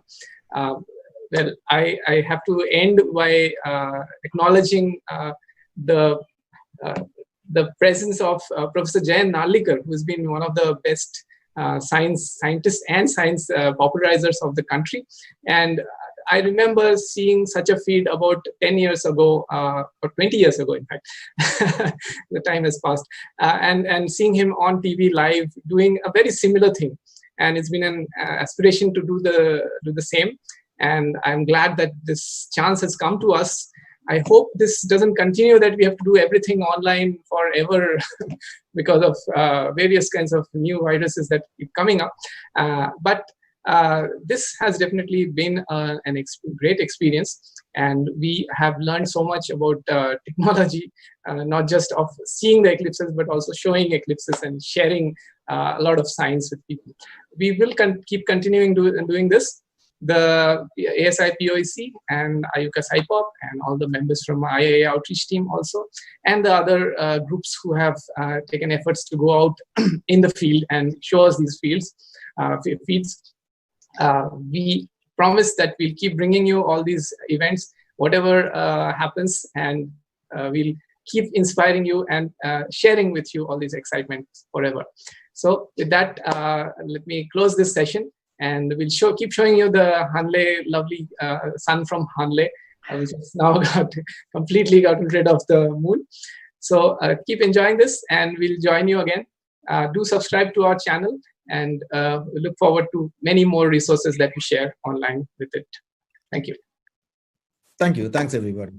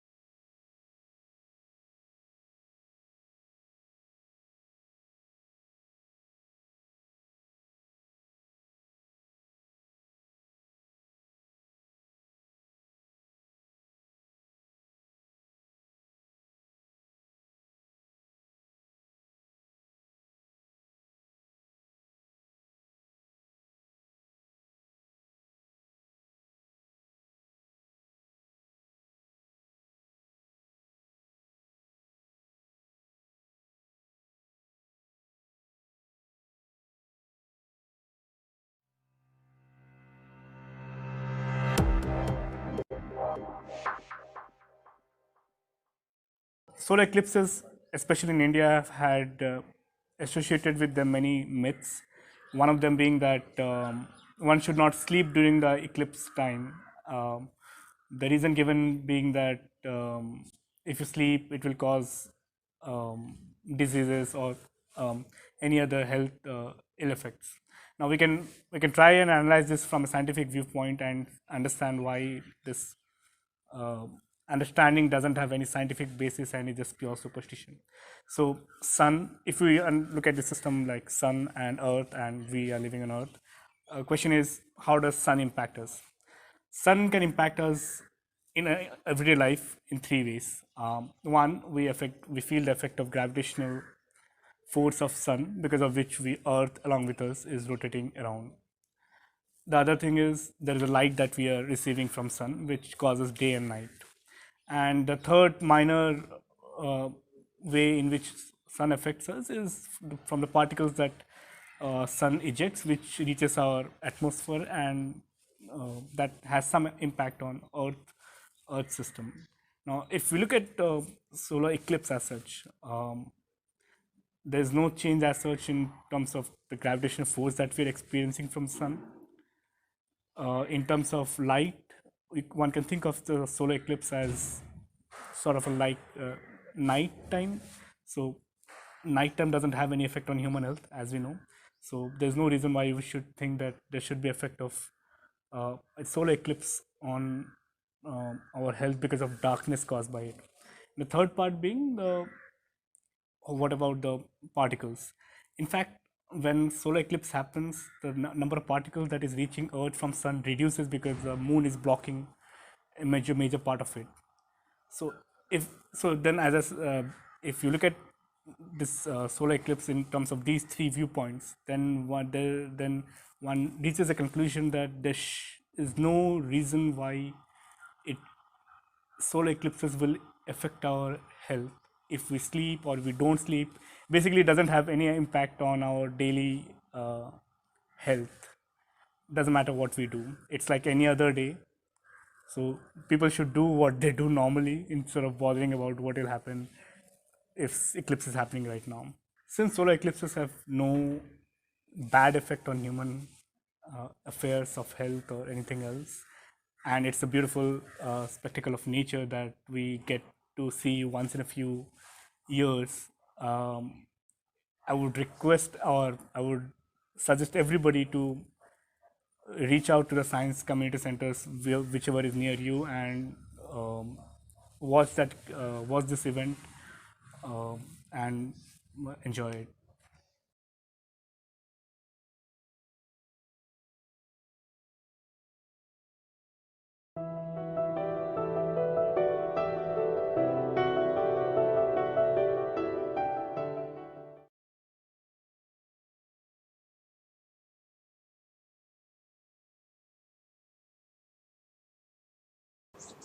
Welcome everybody to this special session on the annular solar eclipse coming up on 21st June, which will be the next Sunday.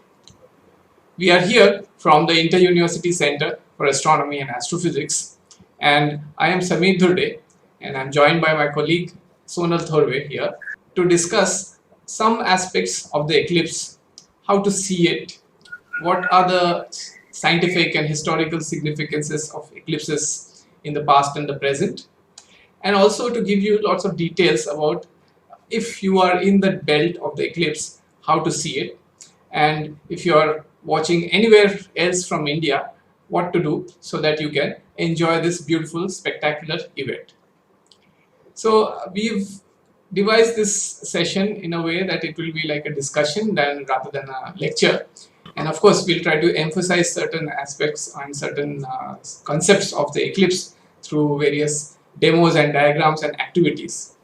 In fact, if you're a teacher or a student, you could, in fact, find out ways in which you could yourself do some study during the eclipse which is happening, and rather than succumbing to all the superstitions and all the bad things which are being rumored about the eclipse so that you don't see it, rather than that, you should actually go out and actually do something. you can do some productive work. And of course, we are in a very difficult situation these days with the coronavirus affecting everyone in their lives. We are all in lockdown and we are following a lot of social distancing and other safety precautions. So this eclipse was something we were hoping we could all see all together and enjoy in groups, but I don't think that will be possible.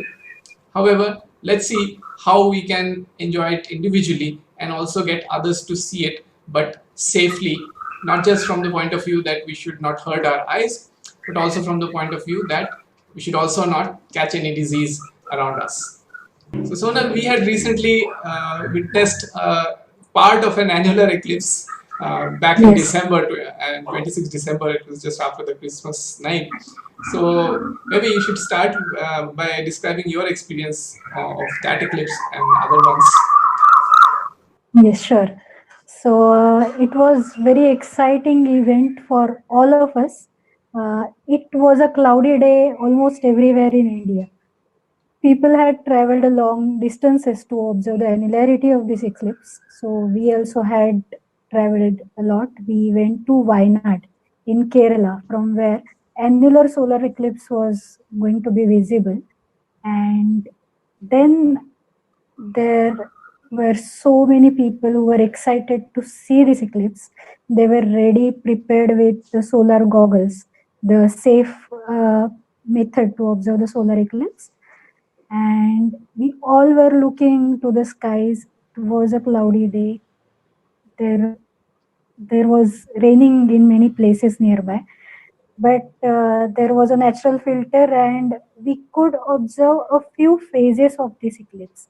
Unfortunately, we could not see the annularity from there, from the place where we were, but we could see some phases of the eclipse, and that was also very exciting because it is a rare event.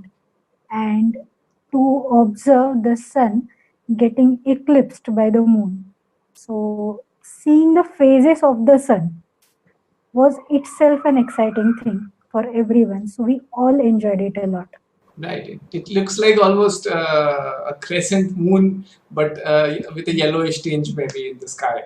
Yeah, I agree. It's quite amazing. Even if the sun is hidden partially, that itself must be such a great feeling to see. And many times people don't see this, and I feel like they are missing out on a lot of things. And as we are eclipse chasers, so we travel to actually see an eclipse. And there are lucky people who are there on the eclipse belt, but don't even step out of their house to see it. So I don't know how did that come? I mean, how did this fear of the eclipse come? What do you think, Swaran? So what I think personally is, I'm telling you from my personal experiences. So I have observed an eclipse when I was a kid. It was in 1995, a partial solar eclipse, and it was visible from Karnataka. I was at my grandma's place, and people there didn't know that why these eclipses occur. What is the reason behind it? All people are aware of is, in the daytime, the sun goes off or it gets darker, which is kind of what we can say threatening thing. The sun which comes up every day morning shows up in the sky and then it lights the whole thing and we get sunlight. It is there for a whole day and then it sets to come back again the next day. But it never gets dark. Yeah, our source of energy and light suddenly goes off. I'm sure that Yes, can cause fear. Yes, so I think not knowing the actual reason can be the main, what we can say, main base of fear in people. So that is where it all might have started, the fear of getting the main source of our energy dark. And without any notice and without any knowledge. Yeah, I think so. So that's the crux of the discussion, that without knowledge we start fearing, and that's why we should always strive to get more knowledge, more information about something rather than fearing it of course, we should be careful, but not blindly avoiding something just because we don't know about it. I think this is a prime example of such a incidence in nature. And I'm sure over the years, over the ages, people have seen eclipses, and people just divide those people saying, "Oh, they are scientists, so they can risk seeing an eclipse," and we are just lay people. We are afraid of it, and let's not take a risk. I think that need not be the case, because if for ages people have observed eclipses and we've not seen anything bad happening, right? Because I'm sure you must have heard things like, okay, somebody predicting that, okay, there'll be a disaster during that eclipse, that lunar eclipse or this solar eclipse, right? In fact, this month we are having 3 eclipses. 2 of them are, in fact, really faint, and we would hardly even notice it if we were to look at the moon with our naked eyes. We won't see the eclipse. But they are being rumored that there are 3 eclipses happening this month, and that's why all this, bad situation is there on Earth. Well, they are not related in any way, right? And I'm sure as a teacher, Sonal, you must be explaining it to people about how the eclipse really happens. And what I have heard of and read about the history of observations, that even thousands of years ago, people had seen eclipses, had noted them down, and it was only a few people who were afraid of them, who wanted to keep the fear of these eclipses in people's mind because of their own motives, maybe. And they made stories about them, I think. But right now we have the knowledge. In fact, I think Aryabhatta was also a scientist of Indian origin who actually was able to say that the eclipses are a game of shadows, right? So it's the shadow of the moon which stops us from seeing the sun. And even our modern and respected scientists like Kepler and Halley, who are the first people to kind of explain these things scientifically with proper understanding of the rest of the universe, also have proven to us that it's nothing to be feared. But how do you explain, Sonal? How would you explain to me about how the eclipse happens in space, so that I don't get this fear about this event? Okay, so let me use some things lying around me. So I can show you how eclipses actually occur if you go to space. Okay, if you look from the perspective of being in space, what will happen? So Since these things basically, are basically the things involved are the sun, moon, and the earth, I think if we take a outside view, I think it will look better, right? That's what we should do. right. So yeah, so basically we need sun, moon, and earth. So let me just switch my camera on the rear side. I hope you can see all these objects. Yeah, so these are the objects lying around me. So this is just lid of a bottle, and I have another lid of a bottle which is stick to this place. Okay, I just stuck it using a sellotape, double-sided tape. So this is a bigger one, you can see, and as compared to this lid is very small. So can you see it clearly? Is that okay? So there are 2 lids. One is smaller, one is bigger, and one of them is movable. One of them is fixed. Yes. So basically we have 2 lids over here. One is the bigger one, and here you can see a smaller one. It is stuck to a brush using a tape again. Okay. So this is movable and this one is fixed. Okay.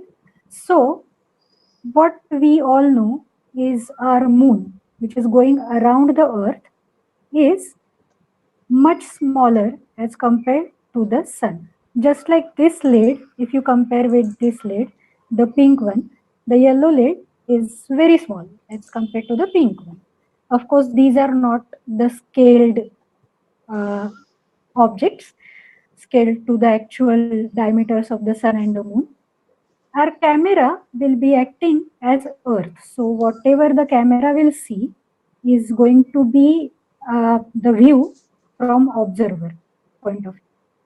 So when the moon, while going around the Earth, comes in between the sun and the Earth, it just becomes an obstacle. So it blocks the light coming from the sun.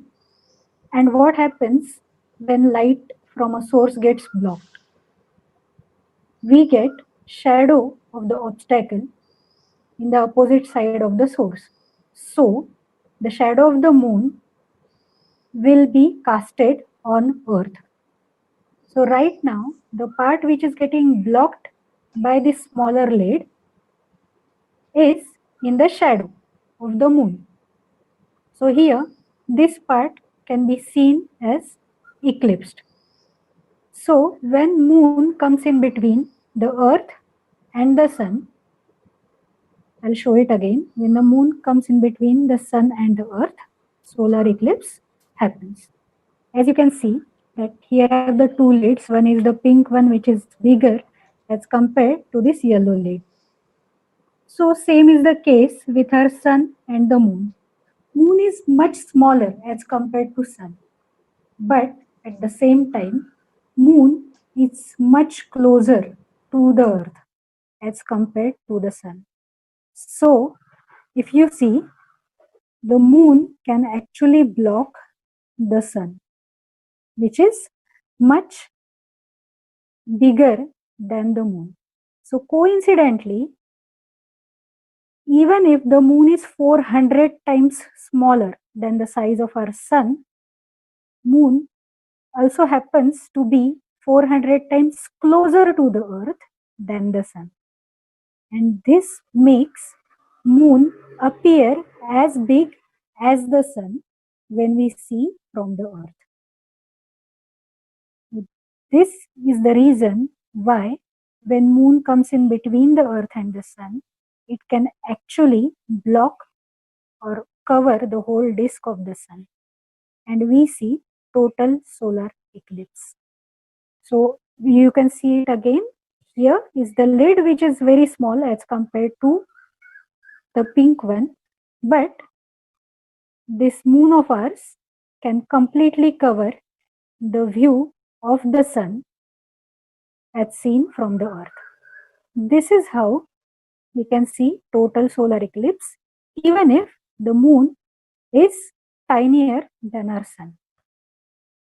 Now, let us see that this upcoming solar eclipse, or the past which we were talking about, it was annular solar eclipse. Annular means you see a ring.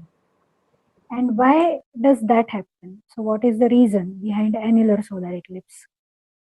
When moon is at a particular distance, it appears the same size that of the sun. But we all might have heard or learned that moon doesn't revolve around the Earth in exactly circular orbit. It has an elliptical orbit, which means the moon sometimes goes away from the Earth, while sometimes it is closer to the Earth. So when the eclipse occurs while moon is a bit away from the Earth, what you can see is the annular solar eclipse. Here you can see the ring of that pink lid, or of our sun, which can be seen around the moon. So only the light which is blocked by the moon, that is casting the shadow on Earth, and we can see the annular part of the sun, or the ring of the sun, which is called as annular solar eclipse. So this is the reason why we can see annular solar eclipse. Since the moon is a bit away from us, the angle the moon makes with our eyes is a bit smaller than the angle sun makes with our eyes. And this angle is also known as angular size of the object. So in annular solar eclipse, moon is having a smaller angular size as compared to the sun. Eclipse, the angular size of the moon and the angular size of the sun are almost equal, so that moon covers the sun totally. So annular solar eclipse is going to look like. Okay. That was a great jugaad and kind of a good use of local resources to explain such a heavenly occurrence in the sky. Well, I think we know about the elliptic orbit of the moon, and also of the earth, but we never think about it deeply and the things it may be causing. And although it's school textbook material, its effect on the celestial happenings is never kind of considered. But this is a very good reminder of that. I'm not talking about the effects like astrologers would tell you, like effects on your marks in school or business or something like that. But that thing doesn't happen. But of course, as you told us, that because of the distances changing due to the ellipticity of the moon's orbit, even of the Earth's orbit, sometimes it causes some effects. We can have interesting events like the annular solar eclipse. In fact, I think the moon was at its farthest distance just 2 days back or a few days before the annular solar eclipse. If it is very close to that point where the moon is the farthest from the earth, we will get the smallest annular solar eclipse. But if it is just at the right distance but slightly missing this sweet point where the moon can cover the sun, we will get an annular solar eclipse and it will be almost complete. So I think this 21st June eclipse is going to be one such thing where we'll have almost 98 or 99% coverage of the sun, but we'll have that tiny bit of ring visible. And that's why it will become an annular eclipse rather than the very sought after total solar eclipse. And India has been so lucky, I would say, to have two such eclipses passing its lands. In fact, the shadow that you described, I think, covered some parts of southern India in December last year. And now we are expecting it to pass over some lands of the northern portions of India on 21st June, starting early in the morning and I think reaching maxima around close to the noon time. So I think we should all discuss and talk about this eclipse right now and also go out and try to see the eclipse with some safety precautions taken.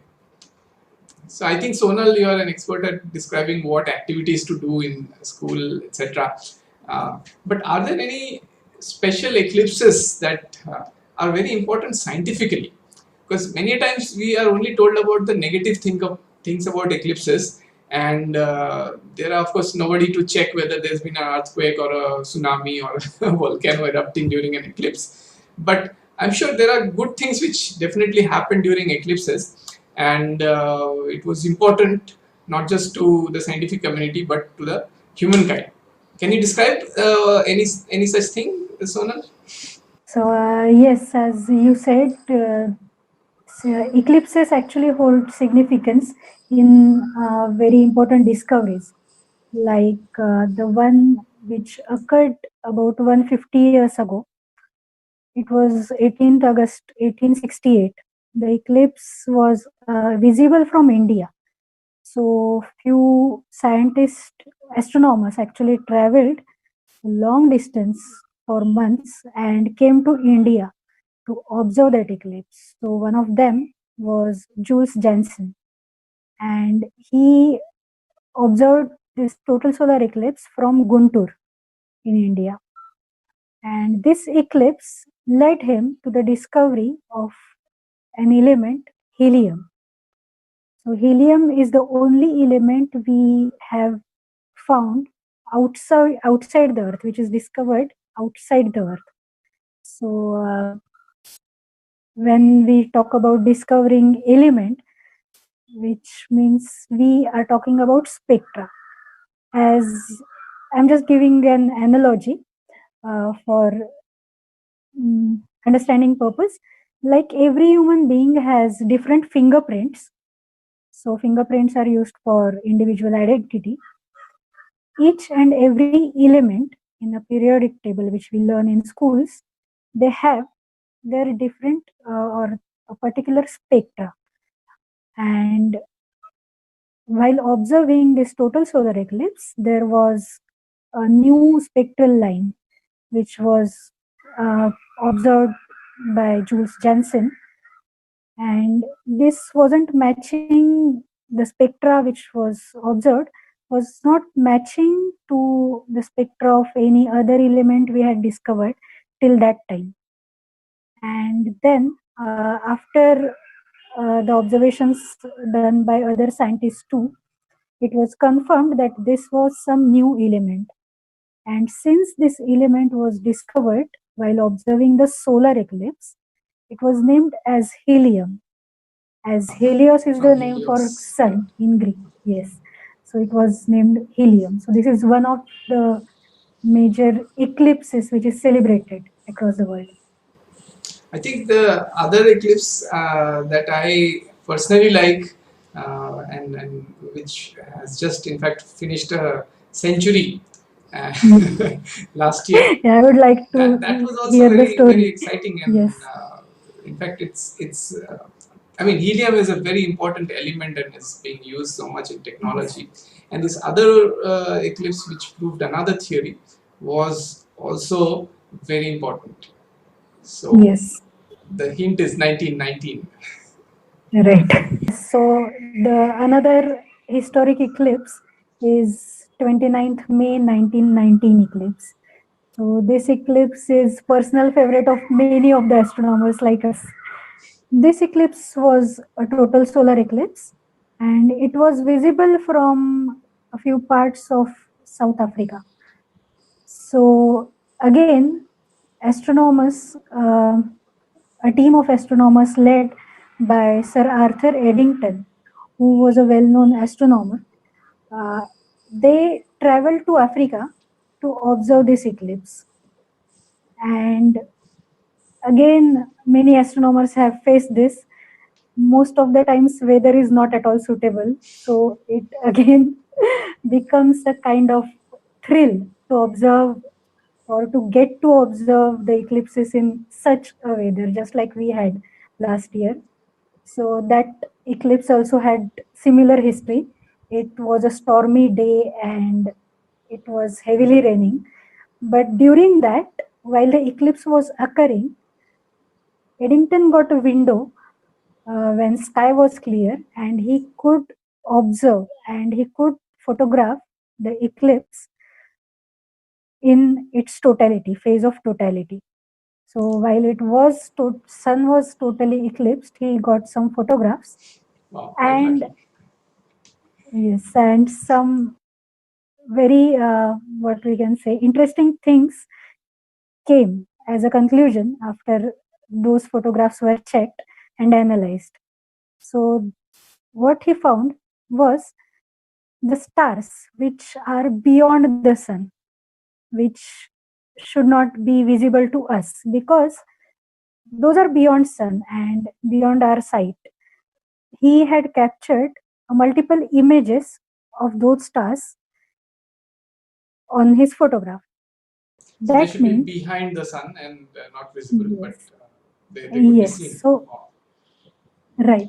So since those stars were behind the sun, not visible, but still we got multiple images of those stars on the photograph.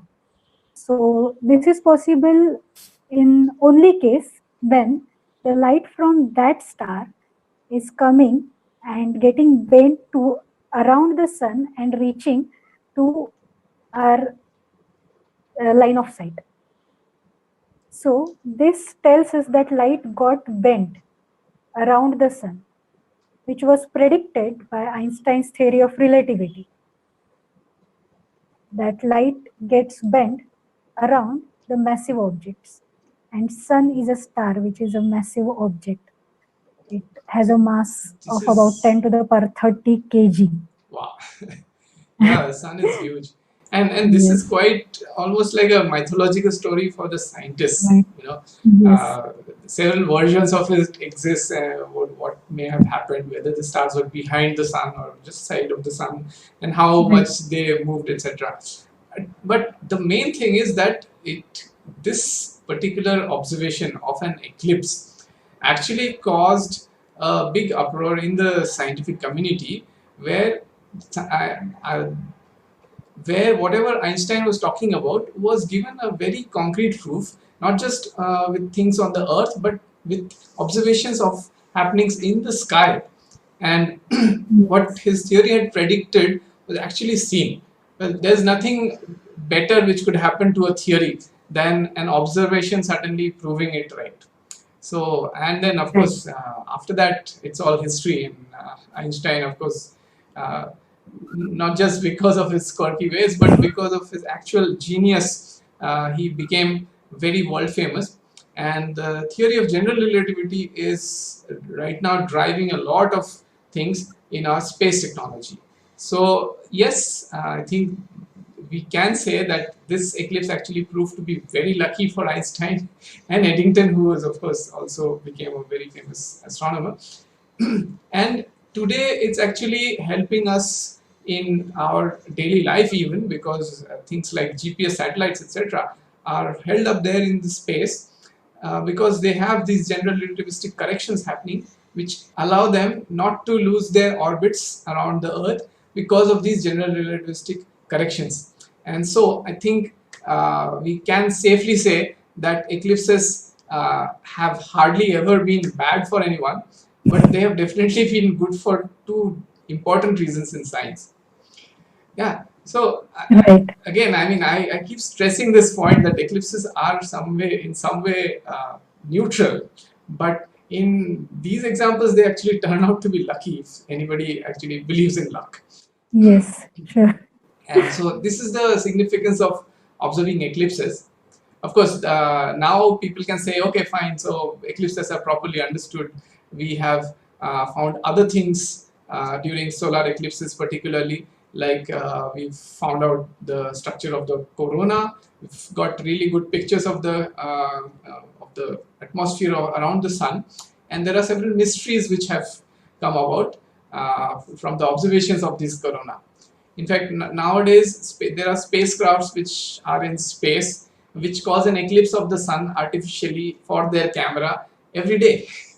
And they take something called a coronagraph. So we are studying the sun from space and using this same thing called an eclipse, right? So something very similar to the moon coming in between the Earth and the sun happens there, where a small piece of a disk is brought in between the sun's image and the camera. Right?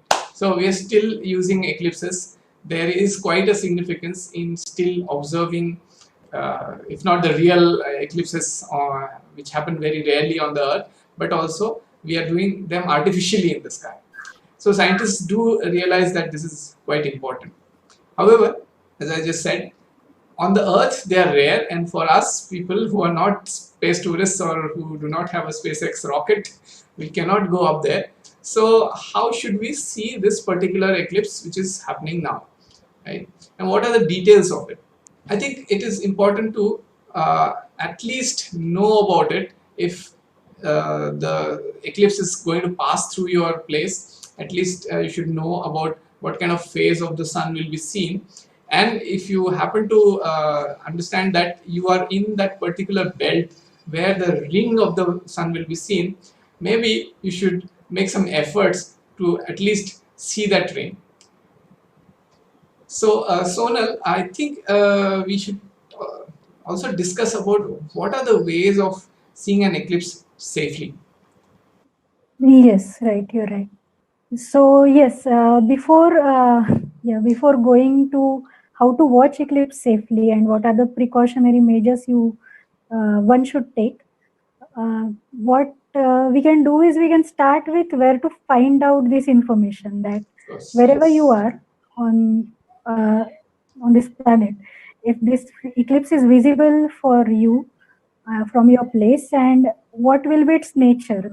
Is it going to be an annular eclipse, or is it that the partial eclipse will be visible from your place. So how can we find out? Can you please just share how to find out these things? Oh, of course, yes, we should get information about the eclipse first. And so for that, my favorite resource is the website of the Astronomical Society of India, which is particularly for this particular annular eclipse that is going to happen. So that link is found in the description below. But other than that, you can also download an app on your phone. The app can be found easily on Google Play Store. It is by one of my friends and colleagues, Alok Mandavgane. He has worked with the Astronomical Society of India to make this app, which gives you proper details about this annular solar eclipse. So it's called Annular Solar Eclipse and easily available on the Play Store. So this is made for Android devices, and after you install it, you basically have to give details like what is your longitude, latitude through your GPS, and it can allow you to calculate what kind of phase of the eclipse that will be seen at your own place. Other than that, of course, it gives you the whole map of the places where the eclipse will be seen, and you can click anywhere on it and get the phase of the eclipse. Phase is something which describes the kind of shape or the hidden part of the sun. So it will show you a simulation of how the sun may look like at the maximum time of the eclipse at that place. It will show you when it will start, when it will be in the middle, when it will be going to end. Right. So these are different details that you can find right from one app page about the annular solar eclipse coming up. Other than that, there are various international level resources available on the internet. One of them is the website called timeanddate.com.